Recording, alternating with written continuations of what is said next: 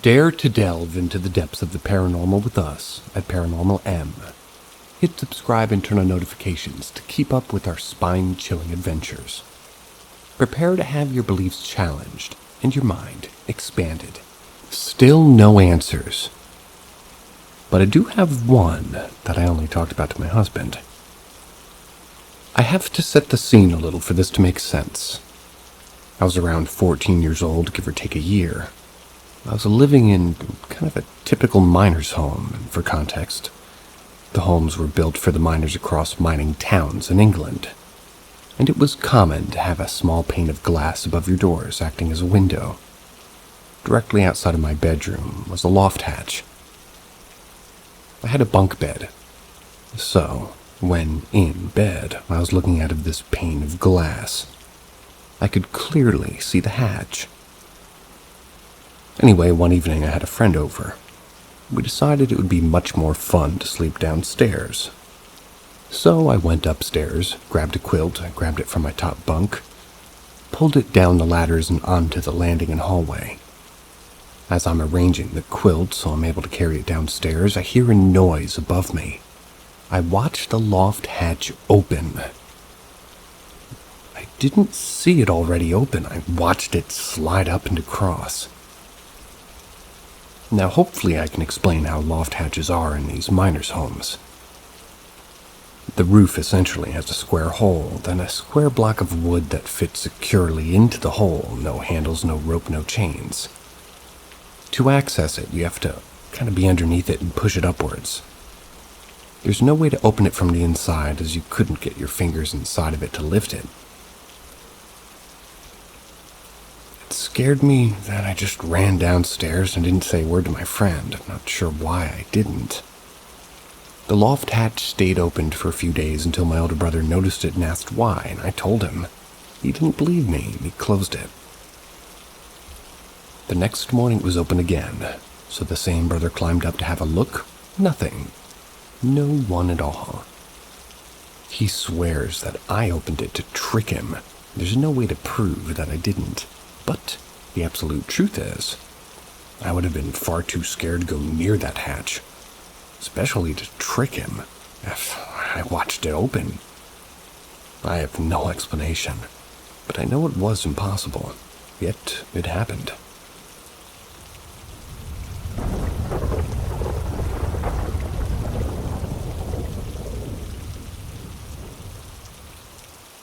AskReddit. I used to work at a hotel bar and restaurant. It was in East Scotland. I've never been easily spooked, but there were some nights in this place where I was cleaning the kitchen at night and I would feel that someone was watching me. The number of times I would turn around expecting to see my coworker, there would always be nobody there. Sometimes the sensation was so vivid that it would be like someone was standing right behind me within touching distance. One night, I was alone in the kitchen. I was mopping the floor. The head chef strolled in to check on progress. He ran a very tight ship. We talked briefly and he noticed that one of the hobs had the gas turned on somehow. The thing is, he just left it on by mistake, or if he did, then the gas would obviously have been burning, still lit. But what must have happened is that a chef must have turned the gas off, the flame died, and then the gas somehow got turned back on again afterwards. We had no idea how it even could have happened. So he just chalked it up to one of those things, in air quotes. But it remained a mystery, and it was an unsettling feeling, knowing that I've been working in the kitchen with gas coming out of that oven that I didn't know about. To get from the kitchen to the scullery, the way the layout worked was you briefly had to walk parallel to the doorway to the gallery before you turned into it. Many times out of the corner of my eye, I thought I saw somebody standing by the sink at the far end of the room where this little cove was. I would go there, reach the cove, and there'd be no one there. When I commented on all of this, one of my workmates, they related that the building was a former convent. You could see the centuries-old rough stonework downstairs and the corridor of room-sized alcoves that eventually became the walk-in fridge or the dry store area. and supposedly the place was haunted AF in caps. You know what it means.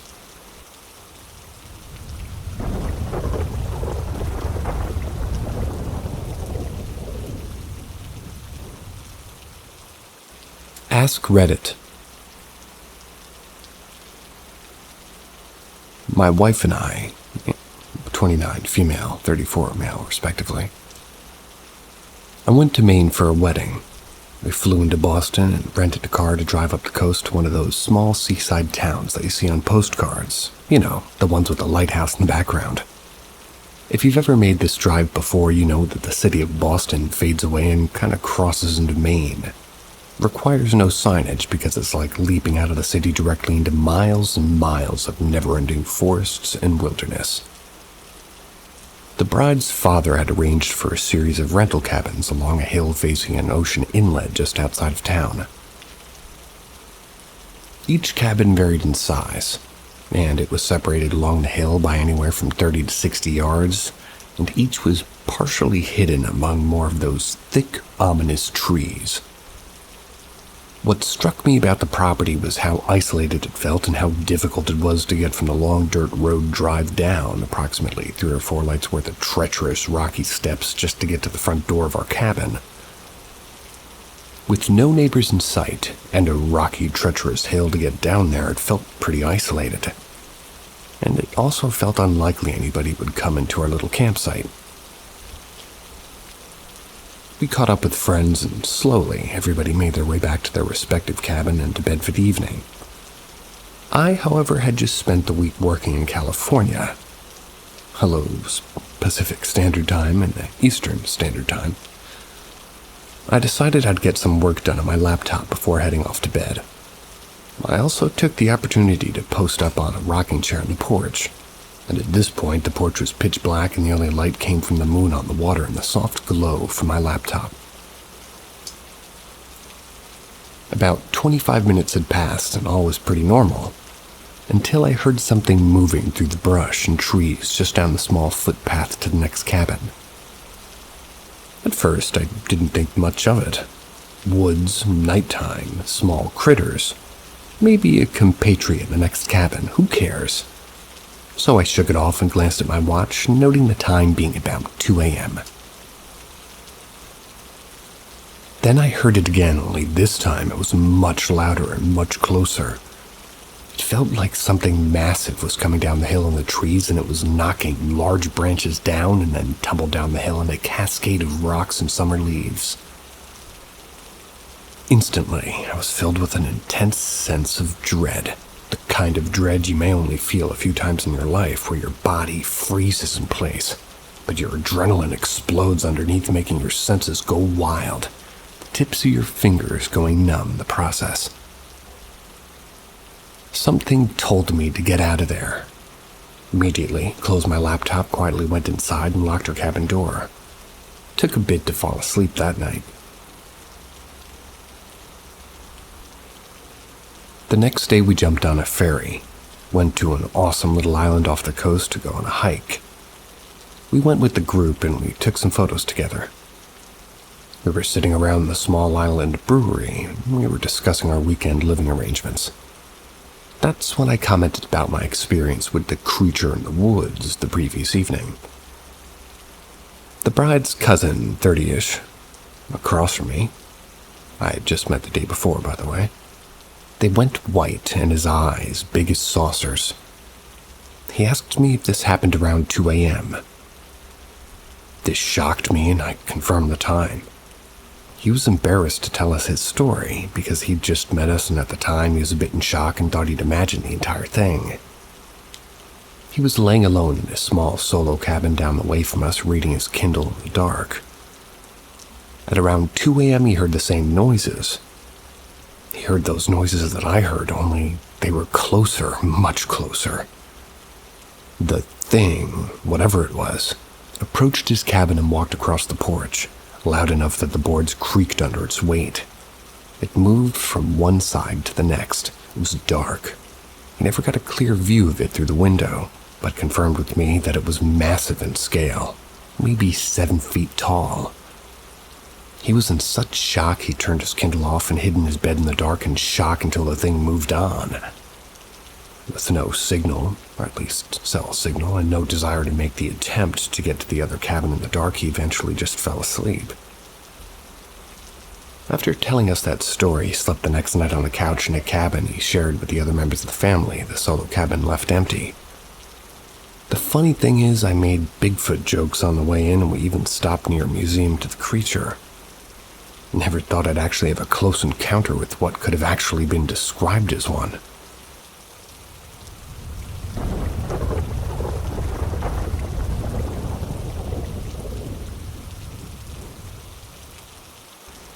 Paranormal Diary. I have lived in a rental home for about 2 years now. However, paranormal things have happened to me and my family all my life. I fully believe something follows me, as no matter where I move or live, things always happen. I live alone currently, and it doesn't bother me too much when the thing in my home does stuff. I don't feel threatened. I was always told growing up to leave them alone and they won't harm you. Well, some things that have happened currently in this home that I can remember right now. I'll talk about what's happened in the other homes at a different time.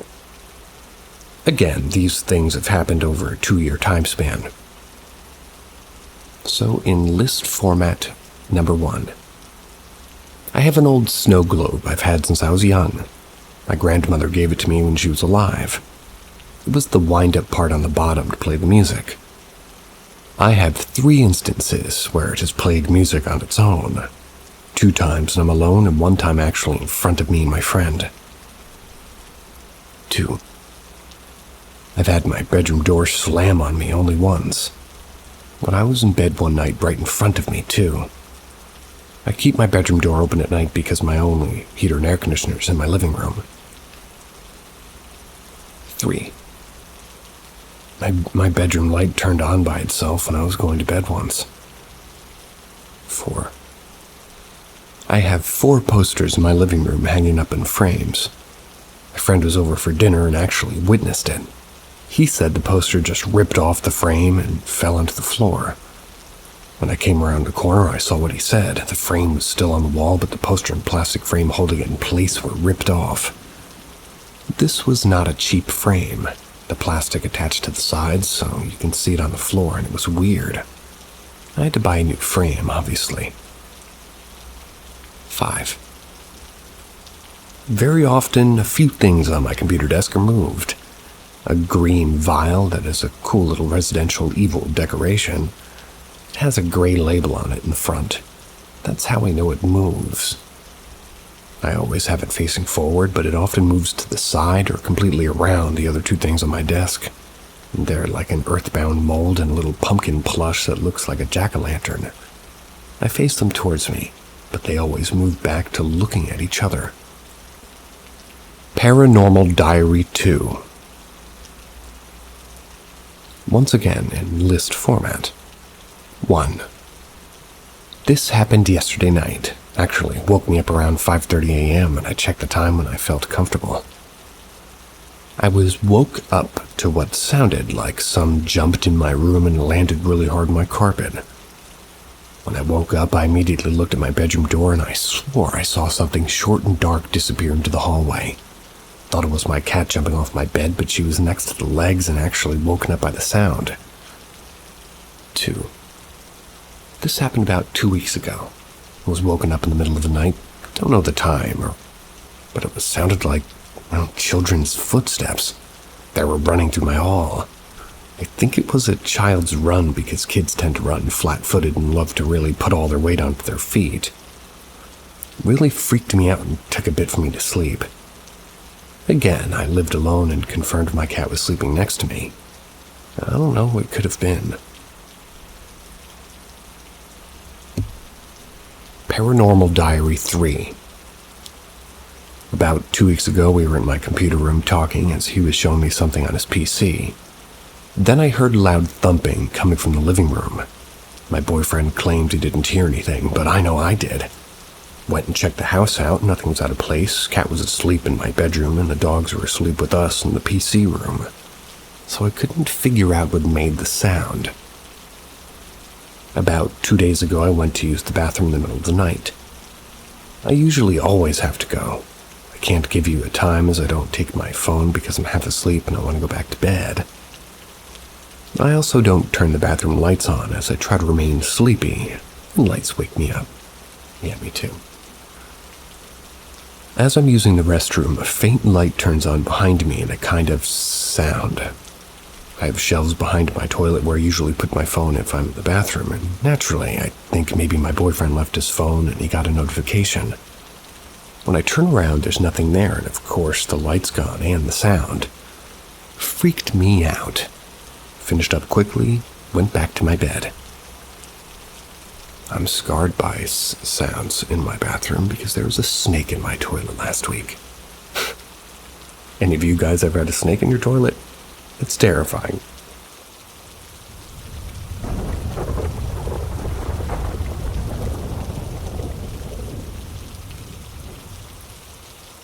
Paranormal or overreacting? My parents' house had been constructed for over 7 years now, but I've never felt anything weird occur until this trip. I'm currently at my parents' vacation home in the Caribbean, and I've been feeling a strange presence in the home lately. The other night I was with my wife in the master bedroom, and all of a sudden the door, which was closed at the time, made a loud noise. Almost as if someone or something were to run into it while closed. Me and my wife looked at each other, acknowledging the fact that what we just witnessed was weird as heck, but we didn't think much of it. Later on, I went into the bathroom. As I closed the door, one of the towels that was hung on the back of the door started swinging on its own. I stared at it for a few moments, wondering if it was caused by the fact that I had just closed the door, but I struggled to understand how it could swing so violently. I didn't close the door that hard. Also, I noticed the shower head starting to drip water very slowly.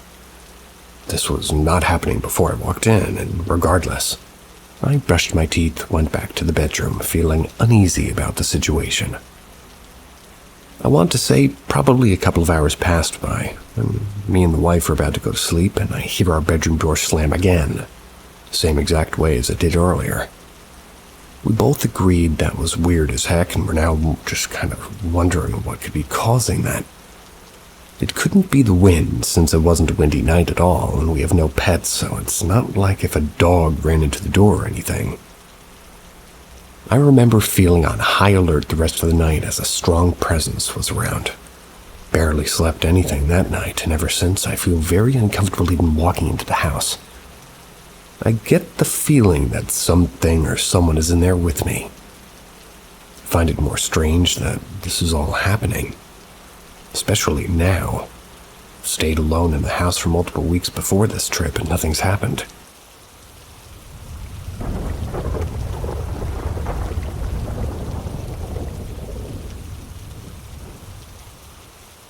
Follow up to my previous post. Is my vacation home haunted? Now, I was just out there for a few days. I had a frightening experience one night. To better understand this next piece, I'll try and set up the environment for you the best I can. Let's call my property a mini villa, if you will. This land was owned by my grandparents, who both passed away several years ago now. Before they passed, they gifted each other, one of their kids, including my mom, a piece of land to build their house on. Apart from the houses, there was a wooded area with lots of banana trees, and also a common area for people to get together. In the room I sleep in has all this necessary furniture, plus an armory next to the side of the bed that I sleep on. An armory?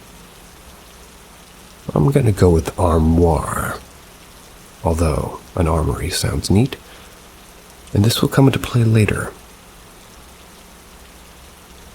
I remember trying to fall asleep. It was fairly late, past 4 a.m. I want to say I was halfway asleep and kind of had a dream, if you will, but I was still awake. In that dream or vision, I saw the forest area of my backyard behind the common area. It was dark, not pitch black, but dark. Within the trees, I saw this figure, didn't look human. It was kind of greenish and whitish in color, maybe 6 feet tall. I couldn't tell if it had eyes, and it had sort of an angry facial expression. Kind of like the Bape face mask, if you've ever seen it. I have not. Except I don't think it had teeth. As soon as I see this figure, I wake up and hear this sound come from inside the armory. Armory? Okay. The sound was like if a plastic table tennis ball had been dropped inside. Except that's impossible because there's never been anyone inside. I asked my wife if she heard the same thing, and she said no, she was asleep. The rest of the night I couldn't sleep at all due to me freaking out. I ended up falling asleep at like 7 a.m. Each night after that was quiet, but I always get the sense that something might happen. What do you guys think could possibly be the explanation to these occurrences? Overreaction, or maybe some action should be taken? Don't shoot anyone.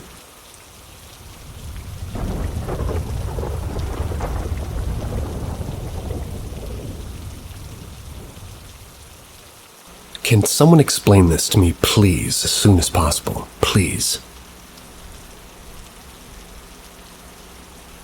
So me and my boyfriend were in a sleep voice call on Discord. We live miles apart. He had just fallen asleep, and I was browsing through random social media. And then out of nowhere, there was just this horrible loud screechy noise from his side, like a bus braking or something. Then he suddenly woke up, and I heard him get some water to drink. I was concerned, and I asked if everything was all right, and he was like, yeah. I asked what was happening. He was like, DW, just woke up because of something. I mentioned that I heard something loud too, some sort of screeching right before he woke up and wondered if it was a car crash. Then he was freaking scared. Told me that he heard it too, but he thought he was having auditory hallucinations or something.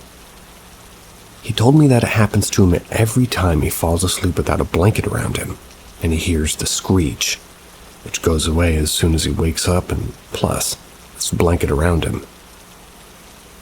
I tried to convince myself that maybe I heard something else instead of the same thing, and maybe he was just hallucinating. But it was definitely a screech that we both heard. And I can't think of any object or thingy or person that'll make that kind of noise. And it couldn't have been a car crash because I heard it close AF, like literally in his room. He says it's been happening to him since forever. That's a long time. But he always thought it was like a mental reaction or something whenever he falls asleep without his blanket. He's told me about one other paranormal experience he's had before. I wasn't as scared then and didn't believe him fully, but this one I heard with my own ears. I'm scared for him. I don't know what to do. Took a while, but he's fallen asleep again, I think, and this literally happened like 30 minutes ago. I couldn't make this shit up even if I wanted. I've been trying to look up on the internet what the fuck just happened and if this has happened to somebody else.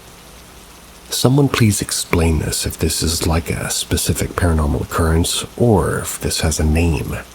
Or if this has happened to anyone reading this. Please tell me, please help. I'm gonna go piss myself in the meantime.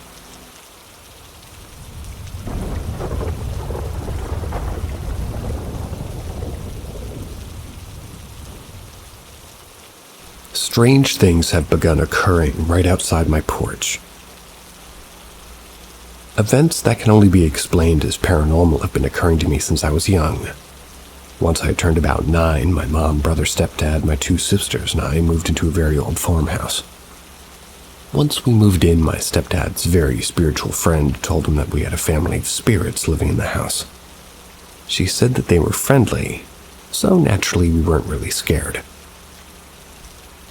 For some time, innocent, but unexplainable things happened. Such as we'd all be outside and somebody would see a shadow in the window. The energy was never negative, but some years later when I was about 13, things grew a bit more strange. For example, one time my friend stayed over and we were about to fall asleep at around 2 or 3 in the morning. we heard a woman singing and the sound of a swing creaking. I immediately told my friend that it must be my mom's TV or she's singing on the way to the bathroom. In the morning, I confronted my mother, asking her if her TV was up loud or she was singing at some point in the night. My mom told me that she had fallen asleep at 10 p.m. and slept the whole night through. We were the only ones in the house. Another time, I was trying to sleep and my bed began to shake.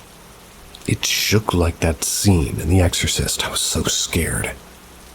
There was no one on the floor I was on. I was so confused. But nonetheless, I ran downstairs to my family and told them. They all sort of looked at me, but I slept on the couch for days after that.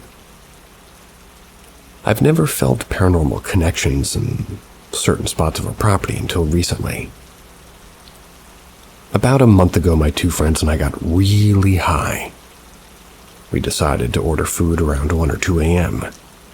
We waited until long after the driver left to grab the food for whatever reason. I went and jumped over the gate and fence so I wouldn't wake my dogs up. Everything was fine until I came back. As I threw my leg over the fence, I hushed my friends and one of them took a picture. I didn't see the picture until the next morning, but when I looked at it, there was a gray faceless figure next to me. I was confused, but told myself it must have been lighting. However, deep down, I still found the figure unnerving and creepy as it was just outside of the fence looking as if it was waiting for an invite inside. I brushed it off. However, a couple of days ago, I was sitting alone on the porch about 3 feet from where the apparition photo was taken. I was looking down at my phone and all of a sudden heard my full first name whispered into my ear. The voice sounded like my own voice, if it sounded as if whoever said it was an inch away from my ear, too. I stood up, did a 360, trying to spot somebody who could have tried to scare me. I didn't see anyone, but I didn't hear anyone either. I asked my brother if he did it. Maybe he was attempting to scare me. He's an awful liar, so I practically always know the truth, but when I confronted him, he was genuinely shocked and a little scared. Ever since those 2 incidents happened, I've been wary of that area. Nothing's ever happened before in that area, so I'm confused on the timing and why the overall energy is different there now.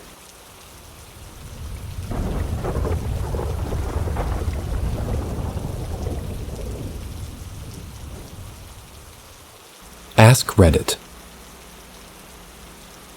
Something unusual happened a few years ago, in public. I was in a small supermarket with a friend. He was known for his ability to approach young women at the mall and get to know them, swap numbers, get to date them.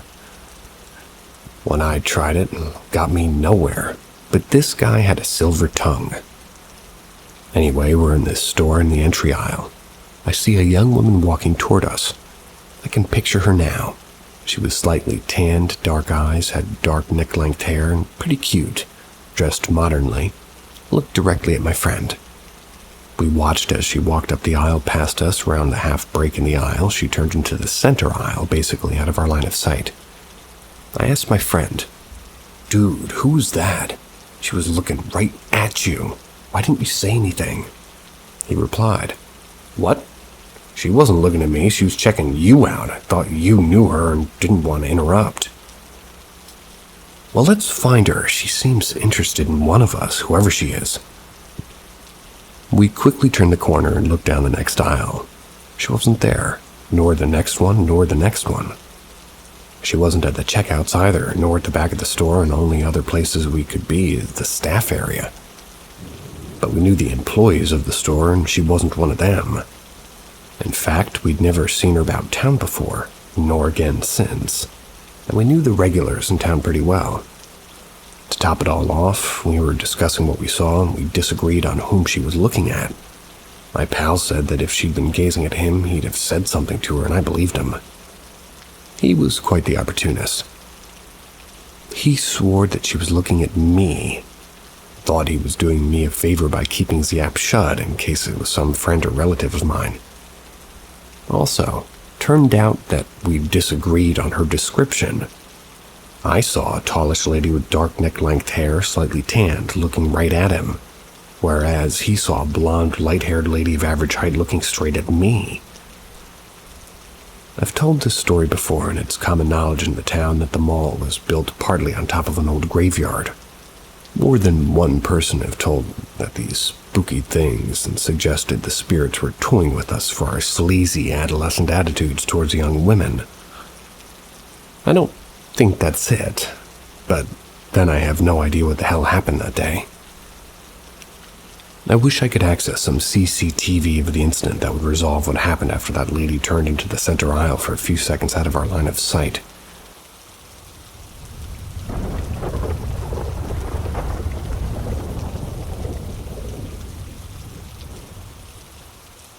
AskReddit. In school, a Monday morning, I received word that a friend was in the hospital, exhausted and dehydrated. Apparently, had been missing almost the entire Sunday. When me and my friend spoke to him and asked him what had happened and where he had been, he told us something that was slightly unsettling. Apparently, he was bored on Sunday and felt like taking a walk with his Walkman. He was known for going on this running route through the woods. The route wasn't really that long. It takes about 30 minutes to get around it if all you run, about 5 kilometers or 3.1 miles, I think. So here he is walking on a known path at noon through the woods minding his own business, when he suddenly blacks out, waking up around 13 hours later and about 7 miles from where he was at the time he blacked out. He was later found by police. I can't remember if he called them himself or if they were already searching, and he was brought to the hospital. He doesn't recall anything from the period of the blackout. He said his legs were hurting from walking and running, but he didn't have any scrapes or bruises. On what level of consciousness was he during the blackout? How would he have reacted if somebody recognized him and tried to talk to him? I mean, think about this. He can't have been a zombie since he, didn't fall or scrape himself during this time, which means that he must have had some kind of consciousness to avoid fallen tree trunks and rocks and whatnot. What did his blackout self not turn around on the route and walk back? Why did it go off the path and straight into the woods? I got nothing on that one.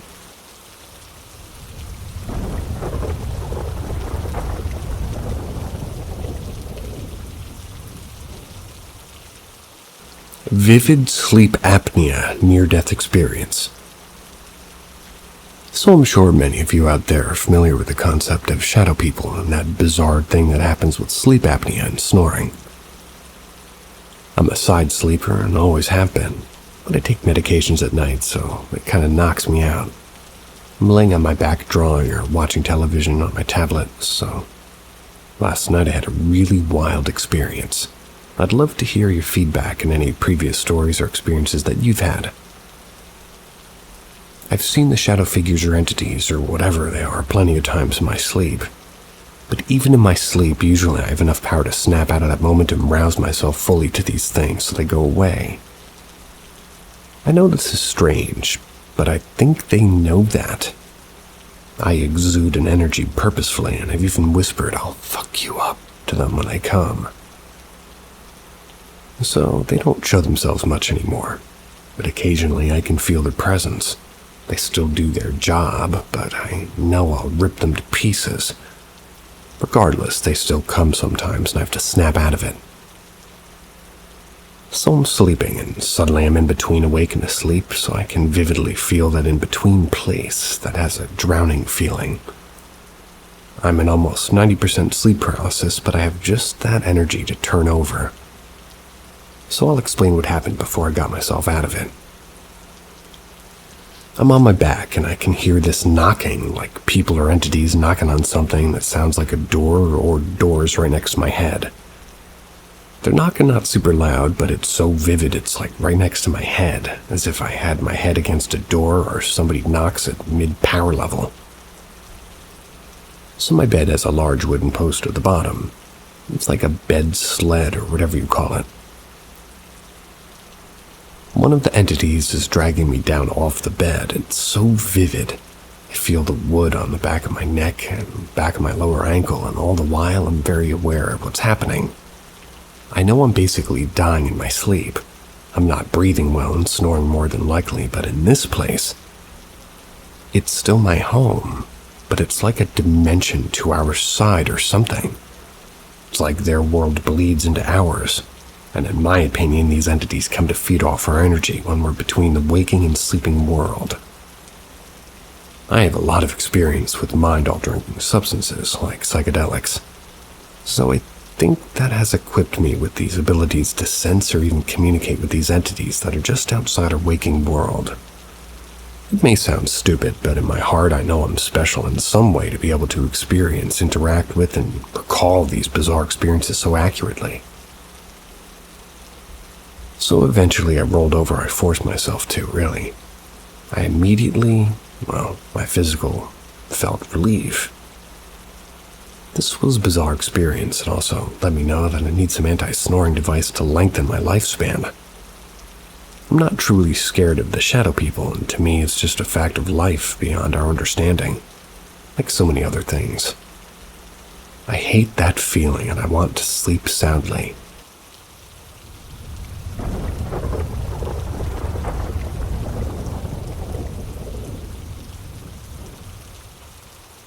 Evil entity. In the 90s, my dad bought an old house that had a barn attached to it. A lot of houses in Germany, especially in smaller villages. The first few years were totally fine. In 2003, my dad started to remodel/rebuild the house. That's when it started. First, it was just weird little things such as banging and things falling over, water faucets being turned on, toilets flushing. We would just shrug it off and say it's an old house, blah blah blah. I never felt comfortable there, to be honest. I always heard something right above my room in the attic sometimes. It sounded like furniture being moved. But there was only 2 or 3 old chairs and a really, really heavy old oaked closet. It was huge. Dad told us it's probably just squirrels. Pretty big squirrels, if you ask me. Well, time went by. I met my now husband on MySpace. Whoa. That just blew my mind. And we Skyped every night. Due to the time difference being about 6 hours, one morning my now husband said, "Oh, they're up early." I said, "Who?" He said, "Somebody just walked through the hallway." My heart was just about to explode. No one was up at 3 a.m. As I turned to the hallway, the whole fixture of the living room curtain, which was mounted to the wall, it just fell off. I got so scared. He knew I was always telling him about that, and I said, "Babe, just go and check if everybody's asleep and laying down," and I hang up. As soon as I was upstairs, I checked that everybody was sleeping. From there, it kept getting worse and worse. In the morning, all the kitchen cabinets and drawers were open, basement door was open, and that door was always locked because I had an old, well down there.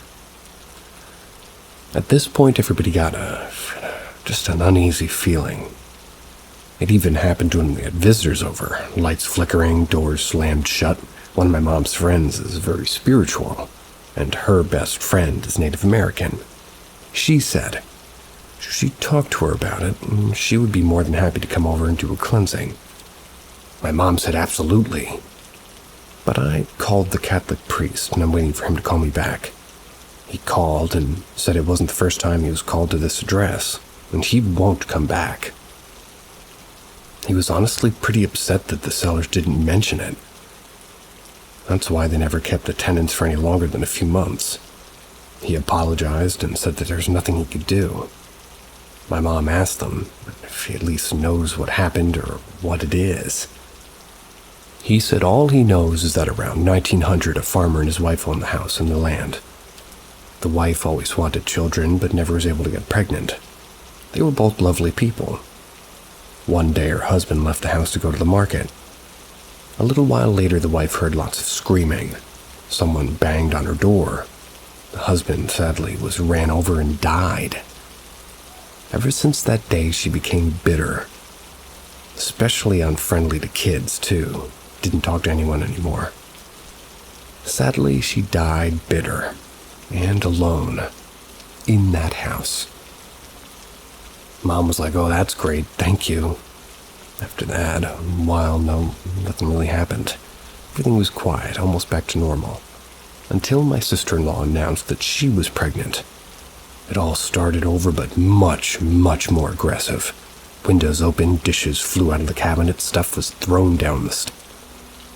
The closer it got to the birth, too, the crazier it got. It got so bad that both my sisters slept with me in my room. One night, I heard my brother scream. We ran into the apartment and he said a shadow figure came down the stairs from the attic. The stairs to the attic were his bathroom. They were right underneath the baby crib, and that all fell over. From that night onward, we all slept together in the living room. Next day, my mom called her friend, and at this point we were scared shitless. Even my dad, who's still the biggest skeptic ever. Next day, this beautiful lady came over with my mom's friend. She just looked at us and said it's feeding off y'all's fear. We haven't slept right in months, and she asked if we wanted to inside with her. I assume we were all scared for her, and we told her that we'd go. But before we went in, she, I guess, cleansed us and blessed us in her beautiful native language.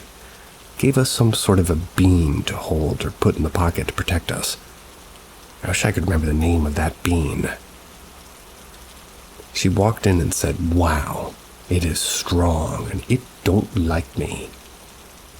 We went from room to room. She had a tray with several different items on it, sage and something that was already burning, a feather and something else. I don't remember.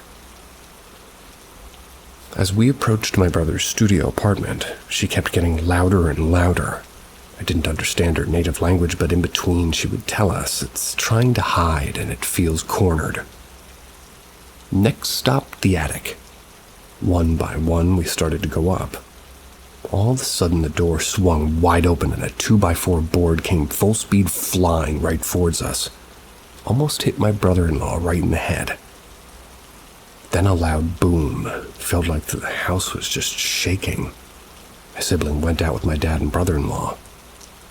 Once we were up there, we'd seen the big old cabinet was pushed over, and the 2x4 was ripped out of the wooden structure from the roof.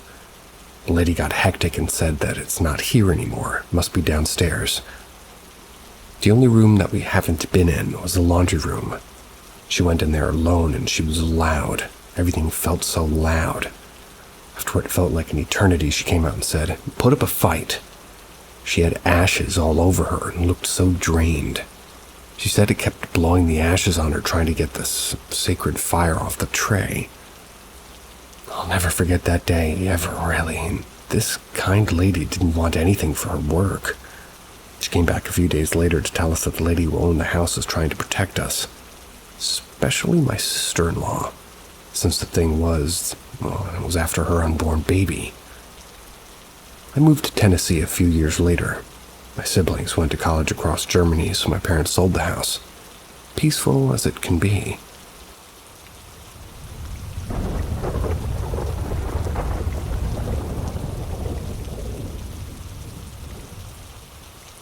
AskReddit. I was at work after the dinner rush. I knew the story of the man in the tall black hat. I'd never seen him personally. I was reporting to a nurse about my recommendation for a diet and swallowing precautions. These are things I wanted the patient who was nearing their end of their life. We were discussing how the patient wouldn't likely make it more than a few more days and had already been chatting to me about the small kids at the end of the bed and the tall man. I was facing the nurse with my back to the hallway. I had just come from there. She was looking over my shoulder.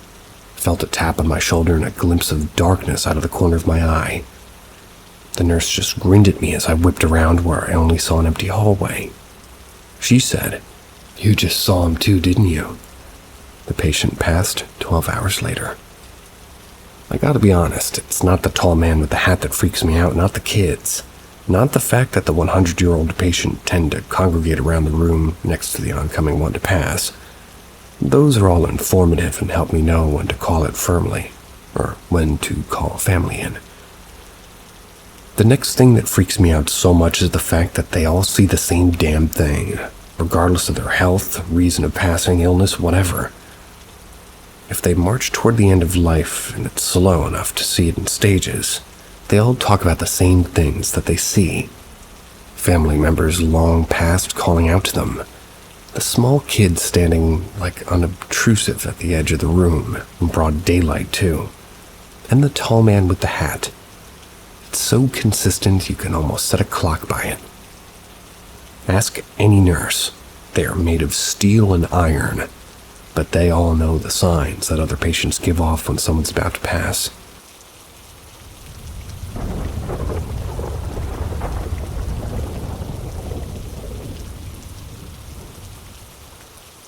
This is a long and wild post of an experience.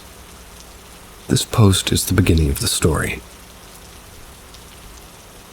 So my uncle's got this old storefront in a small town in North Carolina.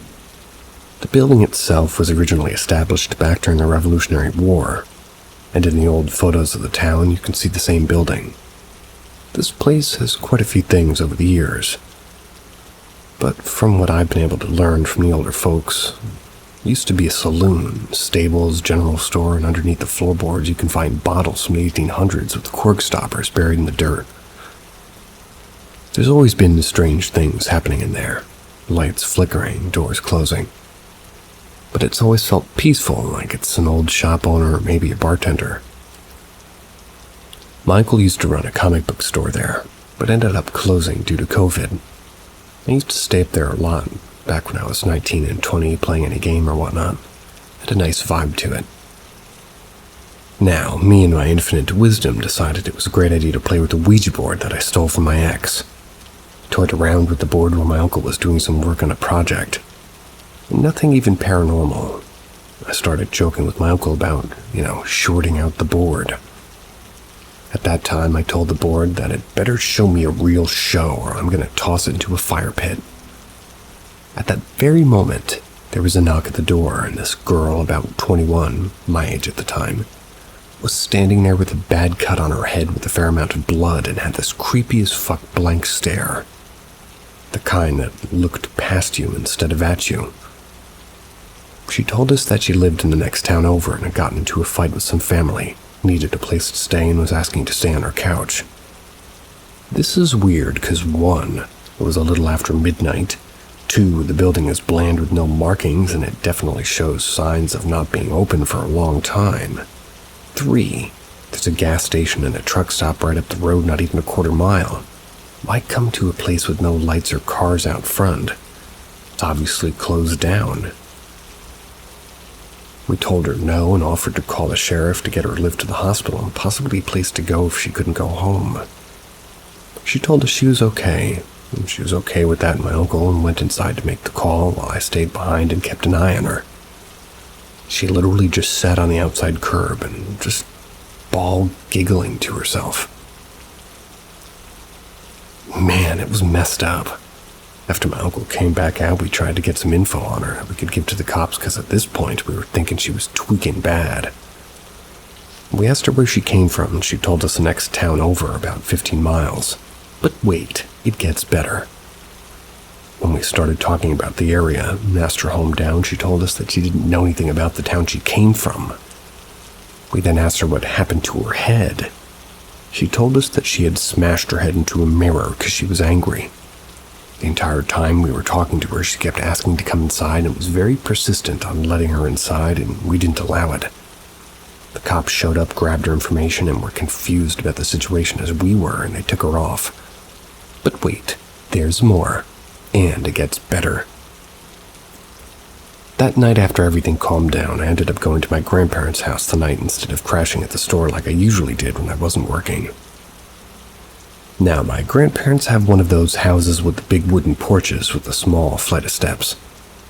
The guest room that I was in had a window that looked out onto the porch, and my grandparents' 2 dogs would usually sleep underneath that window. Well, at 3 or 4ish in the morning, the dogs started hollering like there was a stranger on the property. kind of just sat there in the bed listening for the sounds of voices or even a car that would indicate robbers or something.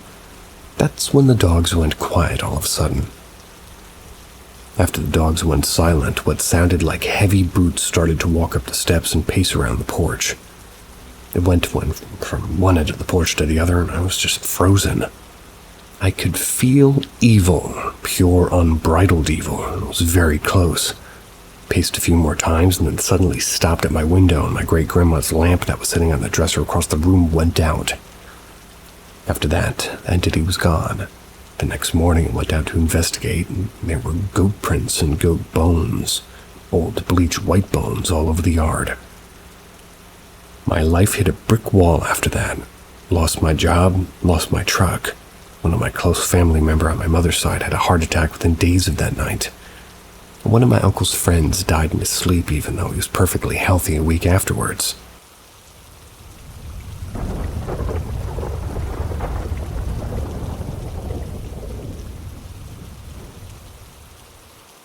AskReddit. I was staying at my grandma and grandpa's cabin in the mountains of Idaho. This was junior year of college during spring break. My roomie and I decided to go up there from San Diego on a whim to get out of town for a while. Just drink and ride ATVs and watch movies and just unwind a bit. He slept in the guest room and I slept in my grandparents' bed. They at the time lived elsewhere because they hadn't retired yet, and this cabin was to be their retirement house. One morning when it was still quite early, everything was very blue as things tend to be at dawn, I woke up with a shot. I saw something standing over me on the left side of the bed. It was dark hooded, and it was a figure that I would best describe as essentially what a ring wraith from Lord of the Rings movies would look like. Stood for a second, and then it seemed to melt into the ground and disappear. I couldn't move a muscle, not even my eyes. I was scared out of my mind and totally freaked. I lay there in bed for about 10 minutes, completely freaked out and praying. I'm from a very Christian family. Finally, I fall back asleep, then promptly woke up and forgot all about it for a couple of weeks. Then one day I was walking to class and everything just randomly hit me all at once. Not only did I remember the event, but I remembered that my grandma had told me that she experienced the same thing in her house in Illinois, where they still lived at the time. And it was with something that sounded like the same thing standing at the left side of her bed, standing over her in the night and then melting to the floor. Not before audibly informing her that it was going to kill her. Freaked me out. I know about sleep paralysis, and I'm aware that it very well could have been a dream, but regardless of whatever really happened, it scared the crap out of me.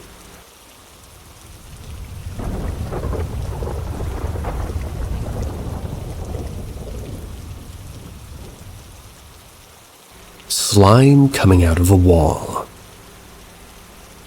So recently I was listening to an audio show on paranormal stuff. That's where they were talking about a famous haunting. Something they mentioned was similar to an experience I had as a child.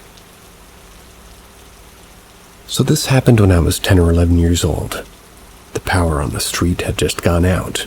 My dad was checking to see if any of the fuses had burned. It was taking some time, and my mom and sister went with him to help him by holding a lantern. I stayed in the living room, which is on the second floor. I thought 3 people were more than enough to check on the fuses. I was laying down on the sofa watching to the direction of the stairs. That's when I decided to stand up. I turned and saw how on the wall opposite direction there was a huge shining green slime. It looked like it was coming out of it. Obviously, I didn't stay still and immediately ran down the stairs to where my family was. When I told them, they went to see what the fuss was all about, but there wasn't anything on the wall. They then proceeded to laugh at me, and my dad even grabbed my foot from underneath the stairs to scare me. Other than that, I only have really one other inexplicable experience in that house. A locked-down door being open while only my dog, a pug. We were the only ones in the house, especially because it happened while I was taking a shower. And since my dog is unable to open doors and I didn't have the key to that door, I can't really explain how that happened. On both occasions, my family told me I was probably sleepy or imagining the whole thing, but that wasn't the case.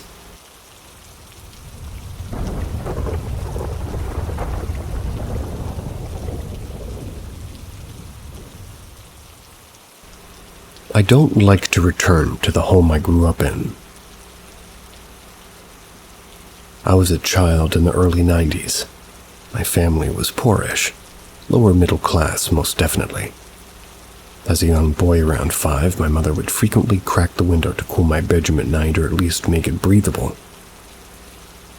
Frequently throughout my childhood, I would hear tapping on my window. It would wake me up. I would lay there still pretending to be asleep. I'd hear her voice say my name over and over, and it would be my mother's voice asking, almost begging me to open the window so she could get inside. I would never do so, and listened. "Ryan, come on, it's dark. Open the window so I get inside."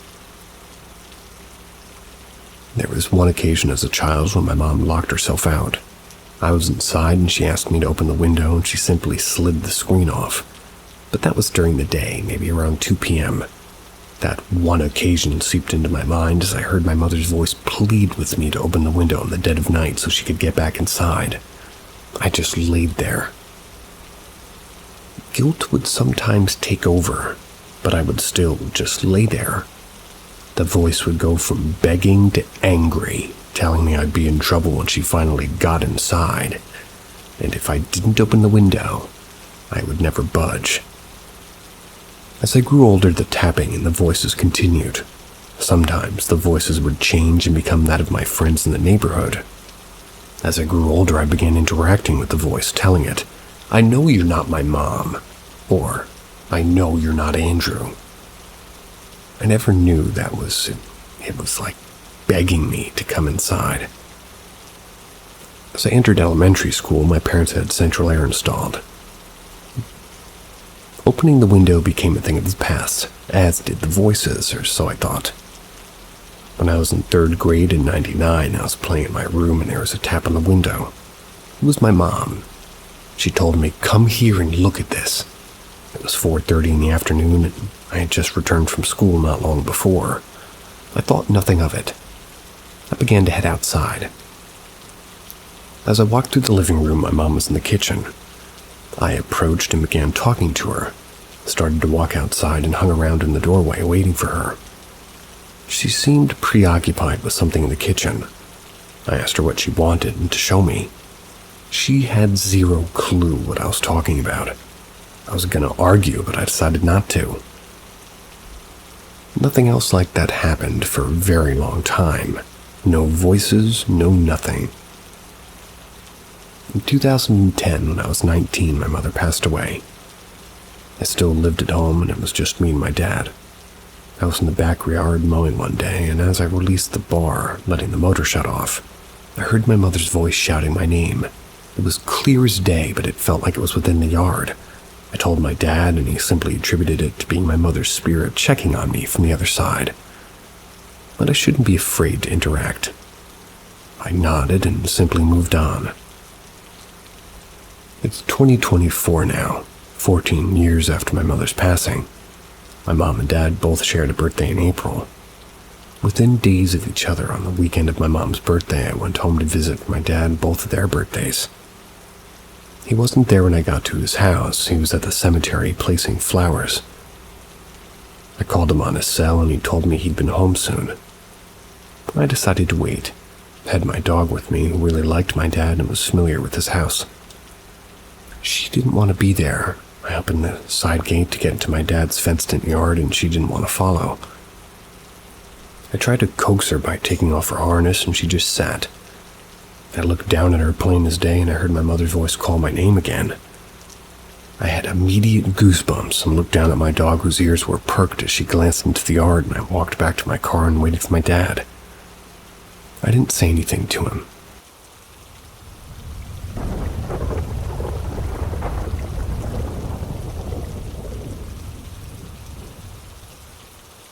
I miss my grandma.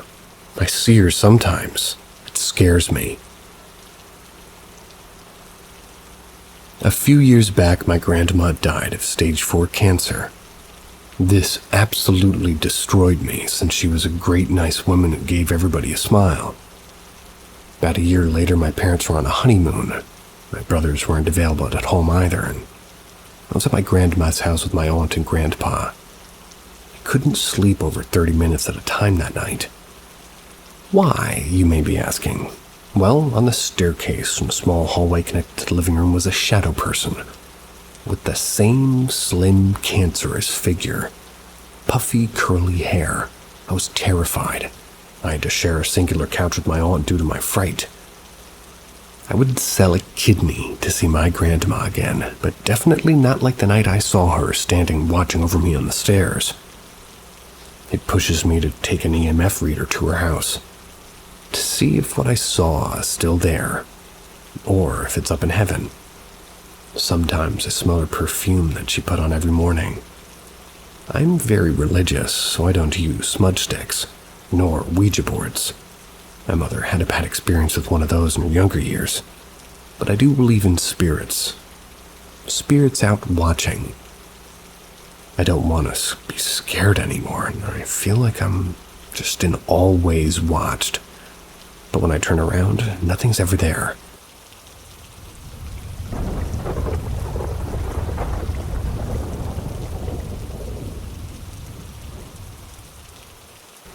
Doppelganger. I was about 16 years old, lived with my family in Levine, Arizona. The family at the time consisted of me, my 2 younger brothers, my mom, and my stepdad. It was late at night, or early in the morning, I'm not sure. I'd gotten out of bed upstairs since we had a 2-story house and went downstairs to get some food. Eventually, my middle brother, who would have been about 13, came down too. We ultimately decided to watch TV in the living room, so we stayed downstairs. I needed to use the restroom, so I excused myself and went to the half bath in the hall leading to our garage and laundry. My stepdad came downstairs and told my brother to go to bed before sounding confused. "Who's in this bathroom?" he asked. "I am," I answered. From what my brother told me, he took a step back in shock. I then heard him say, "I saw you upstairs. You stood outside your room when I left mine, stared at me, and then walked into your room." Eventually, we all left the room together and returned to our rooms terrified. We had also been finding handprints next to my baby brother's room. So maybe the thing that pretended to be me was also peeking into my brother's room occasionally, but the way the handprints were, it seems like they stood in front of my room and peeked into the baby's room.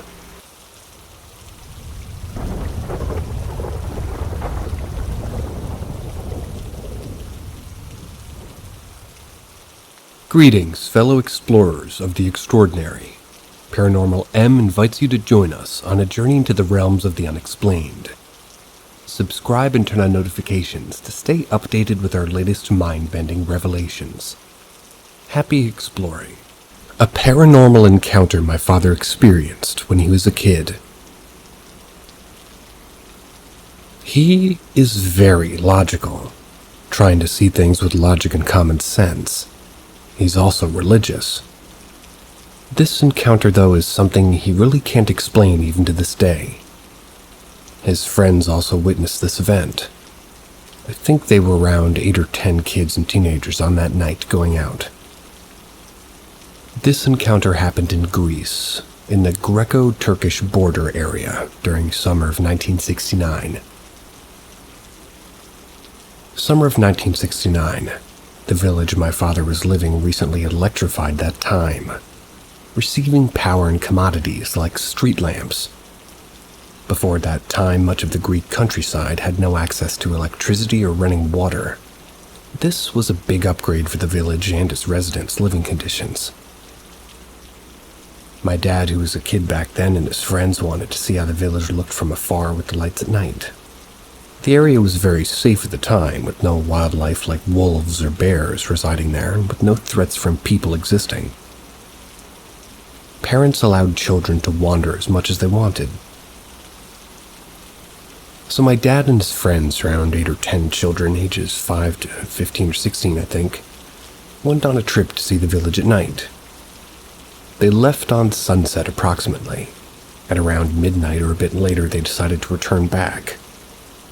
The way back included passing from a strip of dirt road that was sinking for a few centimeters. There is a local legend that this strip of dirt road was haunted by the spirit of a Greek collaborator's wife that was brutally murdered via getting spiked in a wooden pole by insurgents during the World War II German occupation of the area. It was said that it took the form of an Orthodox priest. There was a bulldozer parked on the spot. They were extracting gravel from this place. When the group reached the spot, they stopped. They started feeling fear and the weather started getting cold. They started crossing slowly, feeling afraid. To combat the fear, they started speaking loudly and singing. They had crossed half the road when one of the older ones, looked behind and then saw from the bulldozer an Orthodox priest. They were in full uniform and they were suddenly appearing. The face wasn't visible and it was hovering a few meters off the ground.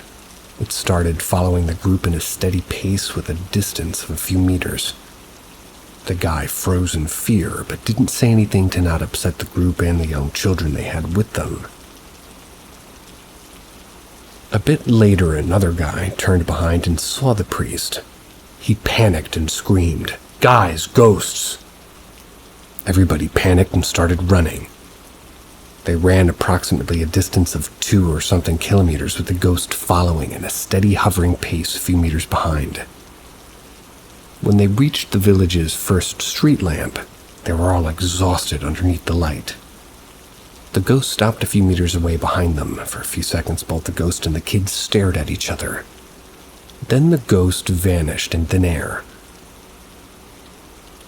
Others had also seen the priest with the same description and the characteristics at the time. It was a well-known legend. There are no modern reports or encounters with this specific ghost today, though. Some of the children died in the following years due to old age or medical problems, but some are alive today, being grown-ups and have confirmed the story to be true, recalling the same events my father's told me. I think 2 or 3 others have confirmed the story. The area today is heavily guarded by border police and the military. It's almost impossible to go to at night. It's also extremely dangerous due to illegal immigrants crossing the border, with the reports of incidents of robberies making the excursion to the site virtually impossible and extremely dangerous.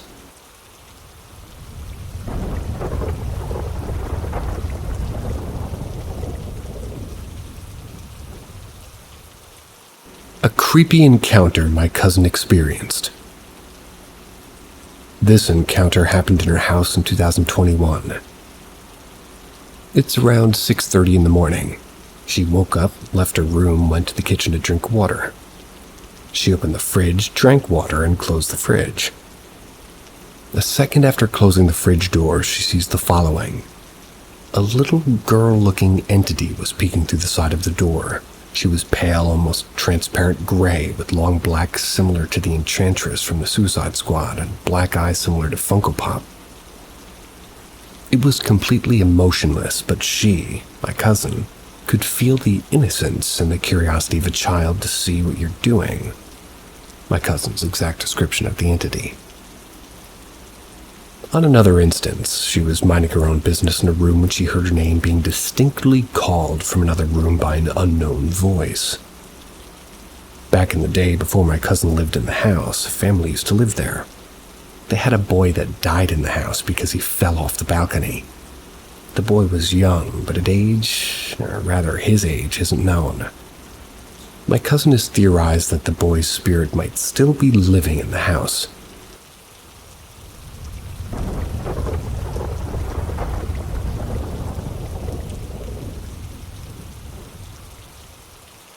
Terrifyingly terrifying. So my uncle was put into an asylum last year. He swore he saw his brother, my father, in the kitchen of the house that we all share. My uncle, myself, my mom, my little brother, and our cousins, my uncle's kid, we all live in one house together. Because her family's kinda poor and we can only afford one house between the lot of us. My dad worked for the army, so he was deployed to different countries a lot. We hadn't seen him since just before Christmas, which we had to celebrate a little bit early that year due to my father's departure the day before Christmas. About a month had passed since my dad was deployed, before my uncle shouted his name happily from the kitchen. Me, my brother, and my cousin rushed into the kitchen to find my uncle stood there alone and confused. "Where is he?" my brother asked. "He was right here. I swear he was," my uncle replied. Moments later, there was a loud knock at the door. My mother actually answered it to find another soldier outside holding my father's uniform and tag necklace. Mother didn't cry, at least not then. Her wails echoed every hallway at nighttime, though. She just wanted to be brave in front of the kids, myself included. My father was dead, so how could my uncle have seen him? Nobody spoke to my uncle for weeks. They thought that he saw the soldier coming down the pathway to the front door and made it all up as a sick joke that he thought his brother might have been found funny. My uncle went crazy in the weeks that nobody spoke to him. Absolutely insane. He muttered to himself, he lashed out at everybody, and he roamed the streets at nighttime shouting and causing a fuss, telling random strangers that what he saw was real. Nobody believed him. 2 police officers brought him home to us the night before and decided to put him in an asylum for everybody's safety. When we left the asylum the following day, after leaving my uncle there, we arrived back home shortly after. I looked over at our kitchen window to find my father shaking his head at me. I froze in my tracks, I rubbed my eyes, but when I opened them again, he was gone. What the fuck happened to me that day? Was my uncle telling the truth? Seems worthy of an investigation.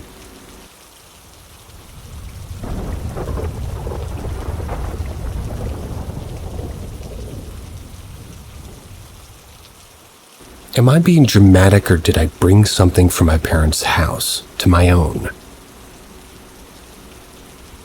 Okay, so to start at the very beginning, when I was still living at my parents' house, I had a few paranormal encounters.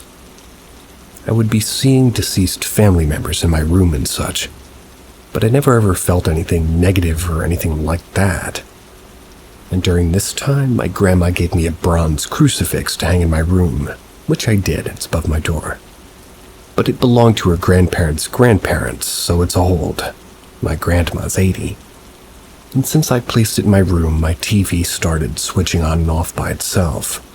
It even stayed on one time after I unplugged it from the wall. At my parents' house, I didn't use it much, so I kept it unplugged. Fast forward to years to the current day. I live on my own now, but I did bring the TV.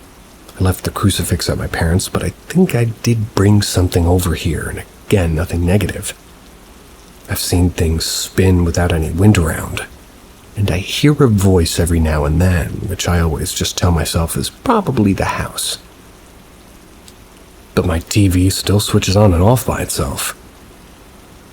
Now the weird part about this is I use it off pretty often, and I always turn it completely off when I leave or go to sleep. It rarely happens that it turns on by itself when I'm in the room, but when I leave for work or just head into town for a bit, it's almost a given the TV turned off while I was away. It's so strange to me, because some days it doesn't do anything, but I'd leave to visit my parents for a weekend, say something like that, and I'll come back and the TV's on. Sorry for the long story, but I'm just seeing things maybe, or do we think this could be more? It's not harmful to me, so I don't need to undertake any action, but I want to know what you guys think.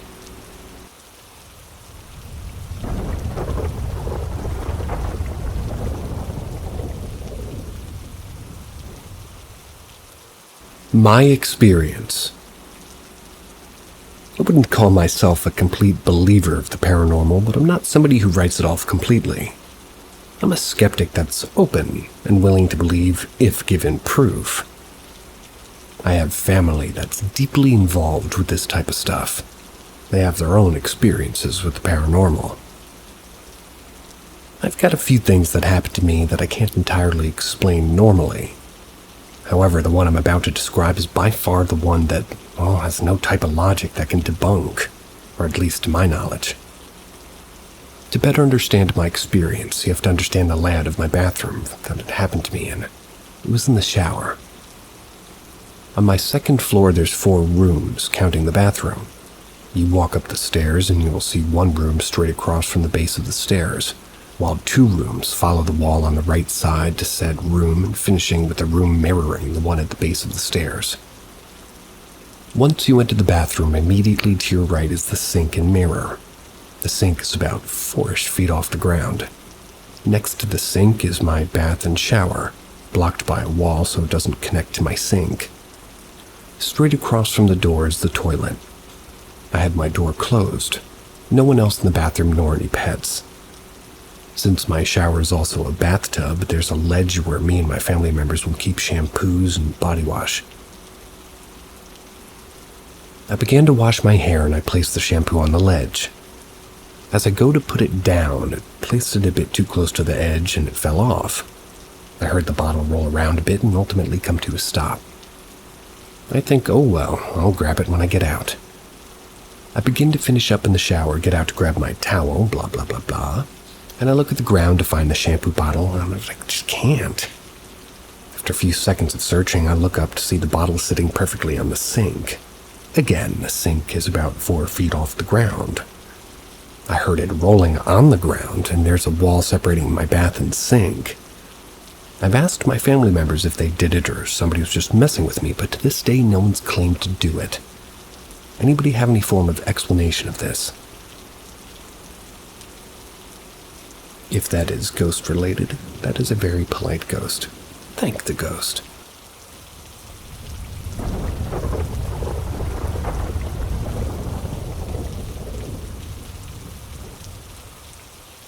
Sold my haunted house to a developer.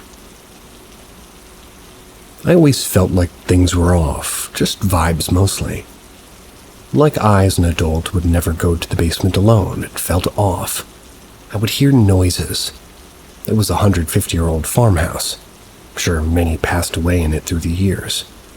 We were selling the house and it was torn down by a developer.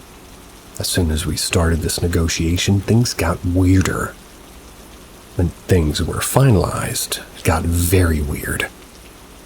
I ran out in my bare feet to just grab something from the car right out front. When I came back, all the doors were locked. I was locked out of the house and no one else was home.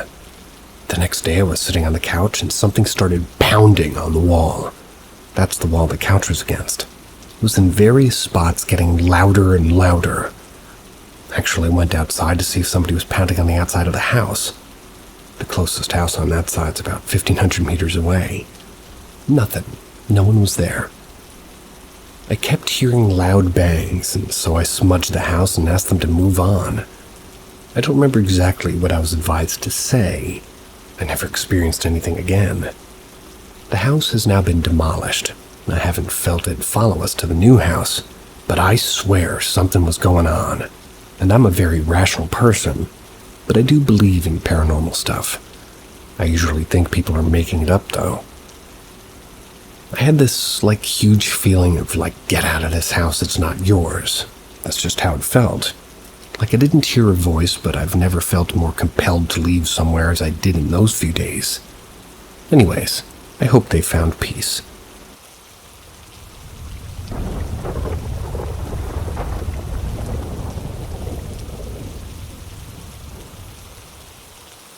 Sometimes loved ones like to hang around. So I've had weird experiences through most of my childhood. Over the past 6 years or so, I seem to just know things. I remember when I was at a small get-together at a friend's house. Some guys I hadn't met were sitting by the fire pit watching the flames. I had this overwhelming urge to tell them that she's sad. Doesn't seem like much, but it was horribly overwhelming. I struck up a conversation and found out essentially that his sister had passed recently, but people had been telling him she's still around. Didn't think much of it and chalked it up to a coincidence. I've had little gut feelings on or off for a few years, but nothing really worth noting until about 2 or 3 years ago. I was working at a popular game store when 2 women came in. They went over to the discount shirts and found a few Rick and Morty shirts, and Now when they came in, I had one of those weird gut feelings that I get before the weird message passing urge happens. As they made small talk with me, one of them made a comment about how they had been looking for Rick and Morty shirts when their brother's funeral happened and just couldn't find any. Following what I guess you could say was intuition, as well as I saw him out of the corner of my eye at one point, I started asking if he had, these physical descriptions. I went over height, hair color, length, nose shape, facial hair, and color. They both began to look a bit uncomfortable and asked if I knew him while they showed me a picture. The picture was in fact the man I saw. I was getting an almost image in my head, if that makes sense. I told them I didn't know him, but that they were going to think I was crazy.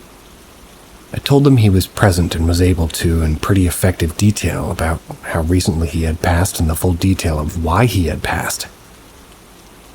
By this point, all three of us were tearing up, and from there, I was able to intuitively pass on essentially a message from him to them.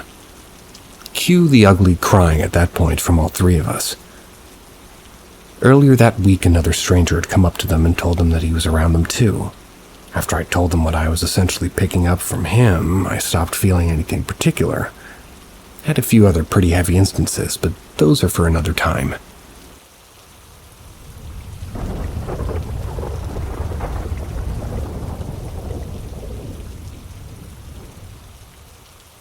Haunted house experiences. This all took place in the mid-90s in a little town called Ottawa in Kansas. These are all true stories of experiences I had while living in that house. I'll post the experiences in chronological order, but first we'll describe the layout of the house. From front to back, you walk into the den. Moving forward, you enter the kitchen with a doorway to your right that leads to a bathroom and a master bedroom. If you continue through the kitchen, it leads to a dining room and a living room on the left. If you go through the dining room further to the back of the house, it leads to a doorless room that we used for a computer room. And then 2 more bedrooms in the back. I put all this here because over the years, family members switched rooms. First experience happened not really long after moving in, and at the time, my mom had started a new relationship. We moved in with him. His mom also lived there, and she had a master bedroom at the front of the house. My mom and her new boyfriend had the room at the very back of the house, and I was in the room next to them. One night I heard all of my mom's music boxes start playing. She had these painted clowns and such, and they sat on satin pillows and played music. They weren't creepy to me until this night.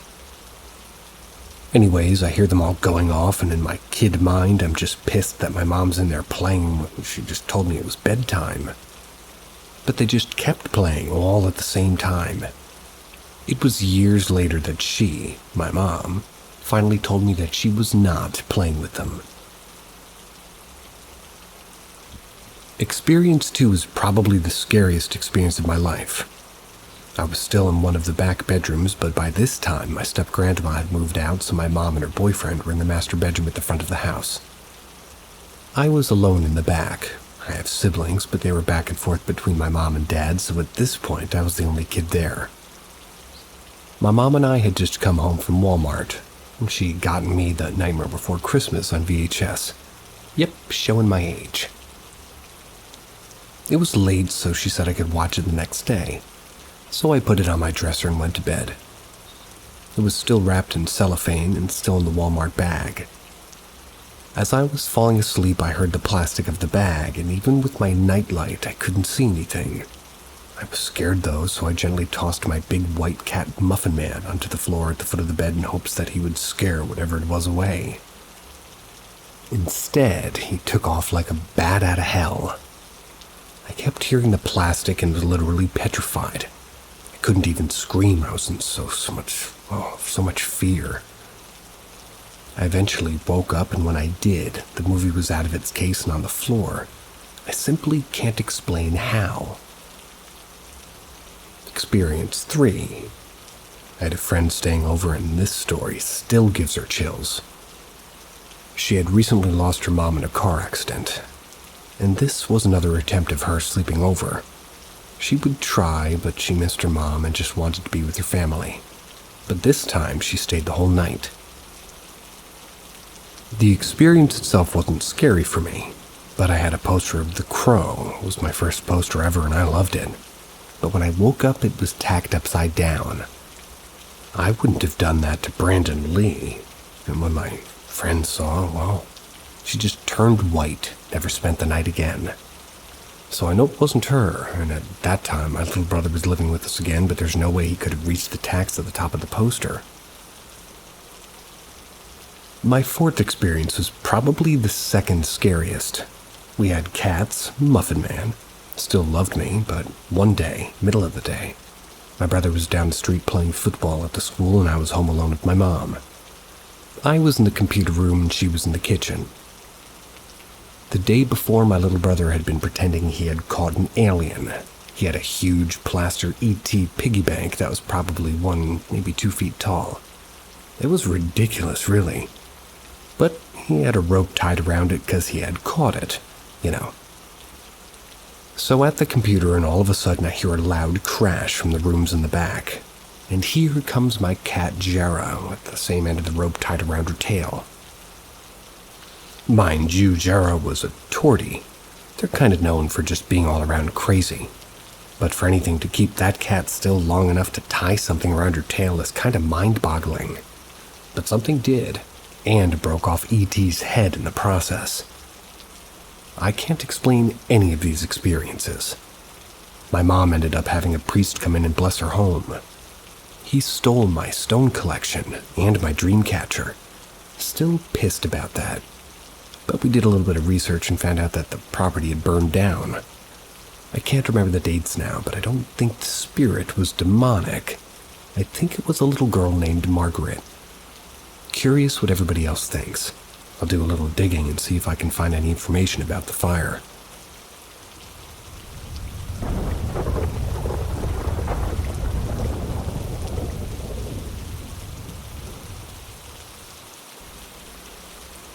Paranormal School.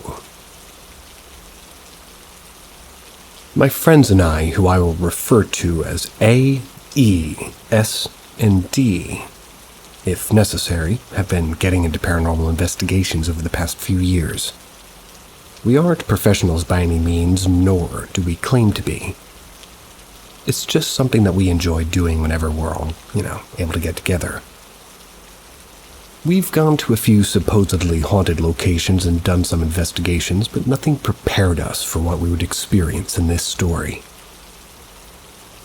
So one day we were discussing where we should go for our next paranormal investigation. We had just finished another investigation a couple of nights prior, so we were still feeling brave from that. As we were discussing where we should go, one of our friends suggested that we should check out this old abandoned school in rural Tennessee. We had heard stories about this school from videos on YouTube and just online searches. If you know the story about the boy who was bullied to death and buried underneath the floorboards, then you'll know what school I'm referring to. If you don't know the story, then I'll give you a brief summary. A young boy was cornered in the boys' bathroom at this school by a bully. The bully beat him up so badly that he ended up succumbing to his injuries and died on the spot. The bully, in a panic, realizing what he had just done, decided to pull up some of the floorboards with his pocket knife and slash the body underneath them. Because of how brutal it was, it's said that something very dark and malevolent is said to haunt that school, as well as the boy. Some even speculate that the dark spirit is what drove the bully to take it so far and kill the boy. Now back to the story. Sadly, our friend A wasn't able to come with us in this investigation, so I invited another one of my friends who I'll refer to as H. H wasn't really into the paranormal like the rest of us are, but agreed to come anyways, just to hang out and have something to do. So we all got into our cars and drove to this school, hoping to have some paranormal experiences and maybe even capture some paranormal evidence that we could show off online. When we got to the school, we quickly realized that the pictures and videos that we'd seen online did not do the real thing justice. It was creepy. The entire place was covered in shrubbery, vines, and graffiti. The windows had been busted out and the doors were off their hinges, presumably from all the local kids looking to get a rush by breaking into and exploring a creepy abandoned school. We walked around the school and eventually found the entrance to the basement, which apparently you are not supposed to go into. Especially the boiler room. Not just because the whole building was on the brink of collapse, but also because that's where it primarily lives. So of course, that's one of the first places we wanted to go. We walked around the basement and did some exploring, just to survey the area and get a better idea of, where we wanted to begin our investigation. We eventually did find the boiler room, and at first glance it didn't seem like anything special. Just some broken down equipment, graffiti walls, thrown around, trash, and, random school chairs sitting in the corner. E laughed and made the comment, "Must not be a very powerful spirit if this is where it has to live." We all let out a little bit of a chuckle in agreement and continued on our way through the basement. Thinking back on it now, that may not have been the best comment to make about this thing and its home. We exited the basement and went into the main area of the school. The main area wasn't in any better condition than the basement. Graffiti and trash were everywhere. The ceiling was falling in and the floor was collapsing in some areas. We explored the halls, some classrooms, the gym, and we even found the bathroom where the bullied boy was supposedly buried underneath the floorboards. After exploring a little while longer, we decided to start our investigation. We set up a couple of cameras, motion-sensor lights, and voice recorders in some of the classrooms, the hall, and the bathroom. As we were doing our investigation, 3 of us were in one of the classrooms while myself and H were in the hall right outside. The 3 of us that were in the classroom were playing around with some dowsing rods and a spirit box. If you don't know what a dowsing rod is, they're basically 2 copper rods that can spin freely. They're used as a way to, have spirits communicate with you, either by crossing the rods or pointing. The spirit box is a device that quickly cycles through radio waves, allows spirits to talk through the frequencies. As they were asking their questions in the classroom, myself and H were staring down the hall. At the end of this hall is what we assumed was a staircase, but we couldn't be too sure because we couldn't reach that area due to the floor having collapsed.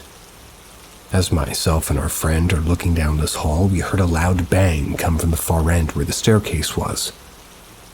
We quickly shined our lights in the direction of the noise, but we didn't see anything. We kept watching for a minute just in case something or someone came out. But after a couple of minutes, nothing, we just assumed it was an animal or something. Eventually, I made my way into the classroom with the others while H stayed in the hall. As we're asking our questions and hoping for a response through the dowsing rods or the spirit box, I noticed H in the hall. He was ghostly white and fixated on the area where we had heard that noise prior. I asked him, "What's wrong?" To which he says, "I don't want to freak you guys out, but I swear I just saw someone poke their head out from around the corner and look right at me." We were all kind of like, "Well, it's probably just your mind playing tricks on you." But he was still very insistent on what he saw. Now, we had seen and heard things during our investigations before, but something about the way H looked had us all a little bit spooked. H insisted that we should move on to another area, so we obliged him and went back to the main foyer where we had entered. We were standing there talking about where we should go next when we hear what sounded like a child's laugh coming from the classroom where we had just been. We all instinctively shut up and froze in place. Finally, our friend S broke the silence. What was that? Eventually, he built up the courage to go see what it was. He started to make his way back to the classroom when something told me that it wasn't safe for him to go back in there. I quickly grabbed his arm and I said, "I don't think that's a good idea."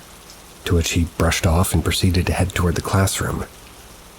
A split second later, we heard a loud crunch and a crash come from the room, so we all ran to see what it was. When we reached the classroom, we were horrified to see that the floor had collapsed right where we had been standing moments earlier. Had something not told me that it wasn't safe, I wouldn't have grabbed E's arm, and he'd probably be at the bottom of the school right now, if not dead, and very hurt. As we stood there in shock of what had happened, we began to feel very grateful that the floor hadn't collapsed while we were all standing in there. We decided that that was enough of the classrooms and made our way into the gym. The floors felt much safer in there. We continued our investigation, and thinking back now, we should have left after a friend almost died, but we were dumb and we wanted to go on. I took the dowsing rods and began asking those generic questions. Is anyone there? Can you tell us your name? Eventually I asked the question, can you point to where you are? To my surprise, the rods pointed in the direction of the darker corner of the gym. Guys, come here. I'm getting responses. Now, they weren't pointing in the corner anymore, they were following E. Now might be a good time to mention that this is the same guy who almost fell through the floor and the guy who made the sly comment in the basement about the thing's home. I'm not saying that he was being targeted by this thing, but it sure seemed like it at this point. No matter where he moved, the rods followed him. He went left, they followed. He went right, they followed. He ran around, they followed full circle. This creeped us out beyond belief, so we wanted to know why the rods were following him. As we asked our questions as to why the rods were following him, someone eventually asked, "Are you mad at him?" And then in an instant, the rods went straight and unnaturally still, and the room fell quiet. So quiet, in fact, that it was as if we all had fell deaf instantaneously. I got this insanely bad feeling as if something very evil had just entered the room. A few seconds later, I felt something strong physically grab the ends of the rods in my hands. Whatever was grabbing them began thrashing them back and forth with enough force to move my whole body as if they were trying to break them from my grip. As this was happening, noises started coming from all around the school. It sounded like doors and lockers slamming, things being thrown down the halls and all around us, and screaming. Though, admittedly, the screaming may have been coming from us, but it didn't help our situation by any means. We were all terrified. We had never experienced anything like this before. Then H, the same guy who saw the thing at the end of the hall, pointed in the direction of the dark corner of the gym, let out a guttural, blood-curdling scream. We didn't ever bother to look and see what he was pointing or screaming at. The only thing in our mind at this point was, get out now! We all quickly grabbed our things, sprinted out of the school back to our cars. We got in and peeled out of there as fast as we could. We met back up at my place, still obviously shaken up by what had just happened, and, well, after taking a while to process this experience and decompress, we asked H what he had seen. He tells us that as everything was going on, he looked into the corner of the gym and saw something horrifying. He described seeing a massive thing, probably 7 feet tall, standing in the corner. It had unnaturally long arms that were spread out wide, with its head having long devilish horns. Its mouth was open so wide that you could probably fit your head into it. He said on top of that, though, on this unusually large mouth was a smile more evil than you could ever imagine. Knowing that something like that was so close to us was bone-chilling. In my opinion, we were lucky to make it out alive. We've never returned to that school and have no intention on ever going back. As far as we're concerned, if that old school was demolished and the rubble was burned, they'd be doing the world a favor. Maybe it would destroy, or at very least trap whatever that thing was in there for good. If you know the school, I highly suggest that you never go inside or even go onto the property. Save yourself the possible trauma. Believe what you want, that night will forever be burned into our minds and haunt us in our nightmares.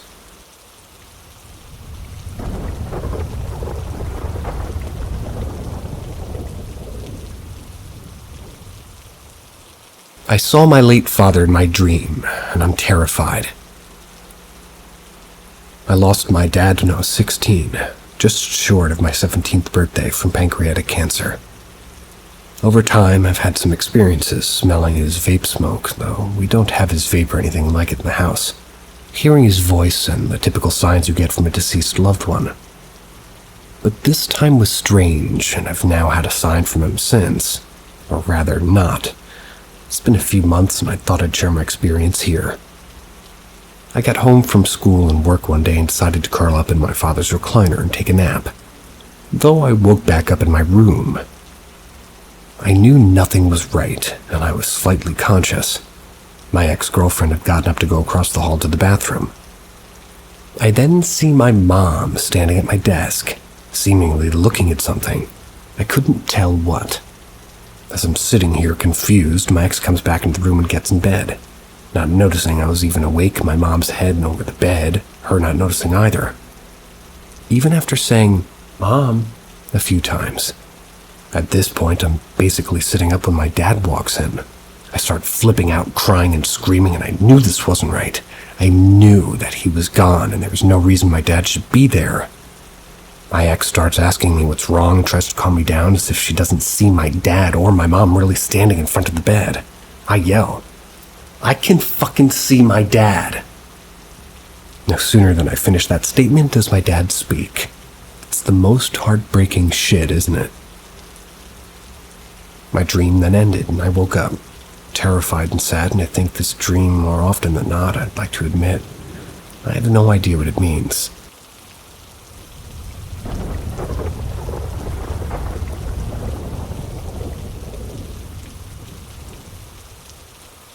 I've experienced a lot of paranormal in my life. Most of my life I've encountered ghosts and beings I can't really explain, other than not being human or entirely there. I've encountered a lot of it with my younger brother as we're always together.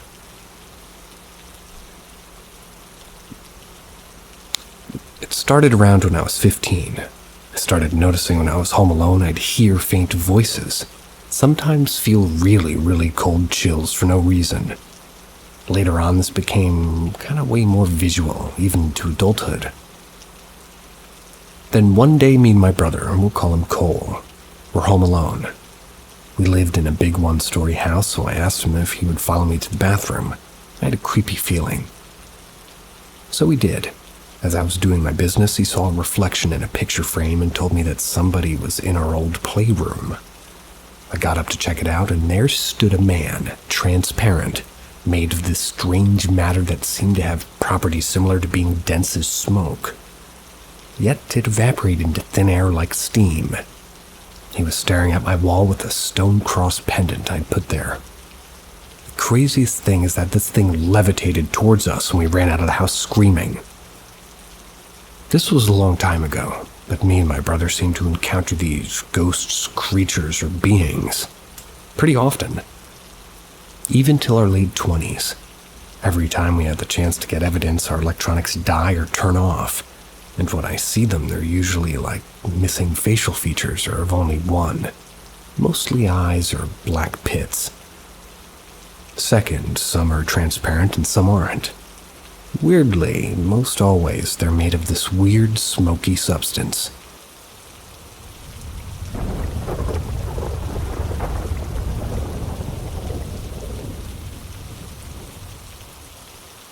I thought it was his sister. The problem with these creatures and things, like ghosts, is it's hard to explain an experience without seeming like a crazy fool. However, I feel that it is time to share. I want to connect to people who have had similar experiences with the unknown. I'll tell you now, even a large track number of running into these things, I'm heavily skeptical on what these things are, and always lean, whichever one they want. And I always learn or lean to disapprove them. A few years ago, I decided to head out to the country to meet my friend. Let's call him Brandon. Let's go. Brandon was a college buddy of mine who had quit college and became, like, Wielder, or Weirder, or Wilder, one of those. He made good cash at an early age and had a house built on his family land, which he wanted to show off to me during a nice sunny day. I won't lie, I loved his place. His family owned a huge patch of acres, and this place was built like the ultimate man cave. Anyways, after arriving, me and my old friend did the usual catching up and played a few games on his PS4. Everything was normal, until Brandon went out to get beers and pizza. He had left me alone to play some Mortal Kombat on his 75-inch 4K TV. It was normal for 15 minutes of his departure until I had heard running downstairs. I decided to look downstairs to see what was happening. I saw a little girl with frizzy hair run past the bottom of the stairs with Brandon's dog sitting at the middle of the stairs watching her run past. I was like, cool, Brandon's kid sister walked from his parents to his place to stay. Thought nothing of it as I had seen kids outside his place playing outside. Brandon returned with Domino's pizza, wings, and beer. I decided to tell him that I saw his kid sister running on the first floor. The guy looked at me spooked. He said he didn't have a kid sister and that the kids had left as soon as I pulled up. The weird part is he got kind of excited and thought, dude, you saw her. I had to make him explain. So Brandon told me a story that happened 3 weeks prior to me coming. He had some guys over drinking during the night and they decided to crash in the room that we were in. As they slept on the floor, one of the guys started screaming, which prompted them to roll over to see. He said there was a girl with black hair standing at the base of the stairs staring at them in the dark, and as soon as they saw her, she darted downstairs. He stated that they turned the lights on, searched the place for her, but she was nowhere to be seen. He was happy I saw her because this means that, well, what happened to him was real.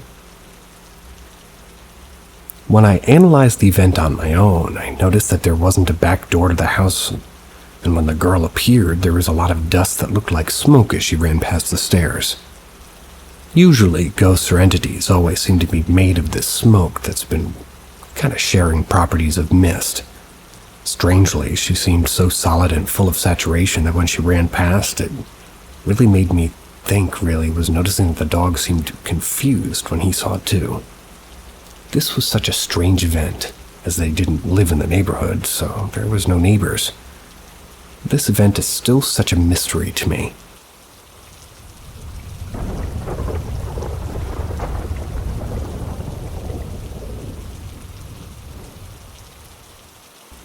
An unknown cat appeared before somebody important in my life passed away, and a lot of paranormal appeared. On April 1st, 2024, an extremely important person in my life passed away before the age of 40. I'm 30 years old and coming to 31. During the last week of March of this year, a mysterious cat appeared on my doorstep. Every time I came back home during that specific week, the cat would always run extremely close to me while waiting upstairs at my apartment door. What was weird was that on the very last day, 03/31/2024, as I was going to work in the morning the last time I saw that cat gave me a death stare in the morning. This is extremely important, because the person who passed away, her cat passed away on 03/25/2023 last year, the same week it approached my doorstep. So when this person passed away on 4/01/2024, I found out the news on social media through a post her sister made about her passing, along with her final few posts updating her life. Her second to last update was about her sickness on a closed post.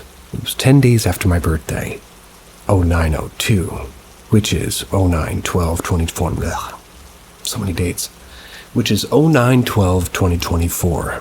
And the third to last post on Instagram was an update about her sickness on 04/13/2023, which is Cambodia New Year, a holiday that my ethnicity celebrates. Isn't that Lunar New Year? I tried my best to reach out to her, even though she was on the other side of the world. I did favors and great things for people she loved without telling her, but I'm pretty sure she knows.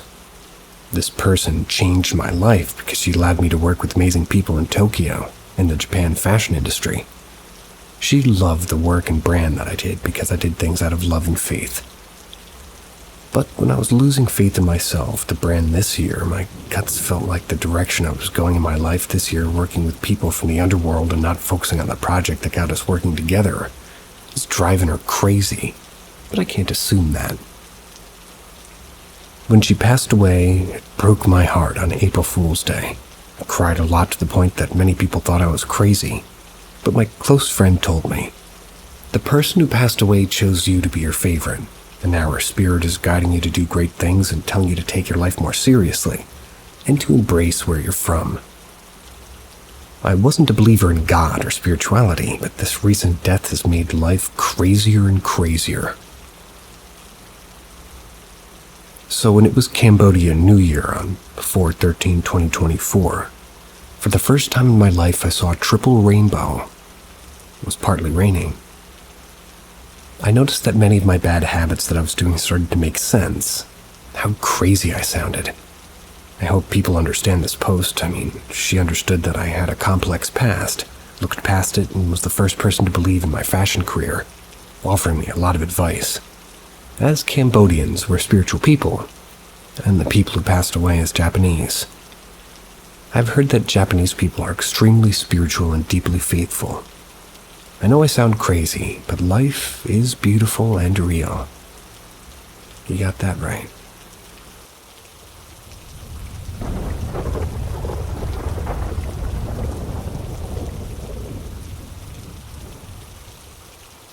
Childhood experiences.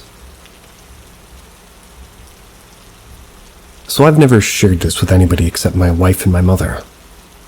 Growing up, we lived in an old townhouse complex. I used to wake up terrified, unable to move anything really at all except for my eyes. There would be a man standing at the foot of my bed. He would be wearing a cowboy hat with his arms crossed. He would just stand there and then be gone, and then I could move again. This happened to me from the ages of about 6 to 12 until we moved. Not every night, but probably about once a month or so. I never told anybody about it for years. I just kept it all to myself. In my early 20s, I was visiting my parents. Finally told my mother about what used to happen. She was absolutely floored, and then went on to tell me that we lived in that house. It used to happen to her as well. And for about the same amount of years, until we moved and they bought the house that they now live in. I'm not quite sure how to explain the feeling of both relief and terror. I mean, I felt this knowing that A, I wasn't crazy, and B, this man was also troubling my mom. My dad worked in a remote work camp and was gone 15 days at a time. This only ever happened when he was away. We talked to him about it after we discovered that we both had these experiences, and he kind of just thinks we're nuts. I just wanted to share this. I drove past the old house that this happened to me in, and even just being close to it gave me the creeps. I remember once my grandmother come to visit and we'd lived there, and I'll never forget she just looked around and said, "This is a busy place." Another strange thing that used to occur in the same house. We had 2 cats and they used to just sit at the bottom of the stairs and look up at the landing. Like they were watching someone. The landing at the top overlooked the stairs, and I used to feel like someone was looking down at me when going up all at the same time. The one cat that we had, he would just sit there sometimes for an hour or more staring. The bedrooms are on the top floor. Anyways, thanks for reading. Feels good to have gotten this written down, and I'll also add, I have had no other experience since then. When we first moved, I was terrified that whatever used to haunt my nights would find me. The house my parents bought was only about 2 blocks away.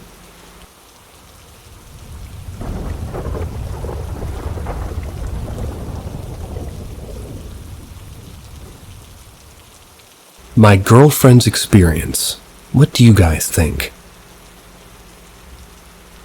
My girlfriend lives with her parents, and one night at about 3 a.m. in the morning, girlfriend's mom is called out to my girlfriend to be on alert, because the doorknob to the parents' room was moving like somebody was trying to get in. My girlfriend's also heard the sounds.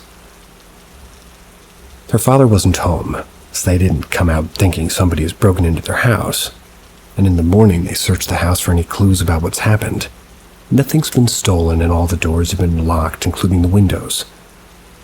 girlfriend's grandpa died about 2 weeks ago. What do you guys think? She doesn't take this seriously, even though they're living in a neighborhood which has drug addicts and burglars, and I wish it was a ghost rather than a human, to be honest.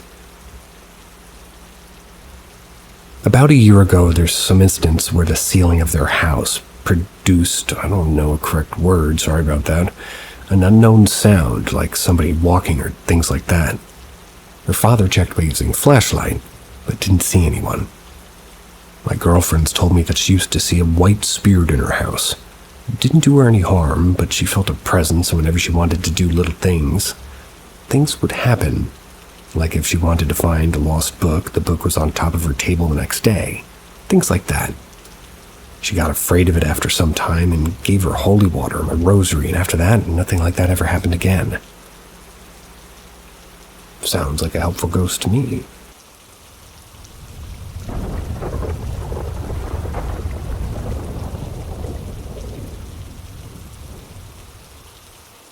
A phone call from inside the couch. I live in a strange house, built in 1994, but it was sold off from one of the old farms in Austin. Like all of South Austin. So there's always been a strange vibe, and it doesn't help I have an old farm structure literally behind my house. I have lots of ghost stories here, and this is since I was little. Still live here at 24. But there was one weird thing that just never sat with me. Everything else I can explain skeptically. I am a believer, but not everything's a ghost. I rarely even tell this one when swapping ghost stories. So in 2018, maybe 2019, I'm with my sibling and we're super stoned. Like sitting on the closet couch to the like sitting on the closest couch to the smoke spot stoned. We're chatting and we both have our phones out. Suddenly we hear something dialing. Like one of our stupid asses is butt dialing someone. So I tell my sibling to check their phone and nothing. Get a little bit nervous at this point, but I checked my phone. The black screen scared me a little bit, but I wasn't calling anybody. Then the worst thing happened. We heard the line pick up and a man answered and said, "Hello?" That was the end of the mystery call, because my sibling and I jumped up. We were so scared and unsettled. The voice came from a crack of the couch. We have a recliner that connects two seats with a fairly inconveniently large gap of fabric, that couch cushion, and it's like held by the joints of the couch. So in theory, somebody could have dropped their phone down into the couch and maybe we activated somebody's Siri to call someone, but there was no phone. Checked the next day and we both checked our phones, which are on the other side of the crack. We both heard the sound at the same time, so it wasn't like the scary thought it was put into somebody's head and it grew. We just heard someone's phone dialing out, and even in my memory I hear the dialing coming from the crack of the couch. Things sometimes fall into the crack and are gone forever. Sometimes only a few months.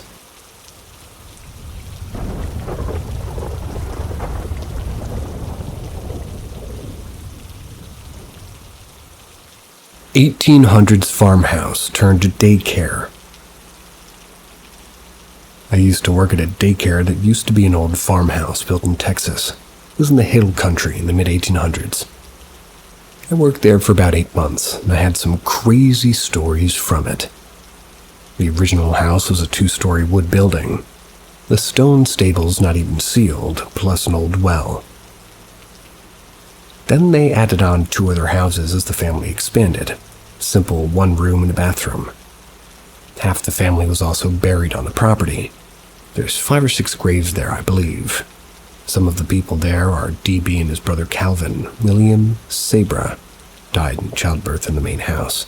And a little girl named Harriet. There were also 3 grave markers for each grave. One was a super old stonemaker. The next was a bronze maker that stuck out of the ground on poles, and the last one was a more recent headstone that had clear writing and dates.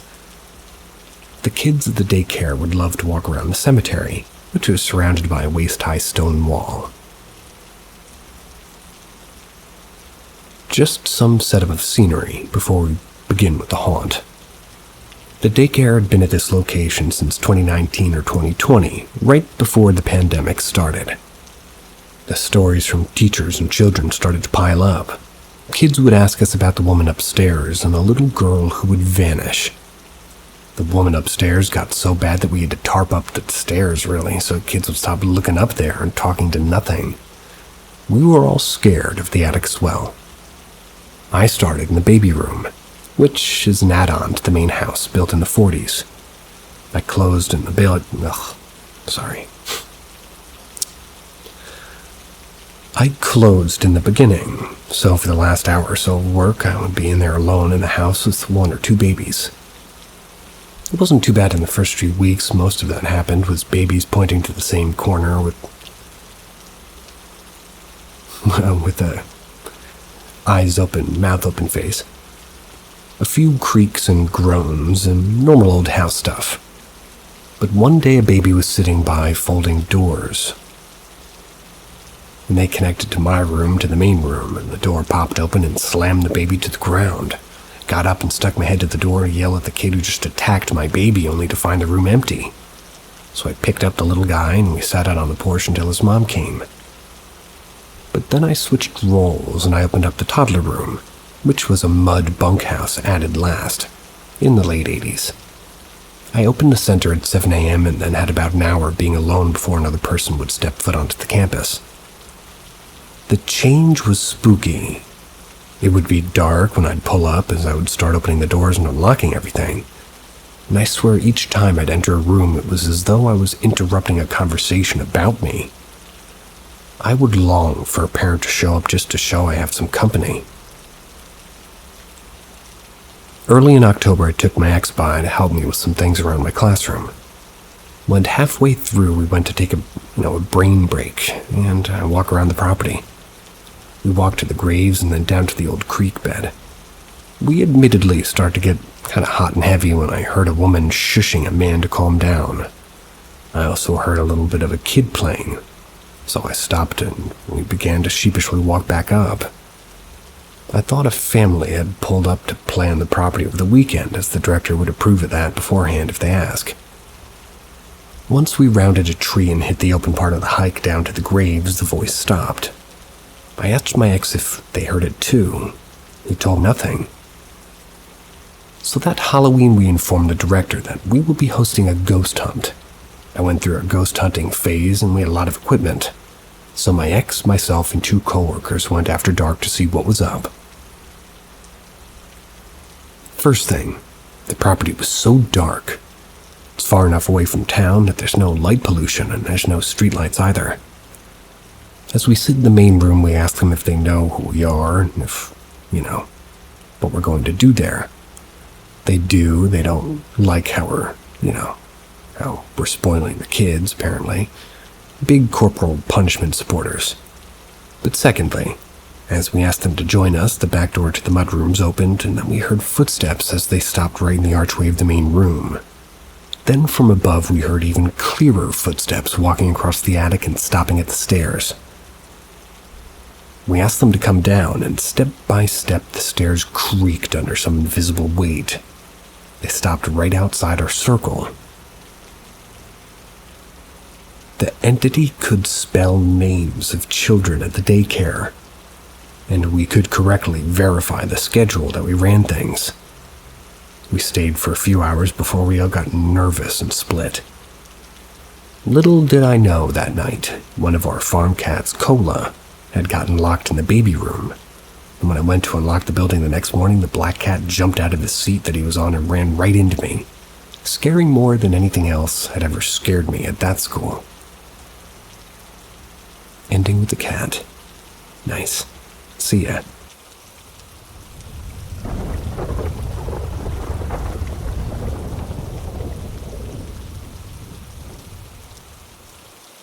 Welcome to the realm of mystery and wonder. Welcome to Paranormal M. Subscribe now and turn on notifications to be the first to uncover our latest secrets.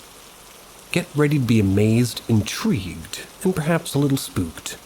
My mom's deceased boyfriend is trying to tell me something. My mom, a 51-year-old female, and her deceased boyfriend, a 54-year-old male, started dating when I was going into 5th grade. Him and I never saw eye to eye. I was a silly kid and he was a serious, grumpy man. Going into 5th grade, a lot of mental problems came up with me. This caused me to not be the silly kid I was anymore. My mom's boyfriend and I started arguing more, started resenting each other. He would single me out or not include me, talk down on me, and just straight up ignore me.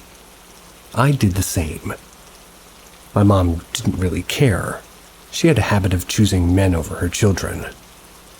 At the end of 5th grade, more and more problems kept coming up, and my mom, her boyfriend, and my special needs brother, 22, moved to a different state without me, leaving me with my dad. Fast forward to 7th grade, I hadn't gotten better, but my mom wanted me again. Her boyfriend and I continued to have issues, but for the most part, we just ignored each other. I fell into a bad crowd, bad habits, bad choices. This is when I learned that my mom's boyfriend resented me because we were so alike. He was just like me when he was younger. Both him and my mom told me this in family therapy. However, none of our problems got resolved. Fast forward again to 8th grade, my mom and her boyfriend realized how bad of a kid I was, and we moved states again. Now we were all stuck in the middle of nowhere. They put me in a school, the population was like 150 people. I never kicked my bad habits since I had quickly made friends in the neighboring town, 25 minutes away. Along the course of 3 years, my mom's boyfriend and I's relationship had never gotten any better and was steadily getting worse. The breaking point was when, early in the morning I didn't want to go to school. Anxiety episode. My mom had told me I didn't have to go to school, so I went back to bed. My mom's boyfriend burst into the room screaming at me, which caused me to have PTSD, which I think that's what it called. Mom had broken up with him then and there, and later in the day made me and my younger brother just pack suitcases. We left and went to the neighboring town where my grandma lived, stayed with her until my mom's boyfriend sadly passed away. Nobody knew the cause of death, but I had this horrible gut feeling that it was an OD. We moved back into the house when we all lived in before, and that was before they broke up. It just did not feel right. I had this reoccurring dream that him and I were sitting at the table in a dimly lit room in a restaurant and were talking. He would then go on to say, "You were right, I'm sorry, I love you," in the dream. He would promptly have a seizure, and in my dream it would end, causing me to wake up in dead cold sweat having a panic attack. A few months of this went on before they stopped, and I felt confident enough to leave the house again. We have a small cafe and restaurant, and I would go there most every day. I think I should add that my mom's boyfriend passed away in this cafe, because he worked there. Mom had given me some of her boyfriend's clothes this day. We had the same grunge style. I put on a pair of his pants and went to the cafe. As soon as I walked in, I heard the sound of a prosthetic leg walking. He had a prosthetic leg due to having it amputated. I was so weirded out, and I actually started sweating. I greeted the owner of the place. It would have been helpful to add that he didn't have any prosthetics, and there was nobody else in the cafe. I was talking with him for a bit before I had to use the restroom. There's a back room near the restroom that's hard to miss. As I went to enter the restroom, I looked into the back room, which was identical to the room my mom's boyfriend and I were in during my reoccurring dreams. As I looked into the room, I saw a dark shadow, which was too dark just to be a simple shadow in the room. I stared at it for a second before I started having a panic attack and quickly looking away to go into the restroom. Again, let's fast forward about a year. I hadn't forgotten about the situation, but I don't think about it a lot either. New owners bought this cafe, and I decided to apply for a job. Big mistake. I worked for about 4 months, and in those 4 months I've had cleaning liquids, bleach, all-purpose spray, etc. sprayed on me when absolutely nobody else was around. I've had a 5-gallon tub of pickles tilt off the ground and spill all over me. And I'm 5'4", 105 pounds. I can't lift a 5-gallon bucket without 2 hands. And I've been on the verge of panic attacks in the middle of panic attacks, and they immediately stop, which never happens without strong medication. And I've heard him. I've heard him talking to me and telling me where to find certain things. He has a distinct voice, years of smoking. So I've come to learn that the day before he passed, my mom would frequently visit him at work. He had told my mom something along the lines of, "Please tell your daughter that nothing I ever did was her fault. It's my own personal demons that haunt me. And I don't want to get close to her because I don't want to hurt her." He had a previous relationship and a daughter and a son, and he had gone to jail for DV, domestic violence. This is all crazy to me. I've told my ex-coworkers about my experiences, and they said that they've experienced similar things. One girl that used to work with my mom's boyfriend, and she said if I don't tell him good morning when I open, he'll knock chips off the shelf and overflow the sinks. Which I have experienced as well. I don't know if it's him, if he's trying to tell me something, or if he's just being a silly guy. If it is him, he's helped me through that job so much. I miss him even if we hated each other while he was living. It never ends. Well, more weird stuff's been happening lately, unrelated to him, but worth sharing here. I worked at a different job when the paranormal activity with my mom's boyfriend was going on. Since then, I've changed jobs and now work as a housekeeper at a hotel. It's not the best area of town, and the hotel itself isn't exactly top-notch. It's not run down, but it wouldn't be most people's first choice. A lot of deaths have occurred there, too, so I've been working at this hotel for about a month now. Things have been relatively normal until today. It was just me and 2 other girls on the shift. Being fairly new, it takes me a bit longer to get through my tasks. As I was cleaning, I got this really weird gut feeling, like I shouldn't be there. I'm somewhat used to these feelings since I've experienced paranormal activity at home and elsewhere. My system is to make all the beds first, take notes on what each room needs, then go back and complete those tasks. After making the beds, I started putting the items in the rooms based on my notes. That's when I realized that my notes didn't match up with the actual rooms at all. At first, I thought I just might be tired, even though I had almost 2 energy drinks and was pretty wired. I tried to rationalize it, thinking maybe one of the other girls had taken things from my room because they needed them. Stupid, I know, but pushed it aside and I continued working. I was cleaning the 5th bathroom, which is fairly small, so I had to close the door to clean the shower and everything else. As I was crouched down scrubbing the stain in the tub, the door swung open and hit me from behind, causing me to fall into the tub.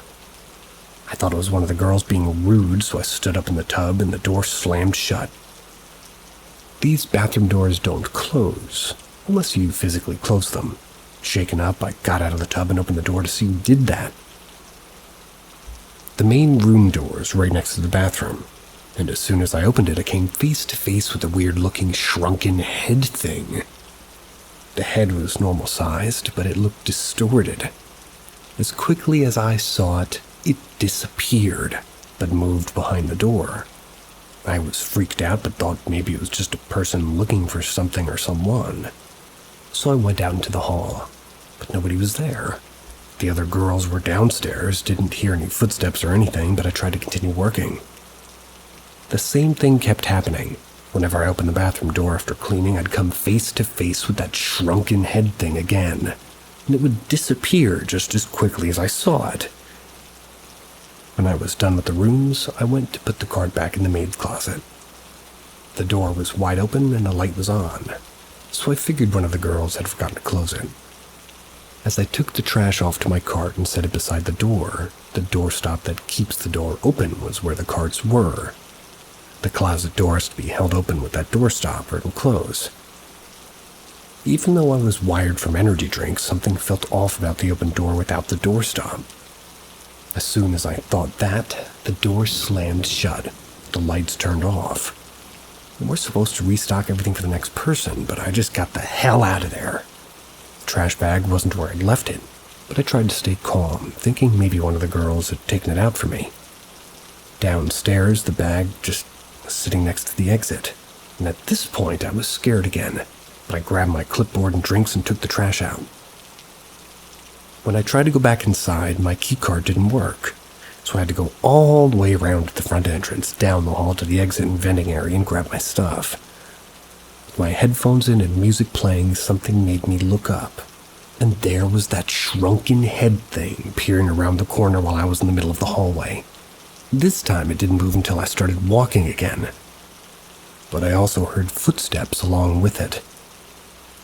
I thought it might be a kid, even though I knew it wasn't. I ran down the hall to try to catch this thing.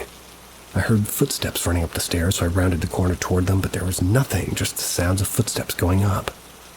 Freaked out and wanting to leave, I turned around to grab my clipboard and drinks. They weren't where I'd left them. After searching everywhere, I found them on top of the vending machines. None of the other girls are tall enough to have put them up there, so even if they did, you shouldn't touch stuff that isn't yours. That's a universal rule. Well, I finally got my things. I clocked out, got out of there immediately. As I was backing out of the parking lot, I looked in my rearview mirror. I saw someone on the top floor, 2 stories. They were staring at me through the window. It looked like that same shrunken-head, spaghetti-haired person. I'm not quitting my job, though, since it pays well. But I'm definitely scared to go back. Tomorrow when I go in, I'll be asking the manager about it. Maybe somebody says there's one in the apartment rooms that we have, and it's just a silly goose or something.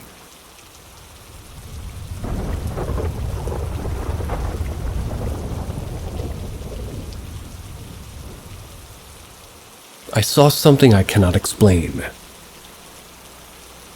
When I was 10 years old, I saw something that to this day, 6 years later, I can't still understand at all. Me and my friends are outside playing and enjoying our time together. And for some context, the area I live in has a one-way access, meaning the way you come in is the way you have to go out when you want to leave. And on this random day with my friends, Nate and Donnie, we saw an old-school, completely white double-decker bus. It drove past the road that we were walking on, and we just stood still in utter confusion because the way this bus came into our area was impossible. It physically couldn't drive into the area without driving through the entrance first, and definitely didn't do this. Inside of this bus, there was 2 people. A male driver dressed as if he was in the 1920s. He was strangely completely white pale, and had snow-colored hair with all white clothes.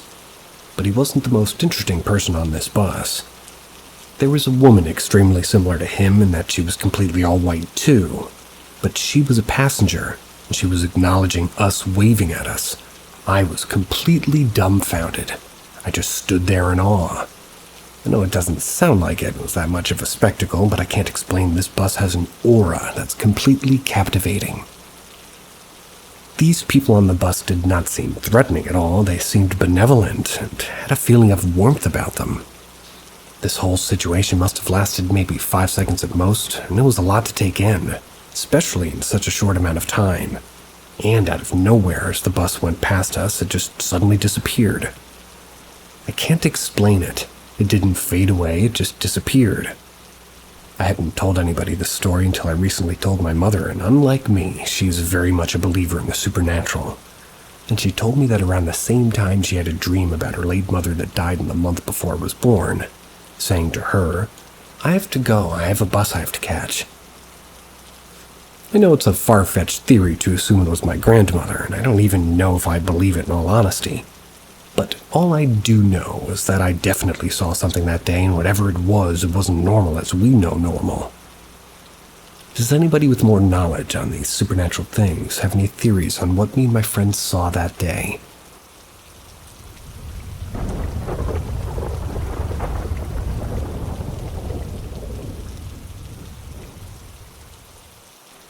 Ghost on the first floor.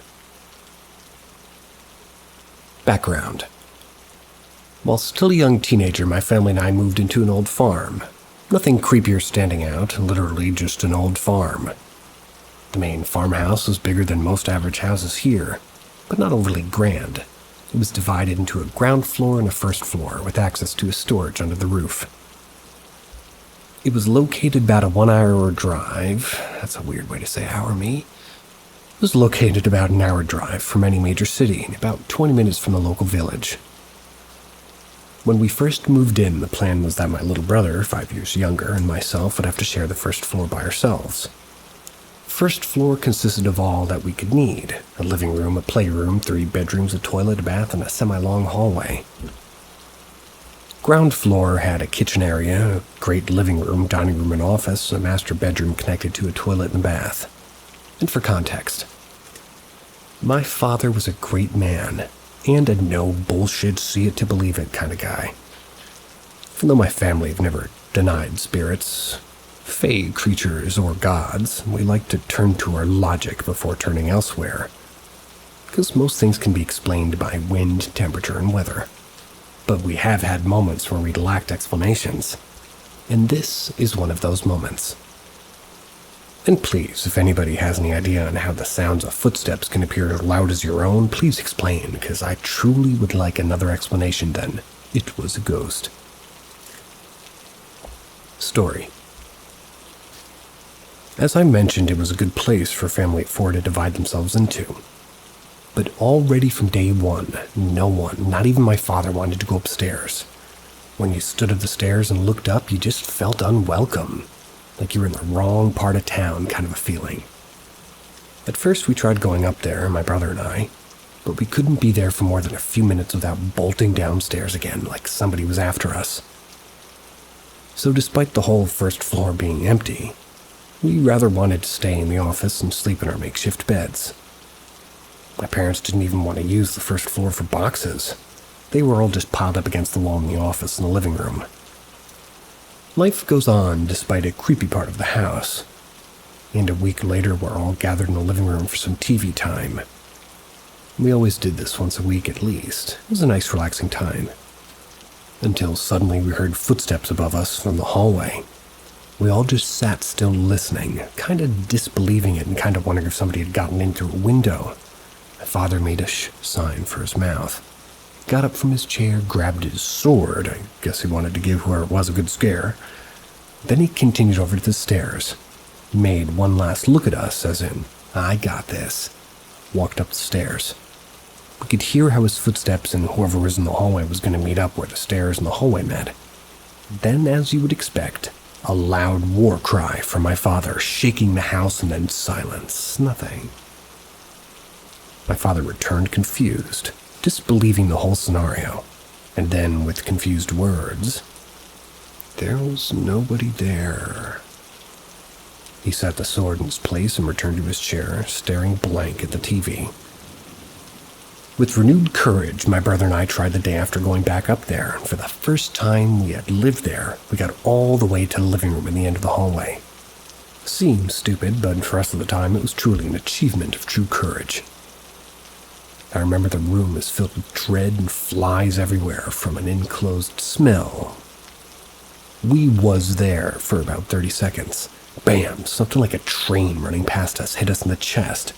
We just ran screaming back downstairs, as in pure horror screaming for our lives. We ran to our parents, who was running to us thinking somebody had broken in. They had heard the bam too. It sounded like a door getting slammed or kicked, though there was no door being closed or kicked at the time. My father this time walked upstairs and shouted something like, "Anyone here living or dead, this is my house. You're under my roof now and follow the command of my rules. Accept it or fuck off." And funnily enough, for some weeks we felt and heard nothing. Suddenly we were welcome upstairs. My brother and I started to use the upstairs a little bit, still sleeping in the office. But we were just glad to not get hunted back downstairs when we were up there. We even cleaned the playroom and moved some Lego and stuff up there. I don't remember why, but one day I had to be home alone. Done it many times, not just that place, and it had never been a problem. That day, it was only for a few hours, so I sat down in the living room watching TV to kill time. Then footsteps from upstairs, walking towards the stairs. I silently grabbed my phone, ran into my parents' bedroom in true child style, hid underneath the bed. Seemed like the best hiding spot at the time, since I would have to pass under the stairs to get outside. So I laid there as silent as I could, called my parents, all while I could hear the steps walk around the house, now inside the living room and office, which was both connected to the bedroom from separate doors. My parents were almost home, told me to stay on the phone and only say something if somebody found me. I guess they didn't want to give up my location if somebody had actually broken in. It felt like hours, but must have realistically only been 5 or 10 minutes or so. And then bam! Front door gets kicked in and my father runs straight for me, shouting to whoever, "If I find you, I'm gonna rip your spine from your ass!" As soon as I heard my father, I just remembered the shouting. "He's in the office! He's in the office!" I didn't want my father to get hurt or surprised, but again, nobody was there. And this time, my father had enough. Moved to a new house the same week. There was more than just the footsteps going on. Closets opening and closing. Things falling from shelves. But only the footsteps that I haven't been able to explain, as I have with the old closets or bad shelves. We never really talked about it after we left, though we learned that the farmhouse had burned down a month after we moved there. Or moved from there. Sometimes I still think about it, wonder if my father ever saw or felt something up there.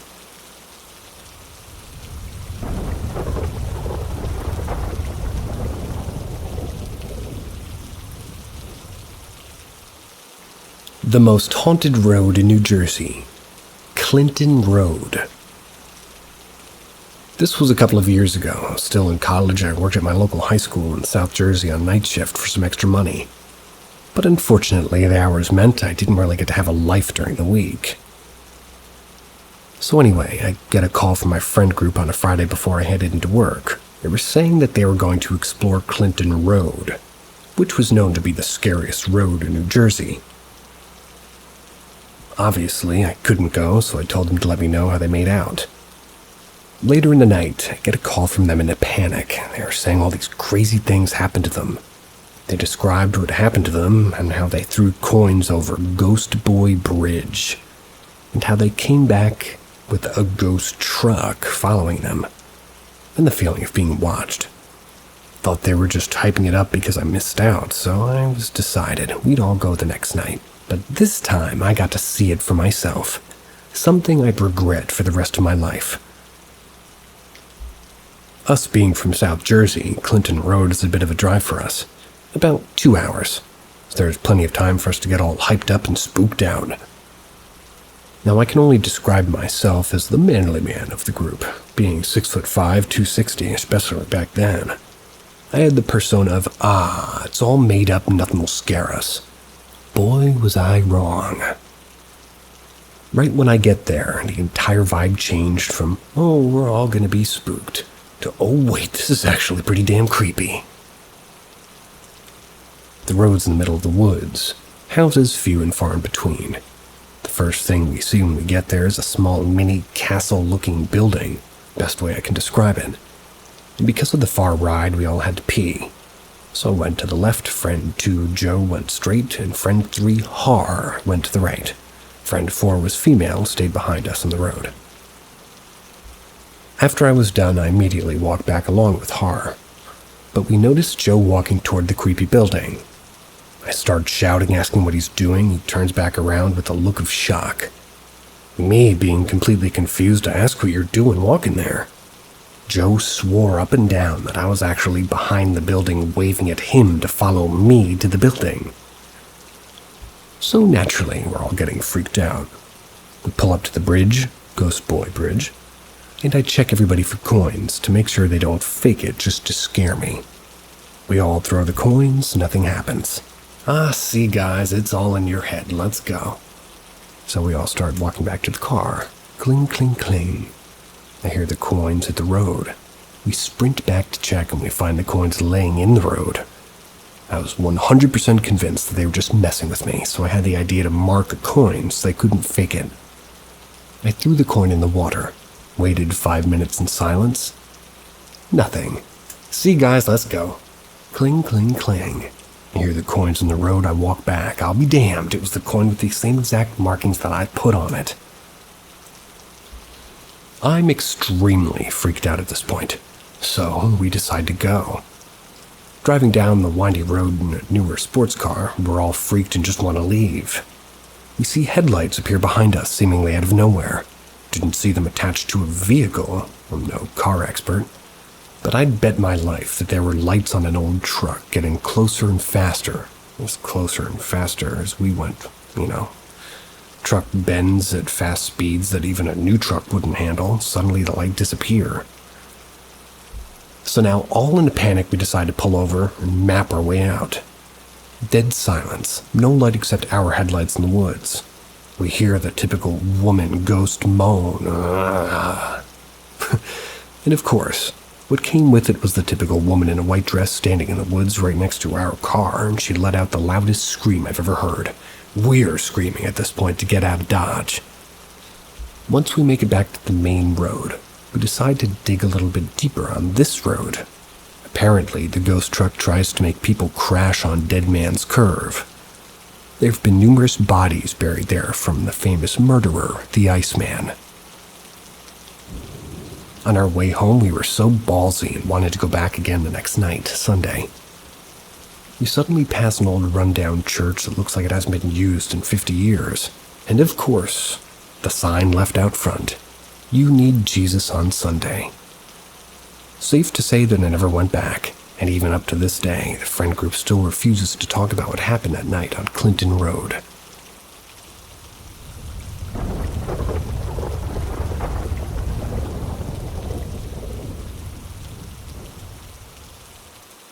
The diabolical nature of the New Jersey Pine Barrens. As late teens, early 20s, growing up in South Jersey, my friend group is always getting into ghost hunting on haunted roads and buildings around New Jersey and the surrounding area. We always had some crazy experiences, and this one is no different. We had the original friend group, plus another one of our friends.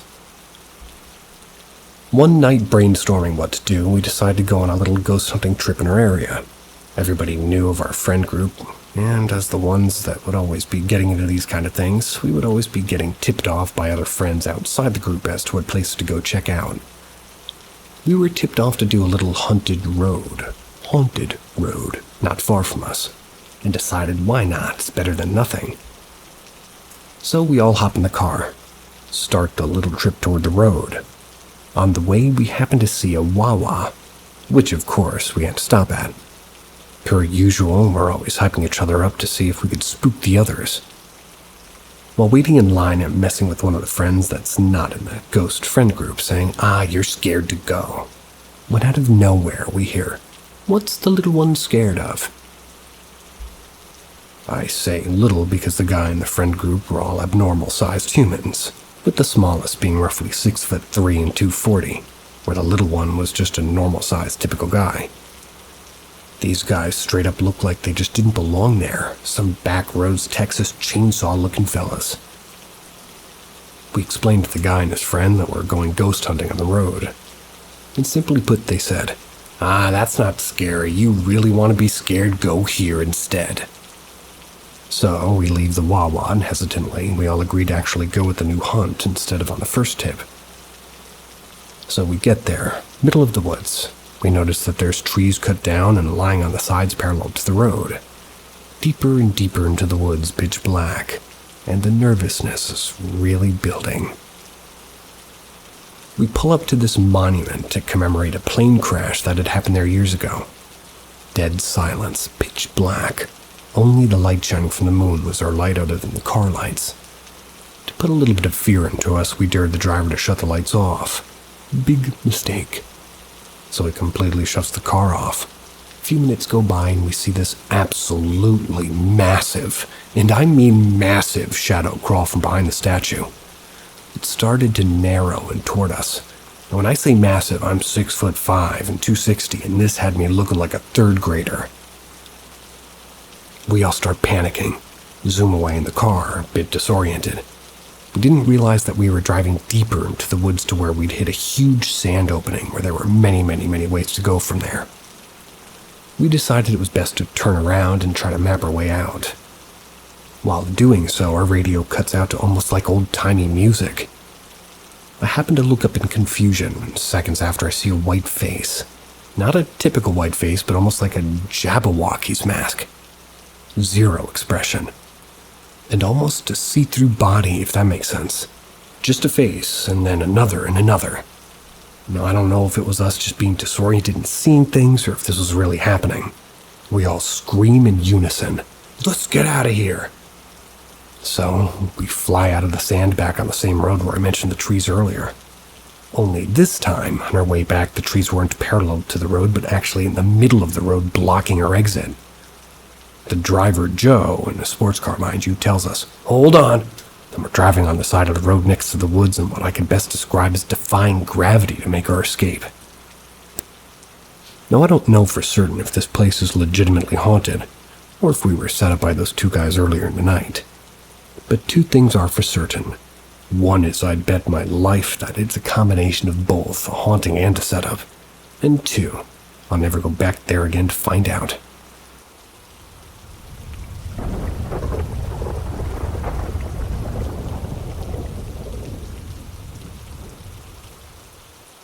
True story. Experience number 1. I was laying in bed and was falling asleep. It was in the middle of the day as I was laying in bed closing my eyes. I decided to take a quick little power nap.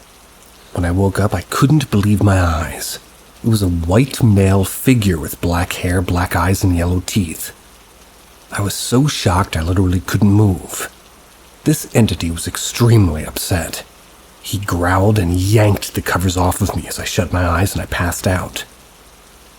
I soon woke up and my covers were exactly where it had thrown them. Experience number 2. I was laying in bed and I just woke up in a pitch black room around 2 or 3 a.m. I normally sleep on my side facing toward my wall. When I woke up though, something felt off. I started to shake uncontrollably and I couldn't move. All of a sudden I hear a little girl singing.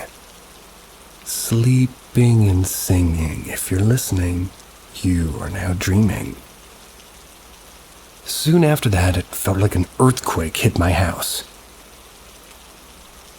Experience number 3. I was asleep and I woke up randomly at 3 a.m. I left my light on, so I got up to shut it off. However, I'd seen a shadow lurking around to my table under the lamp. All of a sudden, it jumped up and it attacked me. I was standing on my bed paralyzed, and I was unable to move, and I could barely speak, I could barely move. It felt like I was being choked by Darth Vader. I got really scared, although I could barely speak, and as I was choking, I yelled out, "Jesus!" And as I reached my arm out, I was instantly saved. I could breathe again, and I had full control over my body. The second I said Jesus' name, I was freed. Experience 4. Many years ago, my friend slept over at my house. We were up playing on the laptop, and he says to me, "Stop poking me." He was faced towards his game, and he was too bothered to actually look around. He assumed it was me, but it wasn't. Nobody was around us, and I yelled, "What are you talking about?" He swears by it till this day. Creepy.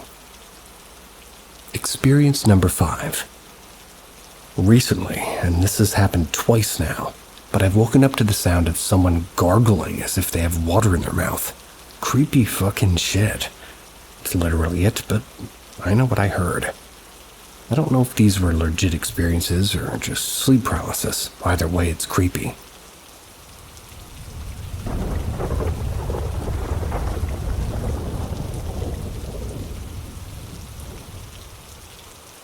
I felt a murder. I live in Shanghai, out in one of the suburbs. This part of the city's been totally demolished and rebuilt over the last 40 years. It used to be old hovels to luxury apartments in some streets. It's near the old airport, and one of the first areas redeveloped when China opened up. There are some buildings that date back from the earliest part of the 90s. I was walking home and decided to stop into an empty building lobby due to the rain getting heavier. The lobby is in the shape of a circle. It seems to formerly have housed a restaurant. Now it is dark and dusty. I walked down the well-lit curving hallway and it brought me to a dark stairwell leading up. There was also a dark, dead area underneath the first stairs. I walked in and suddenly got a feeling of dread. I couldn't see anything, but it felt like something in my mind was just screaming, "Get out!" Backed out quickly and got a flash in my mind of a girl covered in blood crouched on the floor crying. I turned and moved away quickly down the curving hallway, turning back to see if anything was there. There was nothing there, but I felt the girl following me to the door and then stopping. I then walked away as fast as I could. I have no sensitivity, or I've never had before, but the fear and pictures in my mind felt very real.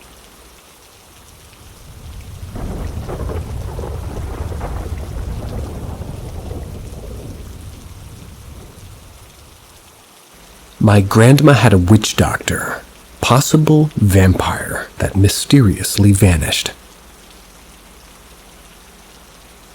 My grandmother would take her children, 9 of them, anytime that they had any warts or colds or other small ailments, to this old couple who lived in the middle of nowhere with dirt as their floor, and they all wore black clothing. My GMA, which I'm assuming is grandma, told me that they were foreign, never saw them in public. They were very nice and respectful and kept to themselves, often living off the land around them. Also, they had no dishes in their house and they had many plants throughout the yard and house. There was one memory of my grandma. It's one that she was taking one of my uncles there. He was terrified of them, and it made her laugh so uncontrollably, but looking back, I feel like it would make me uneasy too. They took away warts by speaking some different language and using saliva along with some mini concoction that they made and rubbing it on them. Then by 1 or 2 weeks, the wart would disappear. My family used to be very Catholic stereotype with judgment and excommunication if you don't follow our ways. So it surprised me that they accepted and interacted with what some may deem as magic. I learned that they moved suddenly out of the blue and made a joke that they were vampires and they had to move locations frequently and not be caught. But it made me question, are they still out here today? Isn't that a normal amount of time for a wart to disappear? 1 to 2 weeks.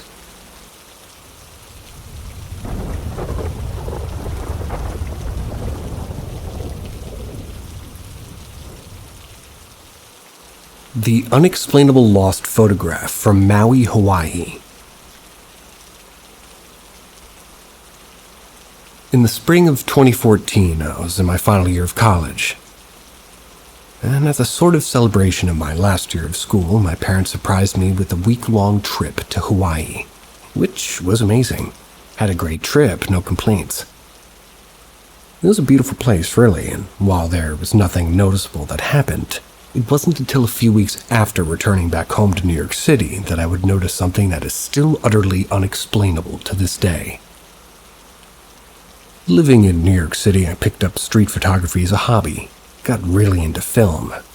I would use my dad's old Nikons from the 70s as well as play around with those old plastic lomography cameras. Some of my favorite photos I've ever taken, they've been on dollar store disposable cameras.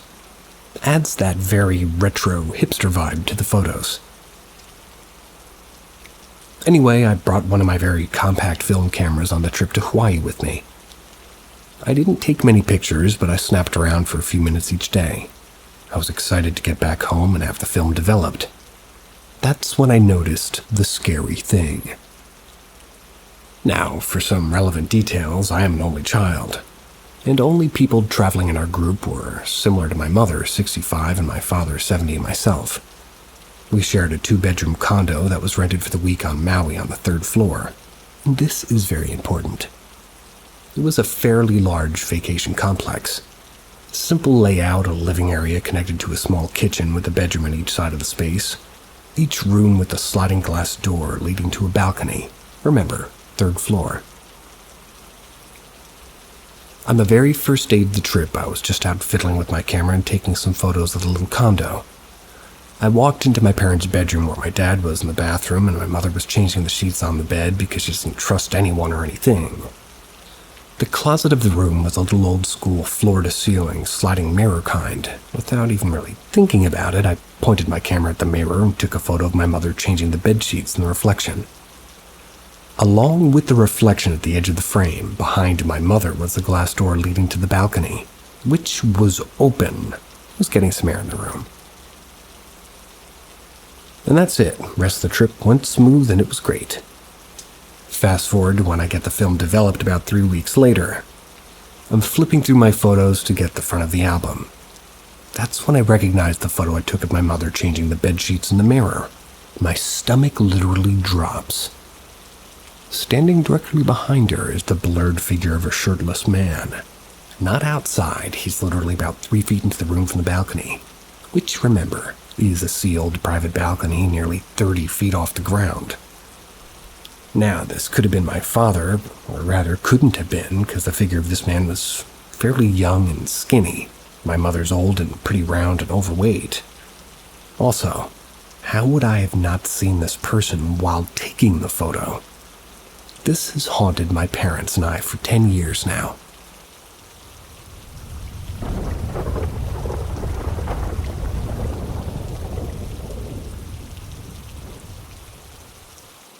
Lizzie Borden took an axe and someone's ghost revealed themselves.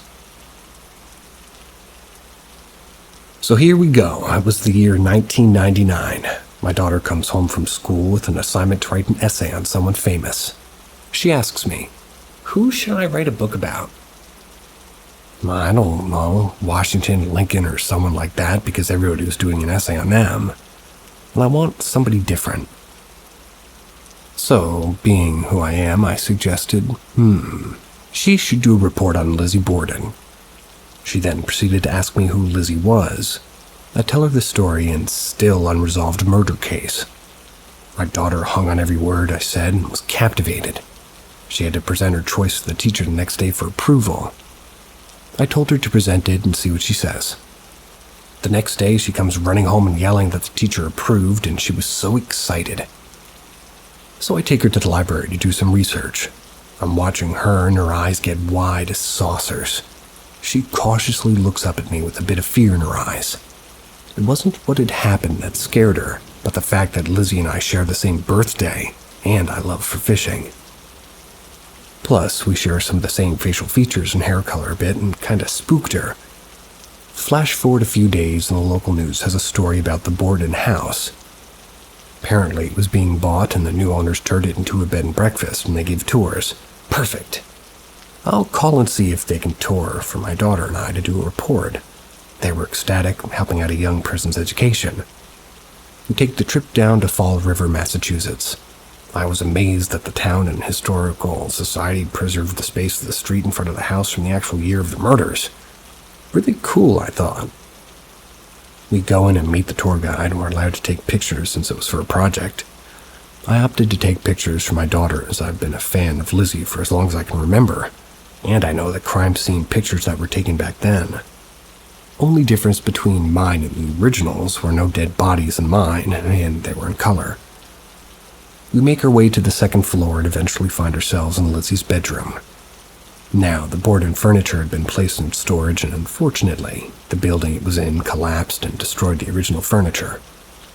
All the furniture in the house had been donated over the decades and were of the same time as the originals.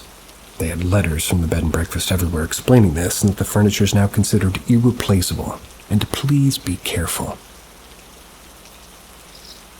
There was a young man with us that was learning how to be a tour guide. He followed right behind me. In Lizzie's room was the dress that Elizabeth Montgomery wore in the Legend of Lizzie Borden movie, which she played Lizzie. There was a letter writing desk against the wall at the foot of Lizzie's bed, and this is where it happened. I bent over and hovered above the desk, and was very lightly touching the desk as I read the letter of the furniture and so forth. All of a sudden, the desk shakes and shifts from left to right directly underneath my fingers. My eyes got huge, and my excitement was beyond measurable. I looked at the young man in hopes that he saw what just happened to make sure I wasn't imagining it. Lo and behold, the young man turns white as a ghost and runs out of the room. My experience had been validated. I caught up with the tour, and the woman asked where the young man was, and I told her what happened and that Lizzie scared him. Might have been Lizzie, I don't know. Could have been her father, Andrew, or stepmother. Long read, I know, but felt like sharing this here.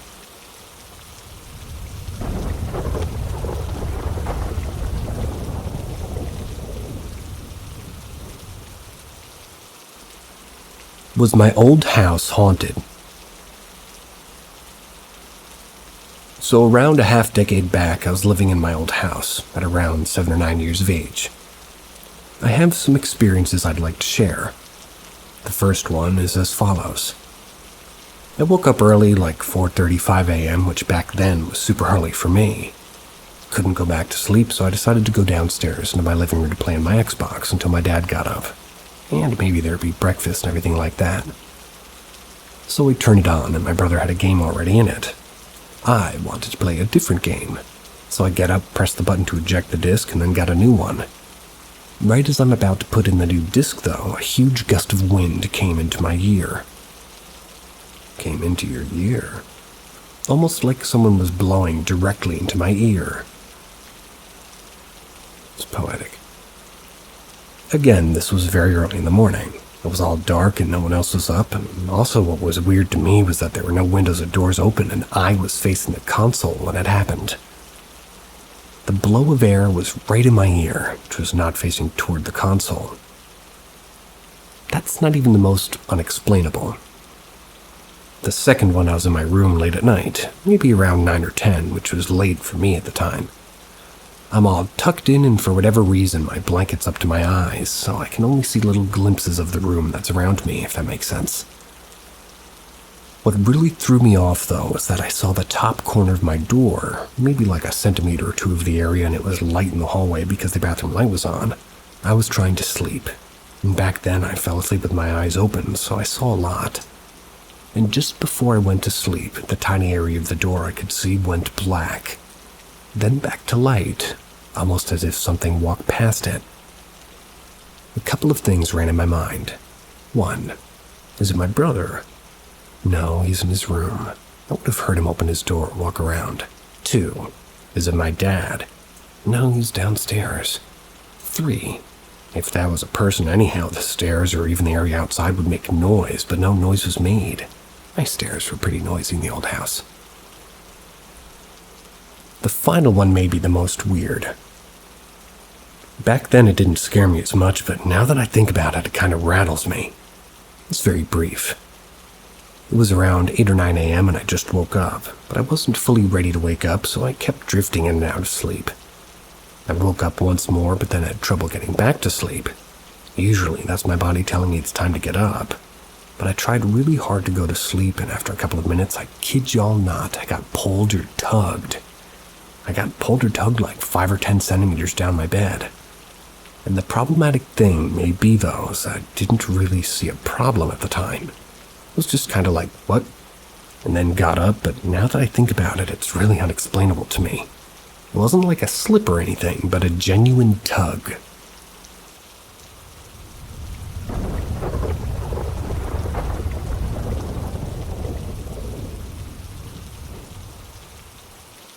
Interesting experience I had a few years back while at work. I used to work as a housekeeping/janitorial in the emergency department of my local hospital. I was a second shift worker, which is 3 p.m. to 11:30. Every day about 15 minutes before punching out, I would exit the emergency department with my cleaning cart. I would enter the porter closet nearby and get fresh supplies and water from my coworker working the emergency department at night. Let's call her Wendy. Now, Wendy working nights isn't usually as busy as I was, as traffic through the hospital from a relatively rural area wasn't constant like a big city would be at nighttime. Thus, she would be tasked with cleaning other closed units, only returning to the emergency department when called upon via walkie. So there I was, getting the cart ready. Fresh rags, water cleaning agent mixture, and, all that. I wheeled my car from the emergency department to the women's health center. And that's where Wendy liked to start her work for the night. They're on the same floor down one long hallway from one another. I pushed my cart in through the hallway door, which is the employee access to the women's health center. Upon entering, if you went left, you'd find about 10 exam rooms down a hallway, and right was a narrow passage between the wall and the registration desk. At the end of that passage is another door that leads to the waiting room for the women's health center. I parked my car at the fork in the department, you could call it. Went toward the waiting room when I heard Wendy walking about. To let her know the cart's ready, since this unit was carpeted, I figured she was getting the vacuum ready or something.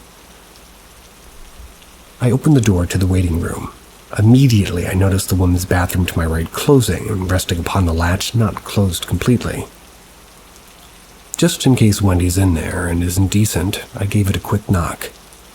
No answer, so I reach for the handle, and as I do, the door closes completely and I hear the button lock snap into place. Okay, I figure I can sit for a few minutes and let her know that when she's done that the cart's all set.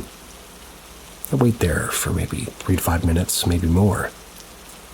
That's when all of a sudden Wendy comes out on the same floor I did. I immediately felt my blood run cold when I saw her and quickly jumped up and grabbed the bathroom door handle. No resistance from the lock, it opens right up, and it's completely empty.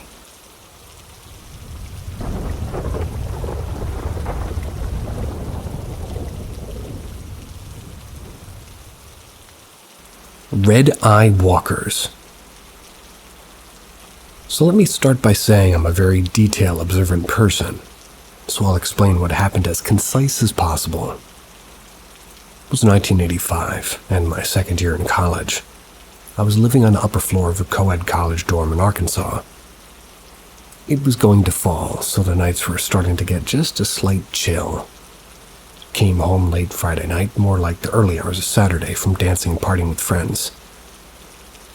My dorm had a private fenced-in parking lot in front and free to others to type parking behind it. Since I came home so late, literally every spot was taken in the private parking lot and I had to park my car down the hill behind the dorm. Saturday night rolled around, and even though I was still sporting a bit of a hangover, my friends talked me into going out that night again. The private parking lot was lit with huge streetlights, and so was the street that ran in front where the sidewalk led you to the back lot. I took off through the parking lot and stepped onto the sidewalk, and I noticed a couple arm in arm walking my way. I don't think anything of it other than, well, I was going to have to sidestep and let them by as I made my way past. Both were dressed as they'd already been out having fun, and as I reached them and made eye contact in the somewhat dimmer light, he looked at me. His eyes were red. I don't mean the whites of his eyes, like his literal frickin' eyes glowed red. I don't want to sound nuts, but it was like they were an animal's eyes reflection in the spotlight at night. A glow. Then she glanced my way as I passed, and her eyes were exactly the same. Solid red glow. Freaked me out bad. Basically walked around to my car and went out to the party. I didn't tell anybody because I figured they'd think I was seeing things. But I've never seen anything like that since. I guess I'd put it out of my mind until I was talking to my spouse one night and the memory surfaced like a nightmare. Of course, I'm not scared now. That was a millennium ago. I didn't really know what they could have been, but it was also the way he continued to stare as I passed that really unsettled me. I don't think I was supposed to see that. They also might have had cool contact lenses in.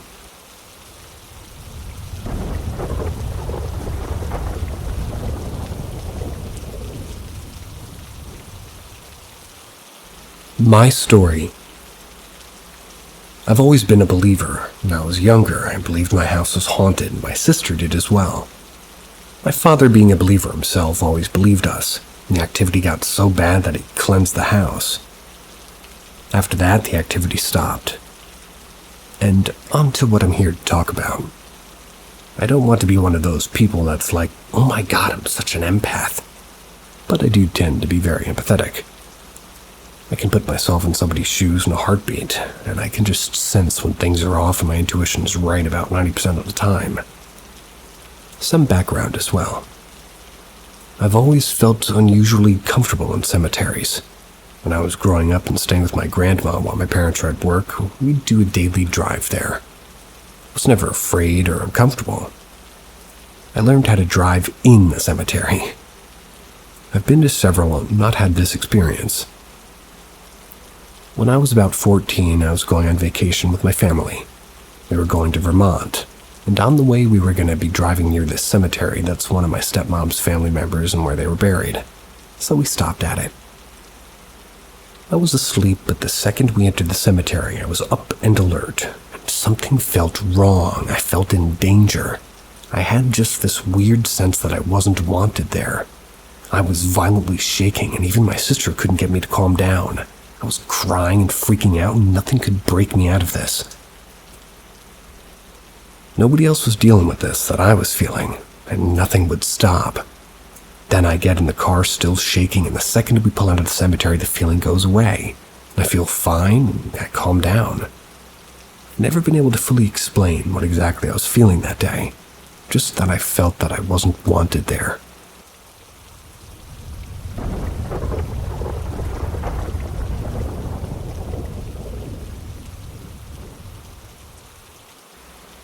My experiences, but are they experiences?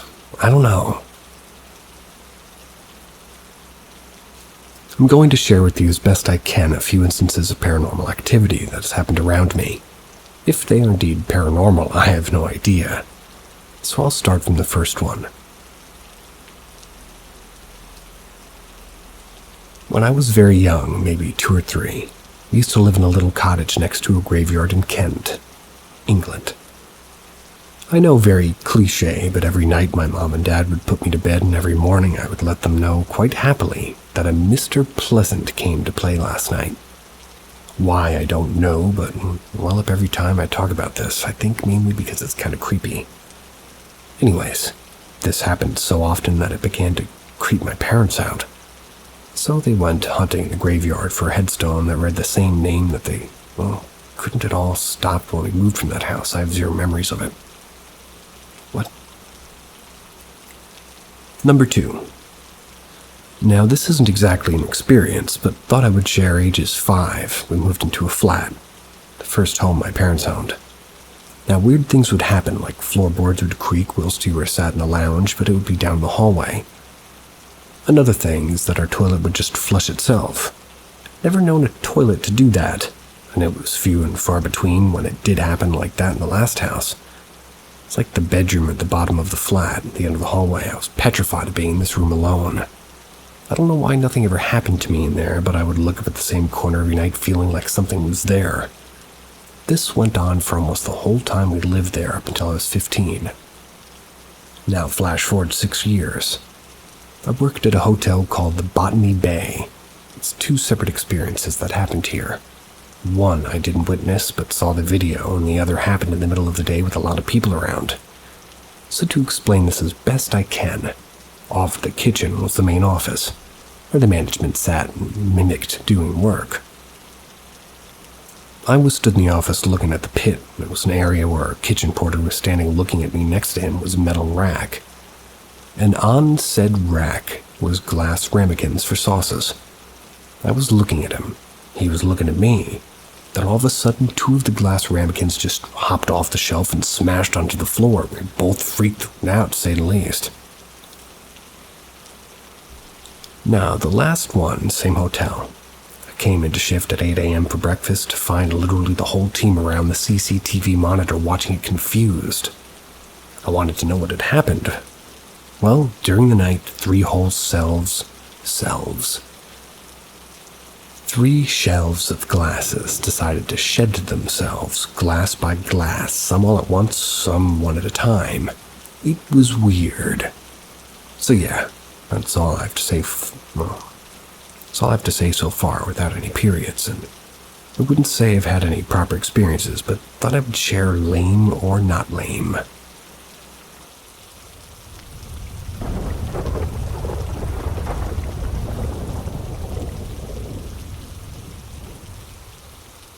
Crying baby, knocking, toilets flushing at 3 a.m.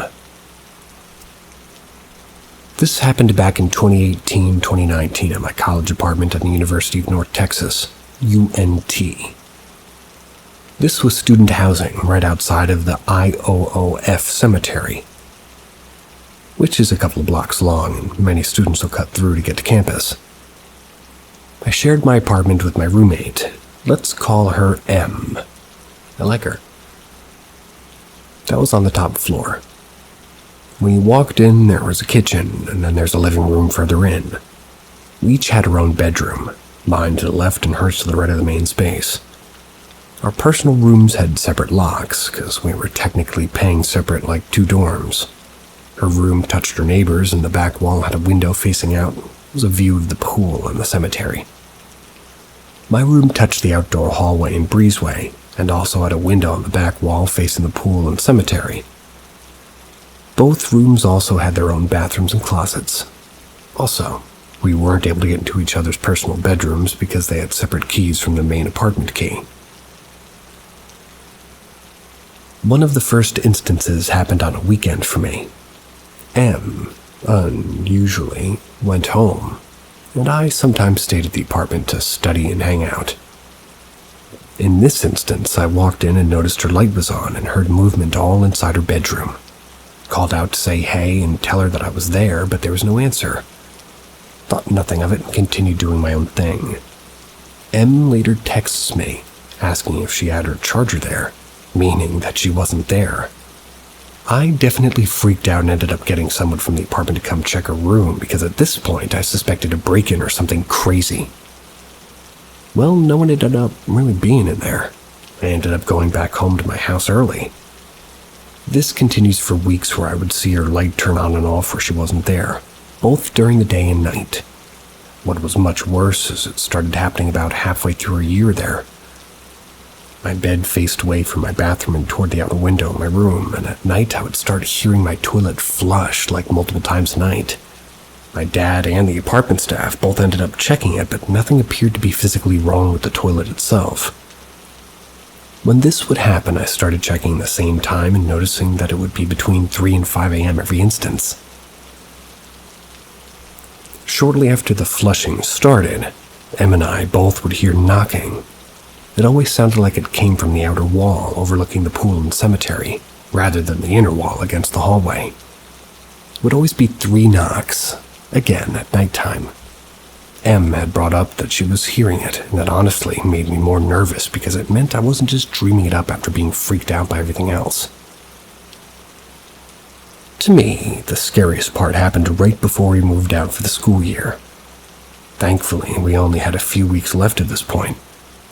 Around the same time window, we would hear a baby crying, and at first I would wake up and assume maybe it was 10 p.m. and a neighbor could have brought her baby out to the pool or something and not, However, once I got brave enough to check the real time, and I realized it was much later, like 3 or 5 a.m. window. I asked Em if she heard it too, and she told me yeah, but only once or twice at this point. So one night we ended up staying awake until 3 a.m. to see if we could hear anything, and we heard the knocking but no crying. However, the next day our AC went out. Not sure if that's related. And Em and I both heard the crying the next couple of nights. Em and I ended up doing some research about attachments and cleansing the apartment after this. We only had a couple of weeks left, but we honestly didn't want the girls next to have to experience this either. Em was a little bit more knowledgeable about it and did a sage cleanse, and we bought a crucifix for the door as well. After these cleansings, the electrical issues, knocking, flushing, and crying all stopped. We had only like 2 weeks left at this point, so I'm hoping it truly was gone from the apartment for the next tenants. Ultimately, Em and I kind of drifted apart after graduation and COVID, but it was definitely a bonding experience when it happened. Hope she's doing okay and free of any attachments like we experienced.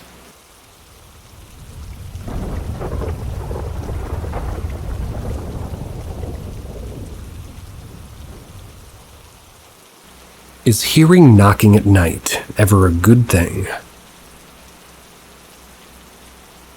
Sometime between midnight and 5 a.m. last night, I woke up to some knocking in my bedroom. I could clearly hear a few knocks, and then it would stop. Then another few knocks. This went on for a few minutes. I know from reading to never knock back or acknowledge knocks like this, so I was definitely a little bit afraid.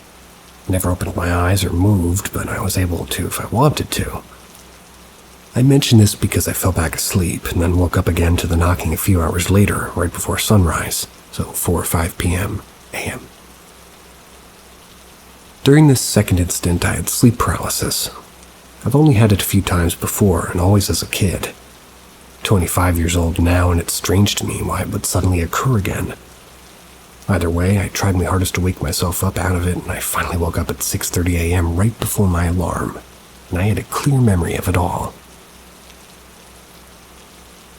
I'm worried to think what could possibly, what could have been seen if I did, or if I could have opened my eyes.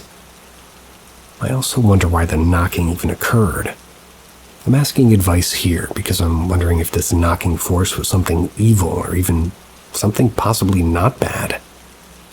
Is knocking always evil? If so, what should I do now? I truly was only scared due to the other experiences that I read and the whole sleep paralysis thing. The knocking was also coming from what sounded like my dresser or desk. It was not on the windows, walls, or ceiling, which I also think is interesting. Either way, I appreciate any advice, because I definitely don't want to do the wrong thing here if it occurs again tonight or later on. I'm also pretty open to any interpretations that you may have about it, being possibly good or evil. If it's coming and knocking to give you some money, then it's good. If it's gonna haunt you, pretty bad. See ya.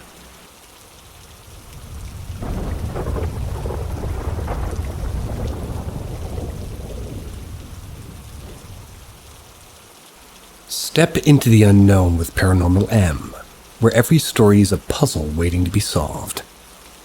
Hit subscribe and hit notifications. And if you can, hit the like button. And get ready for a journey that will challenge your perceptions. Scratching noises. Before I start, I'm a very skeptical guy. I don't even know if this is paranormal or not, and I just don't have an explanation for it. In my house, I'm the only person who has the least paranormal encounters. Maybe this one, if I consider it paranormal. So this happened like 3 years ago. It was around 2 a.m. in my bedroom. I was just drawing on my laptop, and I'm sitting right next to the door. We have one dog, and she always sleeps in my room. Suddenly, there's this scratching noise on the other side of my door. It's not fast nor loud. If I try to imagine, it sounds like it's a long, continuous scratch with one finger. It randomly stops, and then a few seconds later it continues again. Look at my dog, she's just sleeping. I tried to determine the height of this scratching noise by listening closely. It seemed like the sound is around the height of the doorknob. I tried getting my phone to video record, and my idea was to open the door quickly to record, but of course, I was too scared to do it. The next day I checked it, and there's no scratch marks.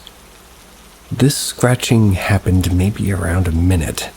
It just stopped, and it didn't happen ever again, but we live in a different house now. The only thing I can think of it is maybe it was some animal, maybe a mouse, because I did have a mouse problem.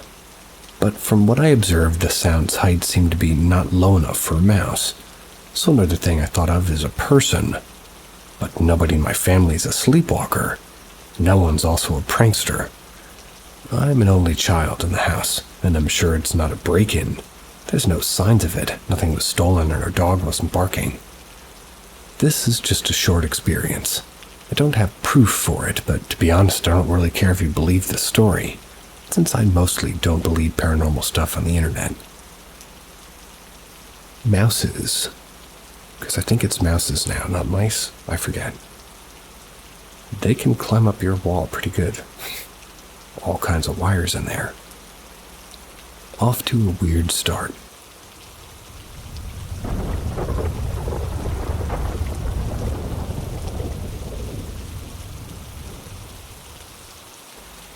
7-inch tall shadow silhouette in my bedroom. What do I do? Preface. I live with my wife in a home that we recently purchased around 6 months ago. I've never had an experience like this before, and I'm not sure what I should do or if I should do anything at all. Last night at approximately 3:45 a.m. CST, I woke up suddenly, rolled over, and saw a 7-foot-tall dark silhouette standing over my wife's side of the bed. I thought it was 7 inches. I flinched, jumped out of bed, took my eyes off. Just maybe half a second. It had disappeared. There's nothing there that could have been mistaken for what I saw, like a coat rack or anything of the sort. It was dark, no lights were on, and I had just woken up from sleeping.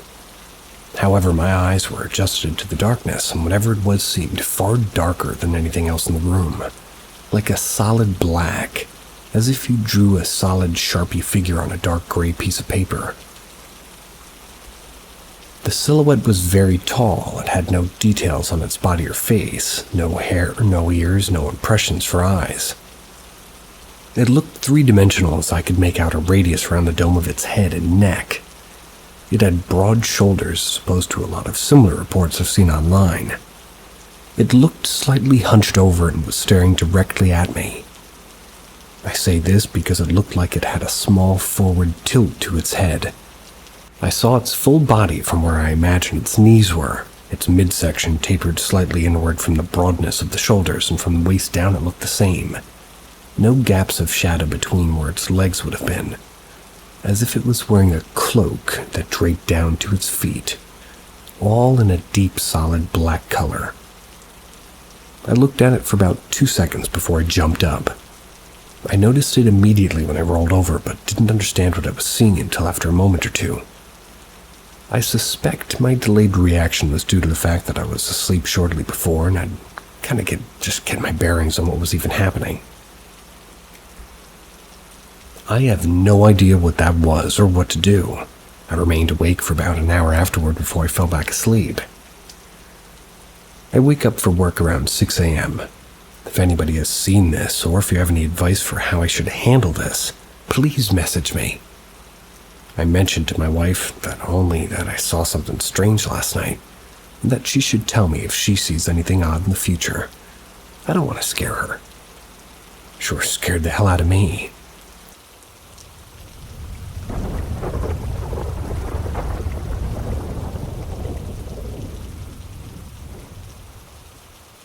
Having visions / possible apparitions. Hi all. I recently have been having these visions at work. I'm a non-medical caregiver, or just an old person babysitter, more or less. I've been with the family I'm with now for about 6 months or so. To preface or contextualize, I usually come in the morning to clean stuff. The lady sleeps through the shift and I just wait till her daughter comes back. Sometimes I have to be up there real early and I've fallen asleep. Normally it's just a normal nap. If the lady wakes up for some reason, I jump up and help her. But a few times I've had these weird and seemingly religious visions. So one day I fell asleep and I saw myself asleep on the couch. It was an out-of-body experience, so I saw myself asleep on the couch and this middle-aged Asian lady came up and hugged me around my neck from behind. I knew intrinsically that this was God, which already was crazy since I consider myself an atheist. I woke up confused, but I eventually fell back asleep. The second time I saw a little white girl with an iPad. She came up to me and said that she would protect me, but not to look directly at him. I woke up confused again, but, once again fell back asleep anyway. Most of the time when I sleep at my lady's house, I wear my jacket and pull my hood over my eyes to make it darker so it's easier to sleep. But this time I opened my eyes and there was a man standing in front of me. I was really scared, but I couldn't move. I woke up and stayed up the rest of the time this time. A month or so passes and I fall asleep there again. This time I saw flashing images of gory faces, and I saw someone tilting their head back until their neck snapped. After the snap, a voice started chanting, kill yourself, over and over, and so loud, it almost physically hurt my ears. I partially woke up super scared, saw a dark silhouette in the corner. After that, I had quit seeing any visions in my sleep. Up until a few days ago, when I fell asleep and it was an out-of-body experience again. A portal opened up in the floor. A monstrous hand grabbed my ankle and was trying to pull me down into it. But right as it was about to succeed, a portal opened above me and a humanoid hand pulled me up into it. It was God again, but she reassured me she'd protect me, and then I woke up. That's the last thing I saw. But today, when I fell asleep, I heard a bunch of scratching noises behind me. So that's the most recent thing. I talked to my therapist about it a month ago, and she said that she doesn't think I'm schizophrenic or that it's a mental health thing at all. So I laid at y'all's feet to theorize.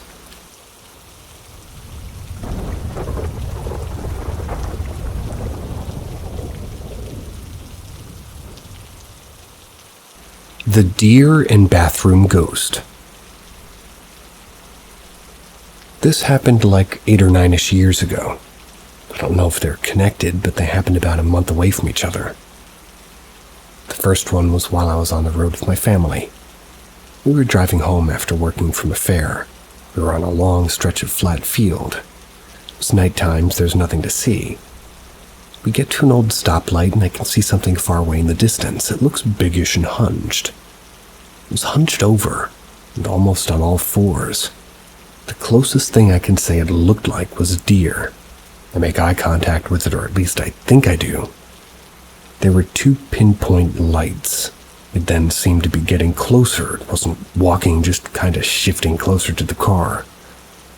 I'm starting to internally panic, but the light is still red, so there's not much I can do. Eventually the car starts going again, and when I turn around, the deer is just kind of where the car used to be sitting. I blink, and it's gone.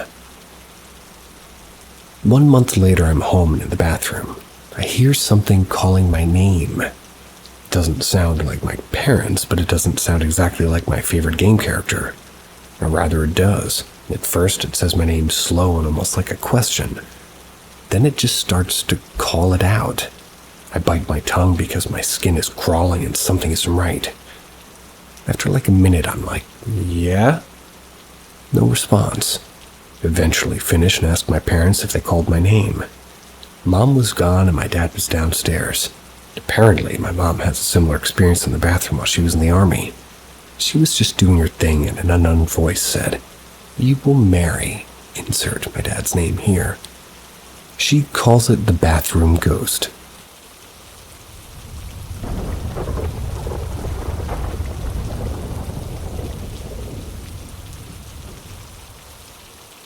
Would you want to know that your house is haunted?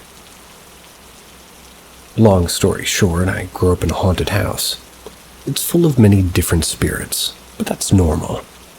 When I was younger, there were a lot more malevolent and sinister ones. That was until we put up a few 100-plus-year-old, horseshoes. Never heard that one. My childhood home is being sold, and the owners don't fully know what they're buying. We've been the sole owners of that home since around 2 months of it being built, which is over 20 years now. I recently visited, and the spirits were definitely acting up in a bad way. I don't think they like the transition. Their antics keep escalating as we wrap up loose ends. My concern is the new owners taking down the horseshoe thinking it's for decoration instead of protection. My old room has an evil, vengeful spirit that stands next to the window at night who wants to get in but can't. Everybody who slept in my room has gotten the same unnerving feeling, not to mention hearing it pace around on the outside of the house. I told my mom that we should probably let the owners know since it's only fair, but my grandma believes the past is none of the new owners' business. It's their situation to deal with. Would you want to know what your new house is home to multiple entities and that the decorative horseshoes keep the most violent ones out? I think my voice broke.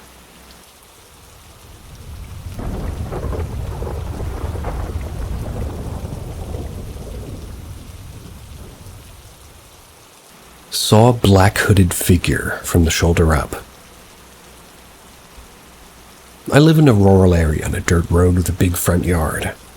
There's a garage halfway up the driveway. It has a motion sensor light. Every night this light comes, and this has happened 1,000 times over. Normally if I see it pop on, I turn off the lights to see if I can see a deer or a rabbit. In the past, I've seen deer, rabbits, and on occasion my neighbor's cat. Well, tonight, the light came on and I looked and I didn't see anything. I kept looking and slowly I noticed it. I didn't see it at first, right on the edge of the light. I could see what looked like a hooded figure. I could see it from the shoulders up. It didn't move at all. It was totally static. I could see what looked like the perfect outline of a hood, but its face was completely dark. I stared at it for over a minute. That's when I started getting a horrible feeling. I immediately took the fan out of my window, shut it, locked it, closed the blind, taking a step away. After the rush of what the fuck was that, I thought I had to do something. I'd left sitting next to the garage something or other, and whatever it was, the light was hitting it perfectly to fool my brain into thinking it was shaped like that. I thought how stupid it was that I was scared of what was clearly nothing. That, or it could have been, somebody trying to break in. So I walked back up to the window and slightly moved the blind so I could peek, and of course it was still there. Hadn't moved at all. Even after telling myself it was nothing and thinking that it was stupid, I was freaked the hell out. Felt like it was staring right back at me. This went on until the light went off. So the obvious thing in my mind was to wait for the light to come back on and see if it was still there.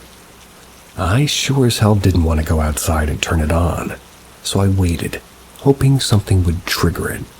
A couple hours went by and of course it didn't come on. I finally went outside and got it to turn on for myself, and well, I didn't see anything that could have caused it.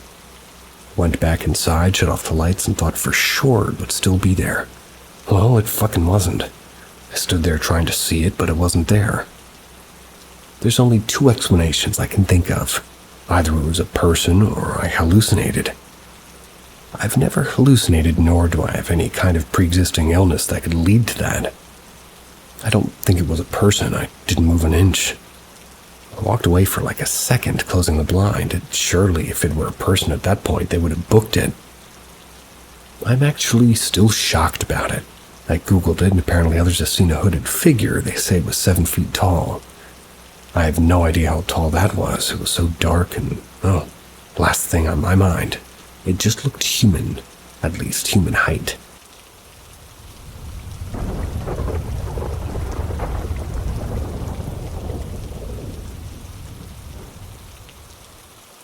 Unsettling encounter in my childhood home. A lifelong mystery. I'm sharing this experience because it still sends shivers down my spine to this day. Growing up, my family lived in an old house on the outskirts of town, which my parents had inherited from my grandparents. It was a beautiful, sprawling property with a rich history, but it also had its quirks. When I was around 12 years old, I started noticing strange occurrences in my bedroom. Doors would creak open and shut on their own, and I'd hear faint whispers in the dead of night. At first, I thought it was just the house settling, but as time went on, the events became more frequent and intense. One night, I woke up to find a figure standing in my bedroom doorway. It was tall, gaunt, and imposing, with eyes that seemed to bore into my soul. I was paralyzed with fear, unable to move or speak. The figure didn't move or make a sound, it just stood there watching me. The encounter lasted only a few seconds, but it felt like an eternity. When I finally worked up the courage to scream, the figure vanished into thin air. I was left shook, but also curious.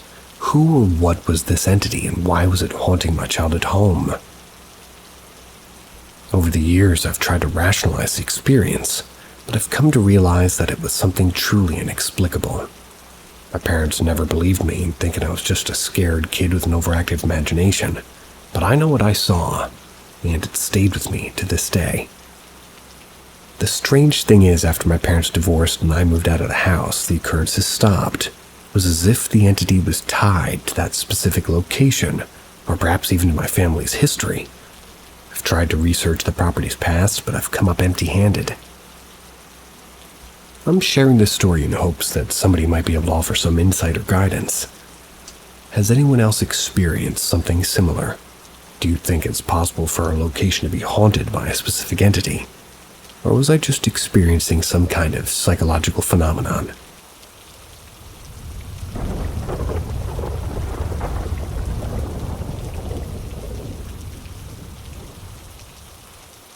I lived with a paranormal entity. I can't pinpoint exactly when it first began, or when I first began to experience this. Best I can remember is I was around the age of 10 or 11, although it's possible the occurrences began a little bit earlier than this. However, I vividly remember being scared of my bedroom window once it got dark outside because of what I regularly saw. On numerous occasions, I would see the same face at the bottom left corner of the outside window, and it would just be looking in at me. For context, my bedroom at the time was on the second floor of a house, so no possibility that this was somebody walking by the window, unless they were over 15 feet tall. Despite this occurring over 20 years ago now, for context, I'm in my mid-30s, I can still recall that face. It was distinctly male and thin, unkempt hair, the skin pulled in as though the figure was starved. If I had to age the figure, my best guess would be in its 30s, maybe 40s. Oddly, the one detail I can remember is the eyes. The reason I can remember this much detail is because it was always the same face, always in the same position. Seeing this figure always gave me a sense of dread, and I would do whatever I could to pretend it wasn't there watching me. I would suddenly glue my eyes to my TV or pick up a book and start reading, hoping it would leave me alone. I didn't have curtains in my bedroom, so I didn't have that as an option back then, and whenever I called my parents to check, they never saw anything. Simply passed it off as my mind playing tricks on me. That dread I felt whenever I saw the figure would stay with me for the rest of the night, at least until I managed to fall asleep. When I did sleep, I would have upsetting dreams almost every night. Dreams of being chased, and in a lot of cases killed. I remember speaking to my therapist about a recurring dream I would have where I was chased and thrown off a bridge. This is a bridge I had to cross on my walk to school, but they didn't read much into it. To this day, I have issues sleeping. My partner has mentioned several times I have a tendency to whimper in my sleep as if frightened. I can never sleep through a full night either, waking up at least 2 or 3 times for no reason. I also still try to avoid going past windows at night, unless the windows are drawn first, and even then I still feel slightly uneasy. It wasn't just seeing the figure in the window either. There would be occasions I would go and turn on the light in my room, but it wouldn't work. It would turn on and the bulb would do something, but the light was very dim. Just a dark orange glow, barely lighting anything up. The first time this happened, I instinctively knew something was wrong, and every subsequent time instilled that same anxiety. The bit I never got to understand was why it happened. Every time it did, I would quickly turn the light off and call my parents, and they would come up and turn the light on for me, and everything worked fine. It was only ever when I was alone that the light played up like this. Just as it was only ever when I was alone I would see the figure in the window, as if it was trying to mess with my mind or just didn't want to make its presence known to anybody but me. After several years of this, my sister started to become frightened of a gray figure stalking my father around the house, which only she could ever see. On one occasion, she started screaming and crying for apparently no reason. When we managed to calm her down enough to speak, she told us she saw the figure reaching out trying to stab my father in the back. It was at that point I definitely knew something wasn't right, and confided in the school chaplain. We weren't a religious family in any sense, but I attended a Catholic high school, and at this point I didn't really know who else to turn to. The school chaplain came over to the house, blessed the premises. Whilst it wasn't a full exorcism, he made sure to bless every room, anointing the doorways with holy water. Whatever it was we experienced in that, the strange occurrences just stopped following after the visit from the chaplain. We moved house roughly 18 months after that. I've lived in several houses since then and have never experienced the figure, but as I mentioned, I'm still anxious about going near windows at night, so it effects are pretty strong and still with me and very real. Whatever it was I did experience, whatever my family experienced, I can't say for sure. Perhaps a ghost or some malevolent entity, I really have no idea. But I wanted to share my experience nonetheless.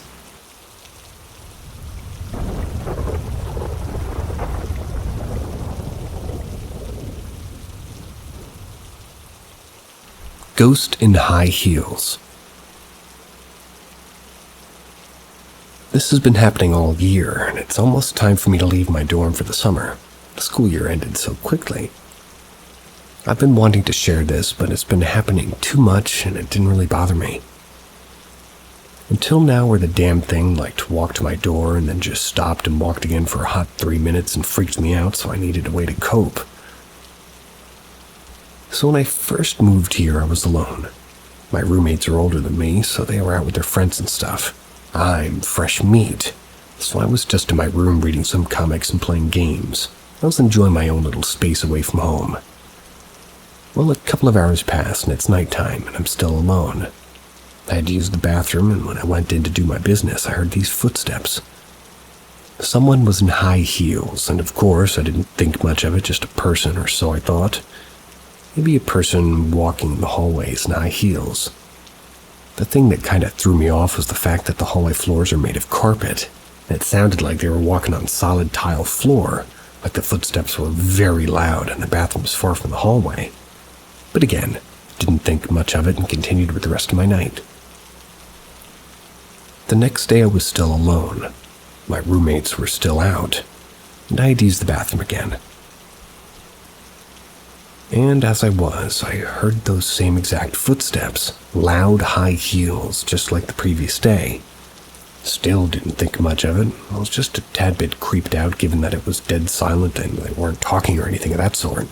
But this time I hurried up and just went into my room. I know that seems weird, but I'm freaked out very easily. So the next day, I was still alone. Had to use the bathroom again. And this time it was so much more creepy. I heard the footsteps again, only this time they sounded like they were in my dorm, right in front of the bathroom. So of course I called out, and immediately the footsteps stopped. It was just dead silent.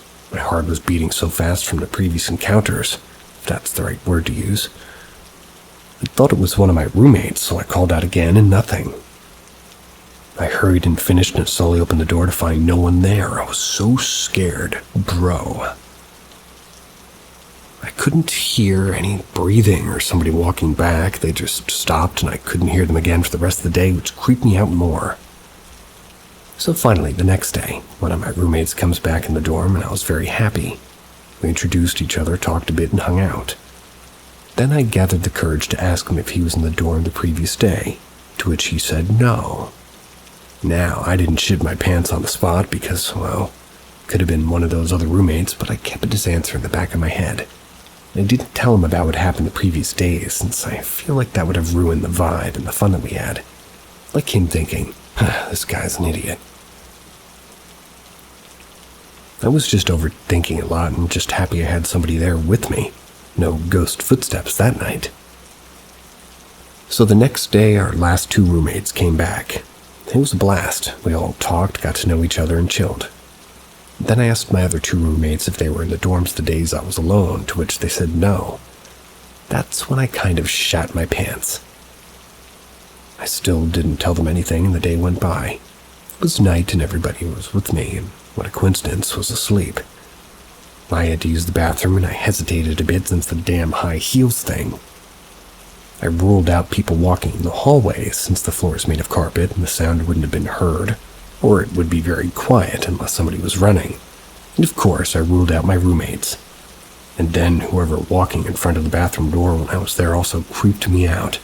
And I am a very firm believer of ghosts and spirits, so that was my next guess, and I was right.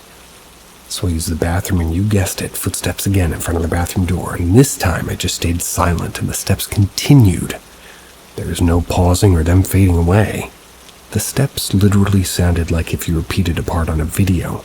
They were constantly walking in place, not getting louder nor fading away.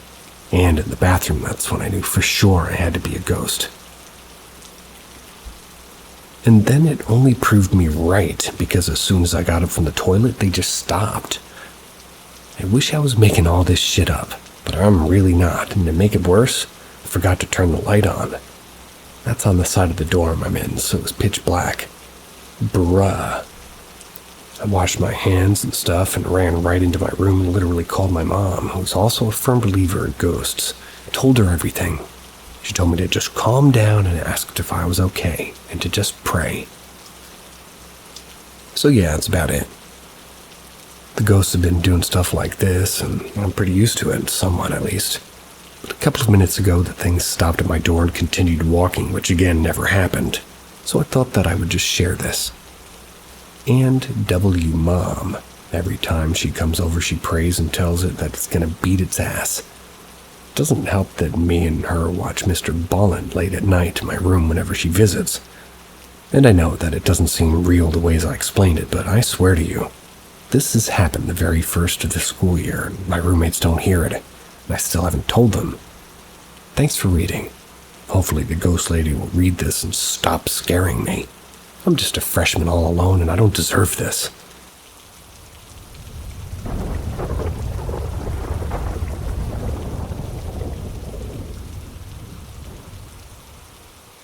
My experience with the Grim Reaper.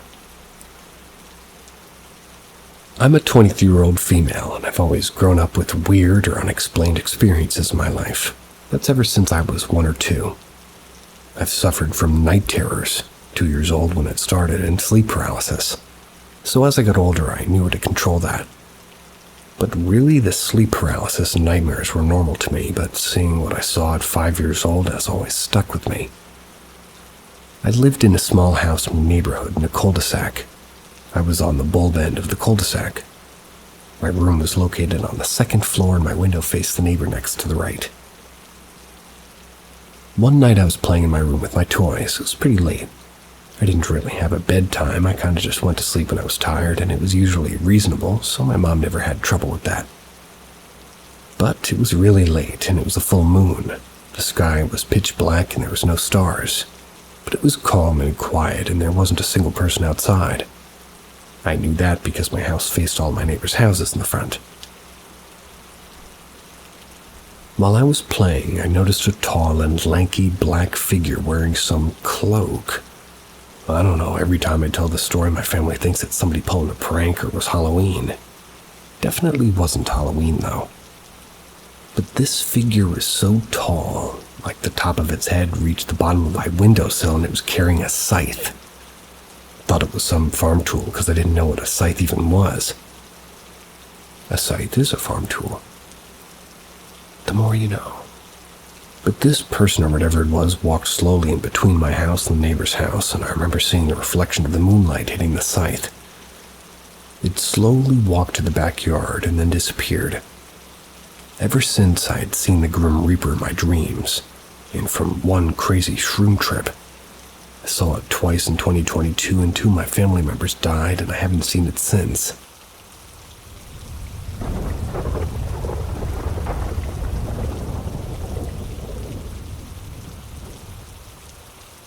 Long post regarding a childhood.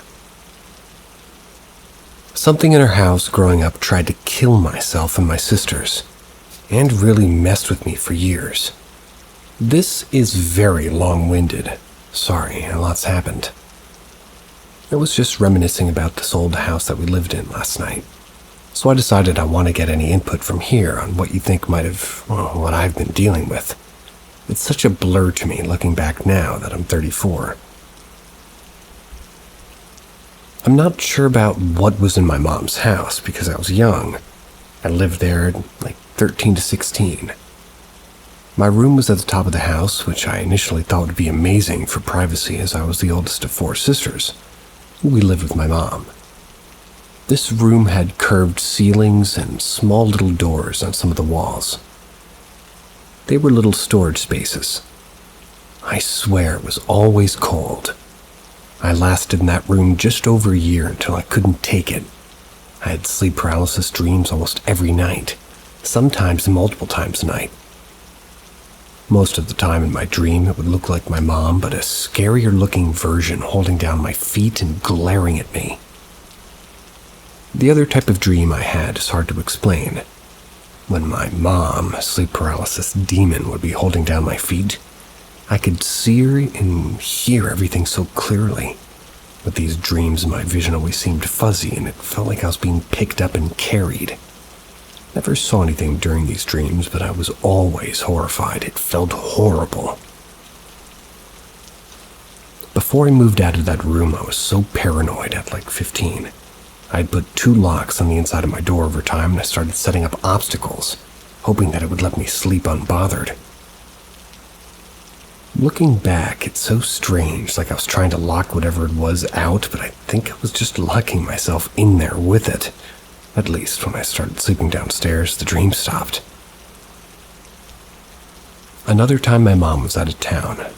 Pretty frequent for her. So it was my 3 younger sisters and I at home. We had pellet stoves for supplemental heat and on the main floor and in the basement. We were all very versed in using them. Myself and my middle sister filled the stoves up pretty early in the morning because we were talking and we distinctly remember doing everything like normal. I woke up to somebody banging on my window, so I popped up angry like, "Who?" Until I heard this man. He said, "Your house is on fire," which immediately woke me up. I got my sisters and dogs out of the house safely and called the fire department. I was only 16 or 17, and I was the oldest. The house was never on fire. Both of the switch and knob things for ventilation were switched off. It was a miracle that we survived. I truly believe something in the house did that to us. I went back to that house for Christmas like 7 years ago with my partner. We slept in my old room. I had a sleep paralysis demon, but I didn't see my mom or feel like I was falling or anything. My partner didn't say that anything weird happened, but he did insist that we go home, so I know something rattled him. I've gotten really into the paranormal since. I've contemplated reaching out to the new owners to see if they have any stories, or if they'd be open to me coming and investigating. It really caused me a ton of trauma when I was younger. And to kind of understand what was messing with me and possibly helping the new owners would make me feel pretty good.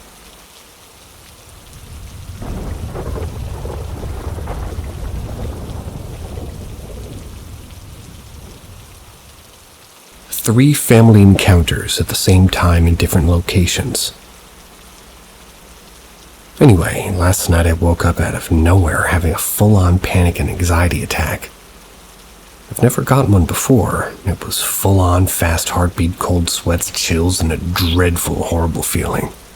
As if I'd gotten news somebody had died. I wasn't having any nightmares. I don't even recall dreaming. Started praying for my family, tossed and turned until I fell asleep. At 6 a.m. I was getting ready for work, and I sat on the bed, and as soon as I sat down, I got that same feeling. I was afraid I was going to have to, maybe I was going to get into a car crash or something on my way to work. I didn't mention it to anybody, and I went about my day. My sister moved into her new place today, and I called her to see how she's doing. She told me that around 2 a.m. she woke up because her bedroom door creaked open and she saw someone peeping in. She thought it was her mother-in-law, and she's with her for the night. My sister's husband passed away once years ago. Sorry. My sister didn't have her glasses on, but she was able to see the shadow of the head peeking in, and her dog was growling at the door, and eventually the door slammed open, but no one was there. She said she tried her best to brush it off and went back to sleep. After our discussion, my brother texted our group chat. He was saying that he had the weirdest dream. He dreamed that my sister and our niece were in his apartment, and there was a man with them, but the man had no face and he was pale. He also said he knew that it wasn't her sister or her niece, but something pretending to be them. He said he felt it very vividly, and he kept telling them to go away, and he knew it wasn't them, but they kept mocking him, and then he woke up. All of our encounters happened at the same time. Now we're all eerie because, as I mentioned before, when paranormal stuff happens, usually a life-changing event or family death occurs. This is just the first time this happens where we all experience something at the same time, all living in separate locations. Does anyone know if my family's haunted, or why we keep experiencing paranormal activities, and what we can possibly do, or why did we all experience it all at the same time? Thought? Comments?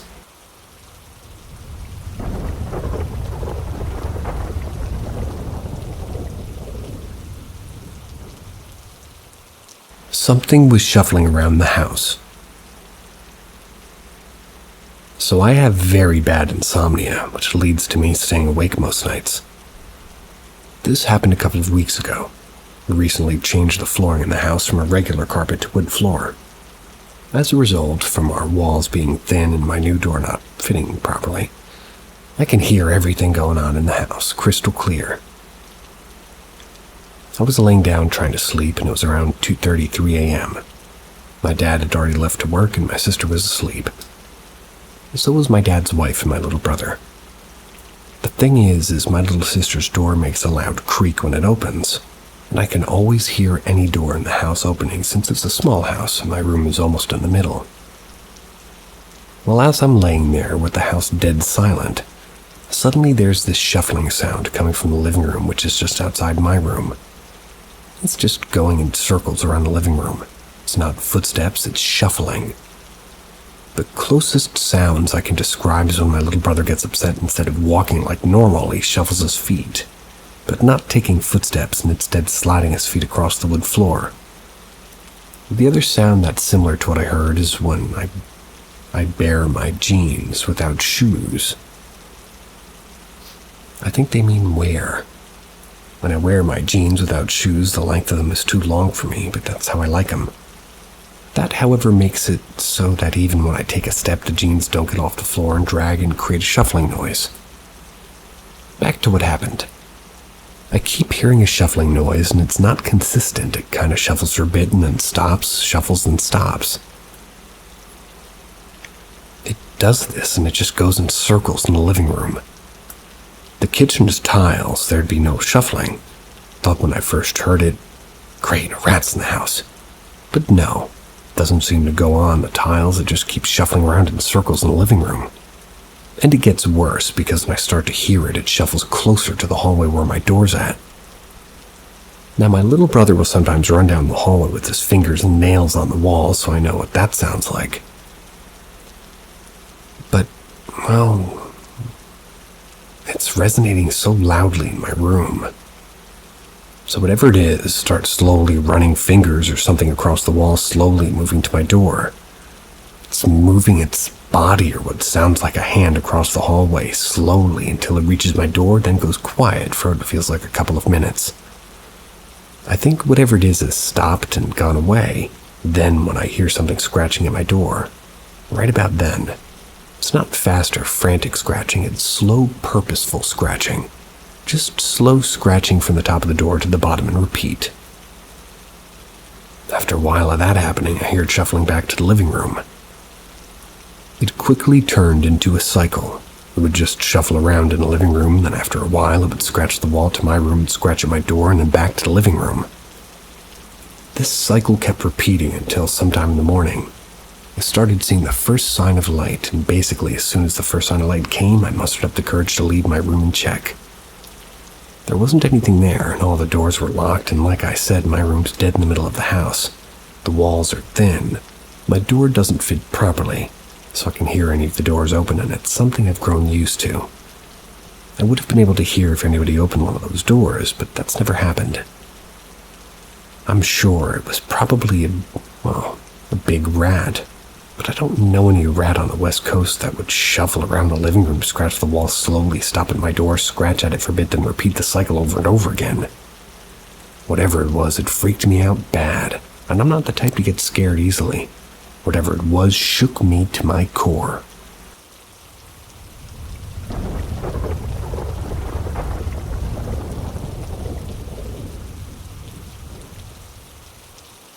kids would run out of our haunted house in the middle of the night. So we purchased our second home, a 2-story with a full basement. It's unfinished. This home is in Colorado, actually not far from Columbine High. Lots of strange things happened in that house. Most nights I had a man or a shadow man who stood at the foot of my bed.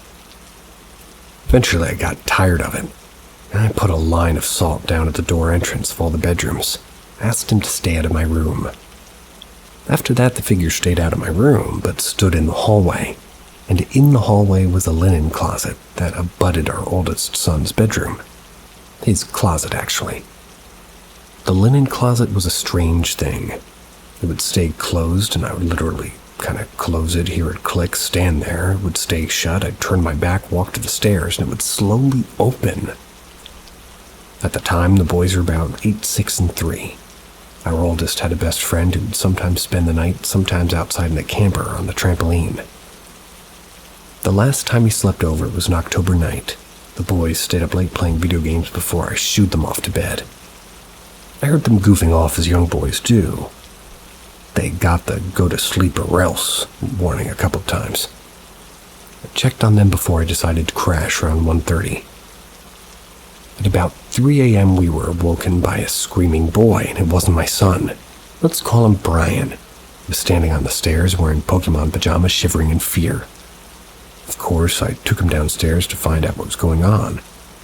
After a cup of hot chocolate, I found out Brian awoke to see a transparent-looking young girl in a white nightdress. I know, so trite. It was coming out of the closet in my son's room. He freaked out, then screamed, and she disappeared. Poor Brian never slept over again, nor did any other kids. I had to drive him home at 4 a.m. None of my children ever saw the apparition again. I suspect she couldn't walk out of the closet because of the mess of Legos. We had other things happen from time to time, and I did some research on the house and the neighborhood. Turns out it was built where Native Americans lived, perhaps buried their families. It was a place the Ute tribe usually summered. I've lived in a few different places that were haunted. Possibly I'm sensitive.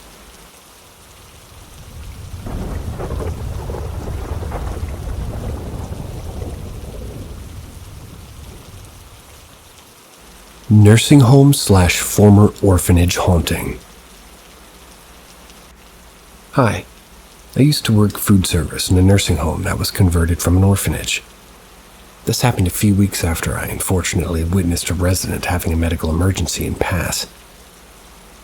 I don't know if that was the resident's spirit, as a lot of people passed in the building. There's a cemetery directly outside the restaurant that was used when the building was an orphanage. But anyways, I'm minding my own business, getting ready to lock up and close out the tables and the POS when the lights in the dining room go out. I got a really bad feeling, but left it alone, because I had to turn the lights off anyways. So I bring the dirty linen back to the kitchen with me and lock the pantry. When I turn around, the dirty linen's fallen off and basically completely off the cart and now on the floor. I pick it up and I start hearing a chair being dragged around the dining room.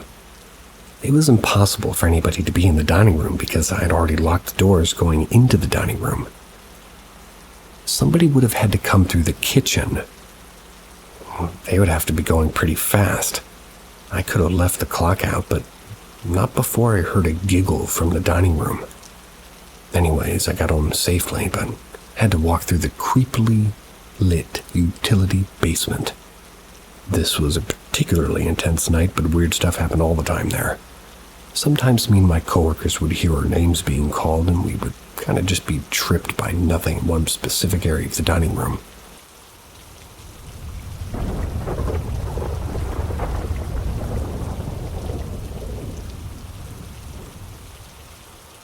I mauled my sleep paralysis demon. Hi, this is a story from maybe a month or two ago. I don't have sleep paralysis that often, but when I do, I have sleep paralysis. But when I do, I'm on my back like most people. This month, I had been playing this weird Roblox children's orphanage game where at nights you have to defend yourself against monster children. This likely contributed to my sleep paralysis experience. Anyways, that night I got off my computer and settled into bed on my back. I fell asleep for some time until I woke up and my room was much darker than normal. I saw red eyes staring at me from on top of me. For whatever reason, I wasn't tolerating any of it this day. I'm not sure how much my dreams might have bled into my sleep paralysis, but I got mad as hell. I was feeling vicious. I started using all of my strength to growl like a dog at a demon trying to get it off me. It stayed on top of me and I kind of felt like it was surprised at my aggression. Normally I just stay frozen in fear, but I reached my limit then. I started doing sit-ups trying to break out of sleep paralysis and at the same time biting and scratching the demon. I did this for like 10 minutes until it disappeared in front of me. I could then sit up. This was the only time I had sleep paralysis and didn't wake up terrified because I think I messed him up bad. If my sleep paralysis demon is reading this, try it again, nerd. Next time I'll fall asleep in Wolverine claws. Seriously though, I'm unsure if this was mostly a dream or real sleep paralysis, but definitely a unique one.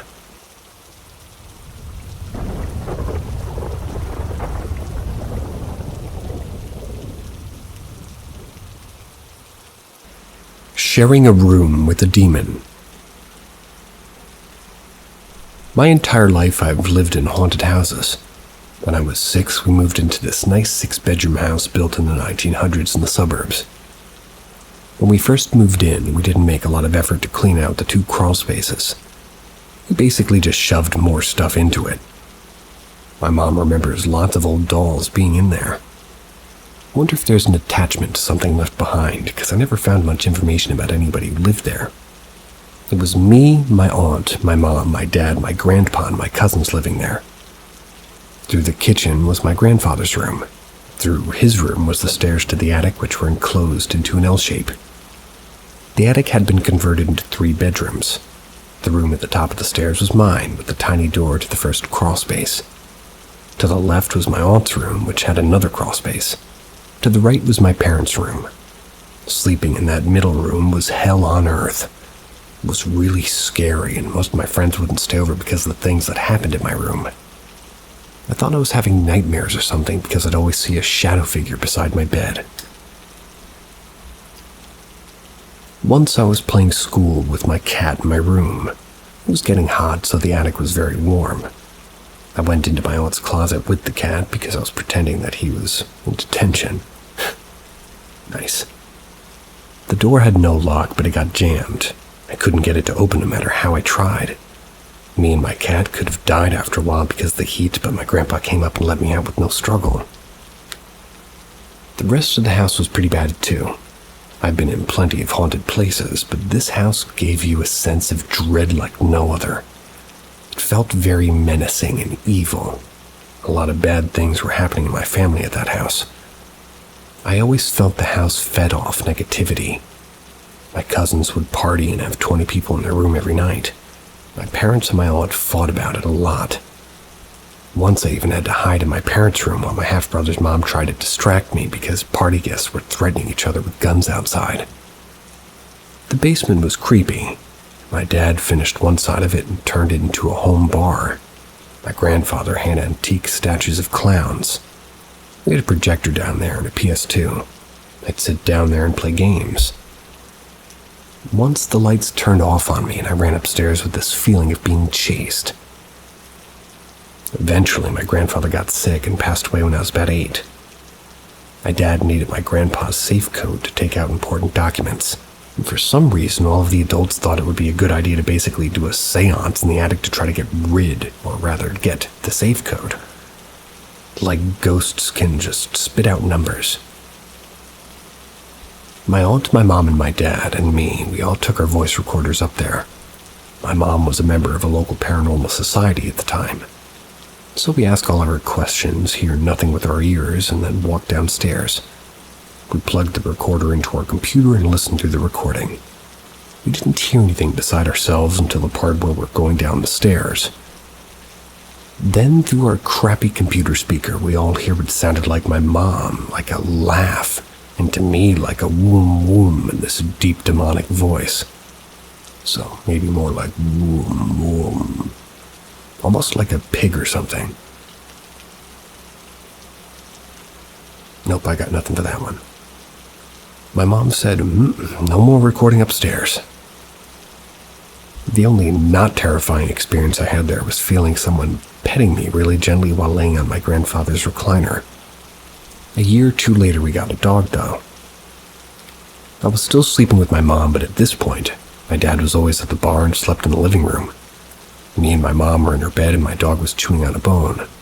The cast iron 400-pound bed frame started shaking violently.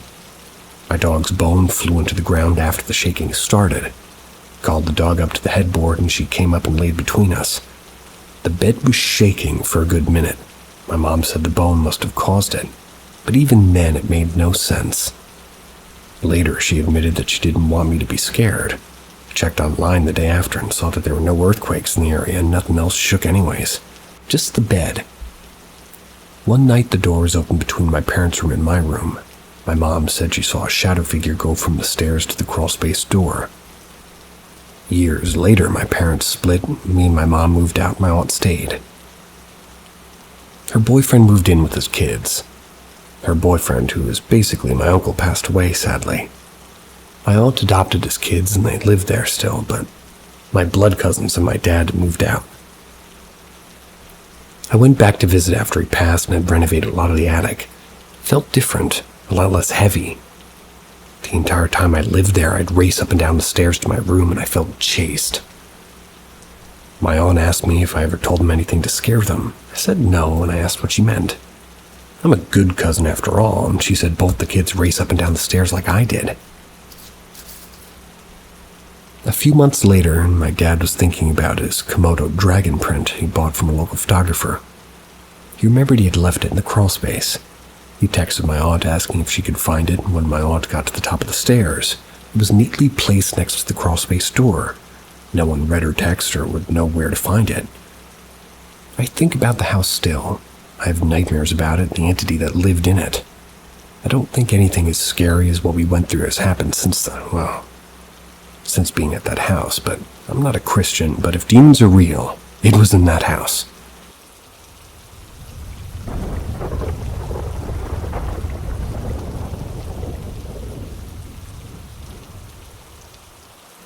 Something tried to enter my room. I, a 16-year-old female, and my brother, a 19-year-old male, were home alone one night. We were messing around and playing video games until 4 a.m. After calling it a night, I went into my room, which is connected to his room by a shared bathroom. I suddenly got an intense feeling that I should probably lock my door. I never lock my door, ever, but for some reason something inside was screaming. I faintly heard a man making a shh sound, my dog growling slightly, but he didn't bark. Which was weird because he always freaks the fuck out whenever somebody comes into the living room, even my brother. Then my doorknob starts rattling violently. Not your typical trying to open a door rattle, it was crazy like the door handle was tweaking on meth or something. Thought it was my brother playing some stupid trick, but I ran straight to his room through the bathroom in a matter of 2 seconds. He was still sitting there, headphones on, playing video games. He couldn't possibly have made it back in time. Started shouting hysterically about how it wasn't funny and how he was dead confused. Armed with a flashlight and a Batman action figure, we went back to my room. The doorknob was still high and tweaking on crystal meth. My brother reached out and touched the door and felt a shock.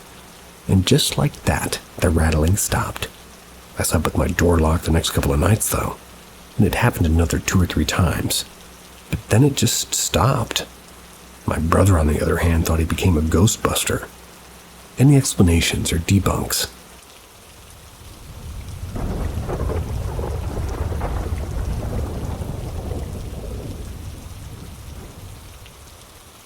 One of the few things in my life I cannot explain. My freshman year of high school, I was living in an area just outside of Austin, Texas. This area was somewhat suburb, somewhat rural. A strange mixture of the two.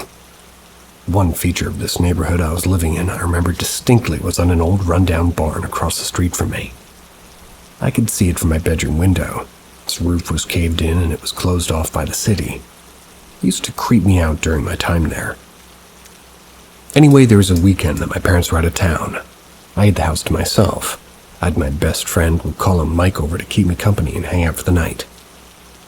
The whole night went by pretty mundane, just two teenagers hanging out, playing guitar and watching TV. Mike and I were in the middle of conversation upstairs in the room when suddenly he was cut off by what sounded like a loud belly laugh coming from downstairs. Not a creepy laugh, but like your grandfather was laughing at something genuinely funny. I remember Mike's eyes widening in a way I've never seen. I immediately felt freezing cold with fear. Our initial thought was that somebody had broken in, maybe a homeless person who frequented that barn I mentioned earlier. We grabbed anything we could use to possibly defend ourselves and mustered up the courage to go downstairs. That's where we were met with nothing. All the lights were off, all doors and windows closed. The TV was off even. No Bluetooth speakers or anything powered on. And what's funny is that the fact that we found nothing scared us even more. Needless to say, we didn't sleep well that night. I never believed in the paranormal until that night. My question to you is, have any of you heard a spirit before? Not an EVP, I mean heard with your ears.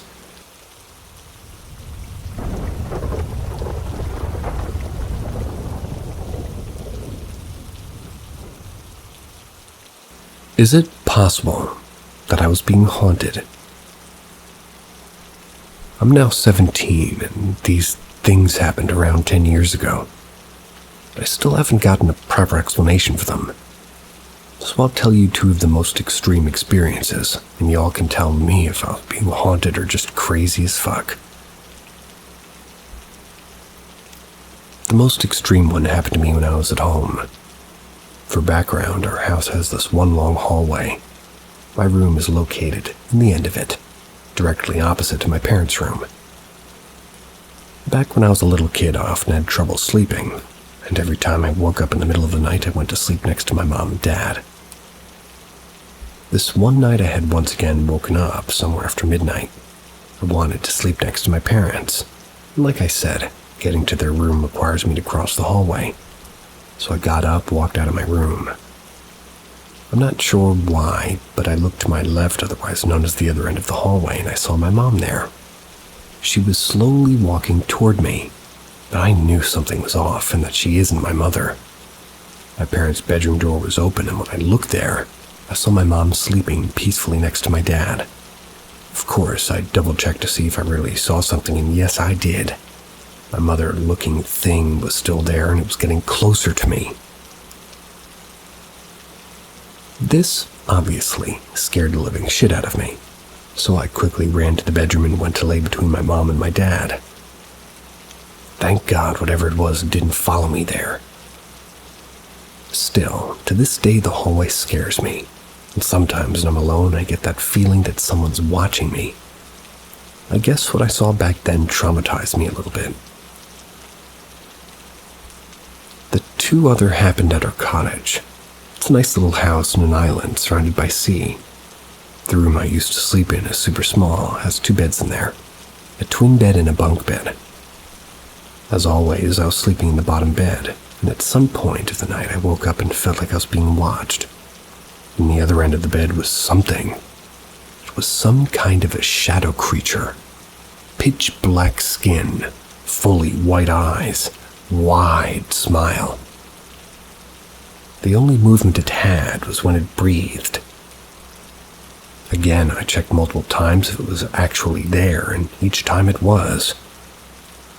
The only exit was right next to it, so I couldn't even get out of the room. I ended up hiding under my blanket. After some time, I finally looked again, and it was gone. There were no pillows or anything, just the wall. After those two, I've had some smaller things happen, like seeing shadows or hearing some voices and getting those "there's someone" feelings when I'm alone, but nothing as extreme as those. I've always been very interested in paranormal stuff, but I don't know what to believe, and if I should forget what I saw back then. The only things I know for sure that are facts is that I really saw them, and I certainly was not asleep when I did.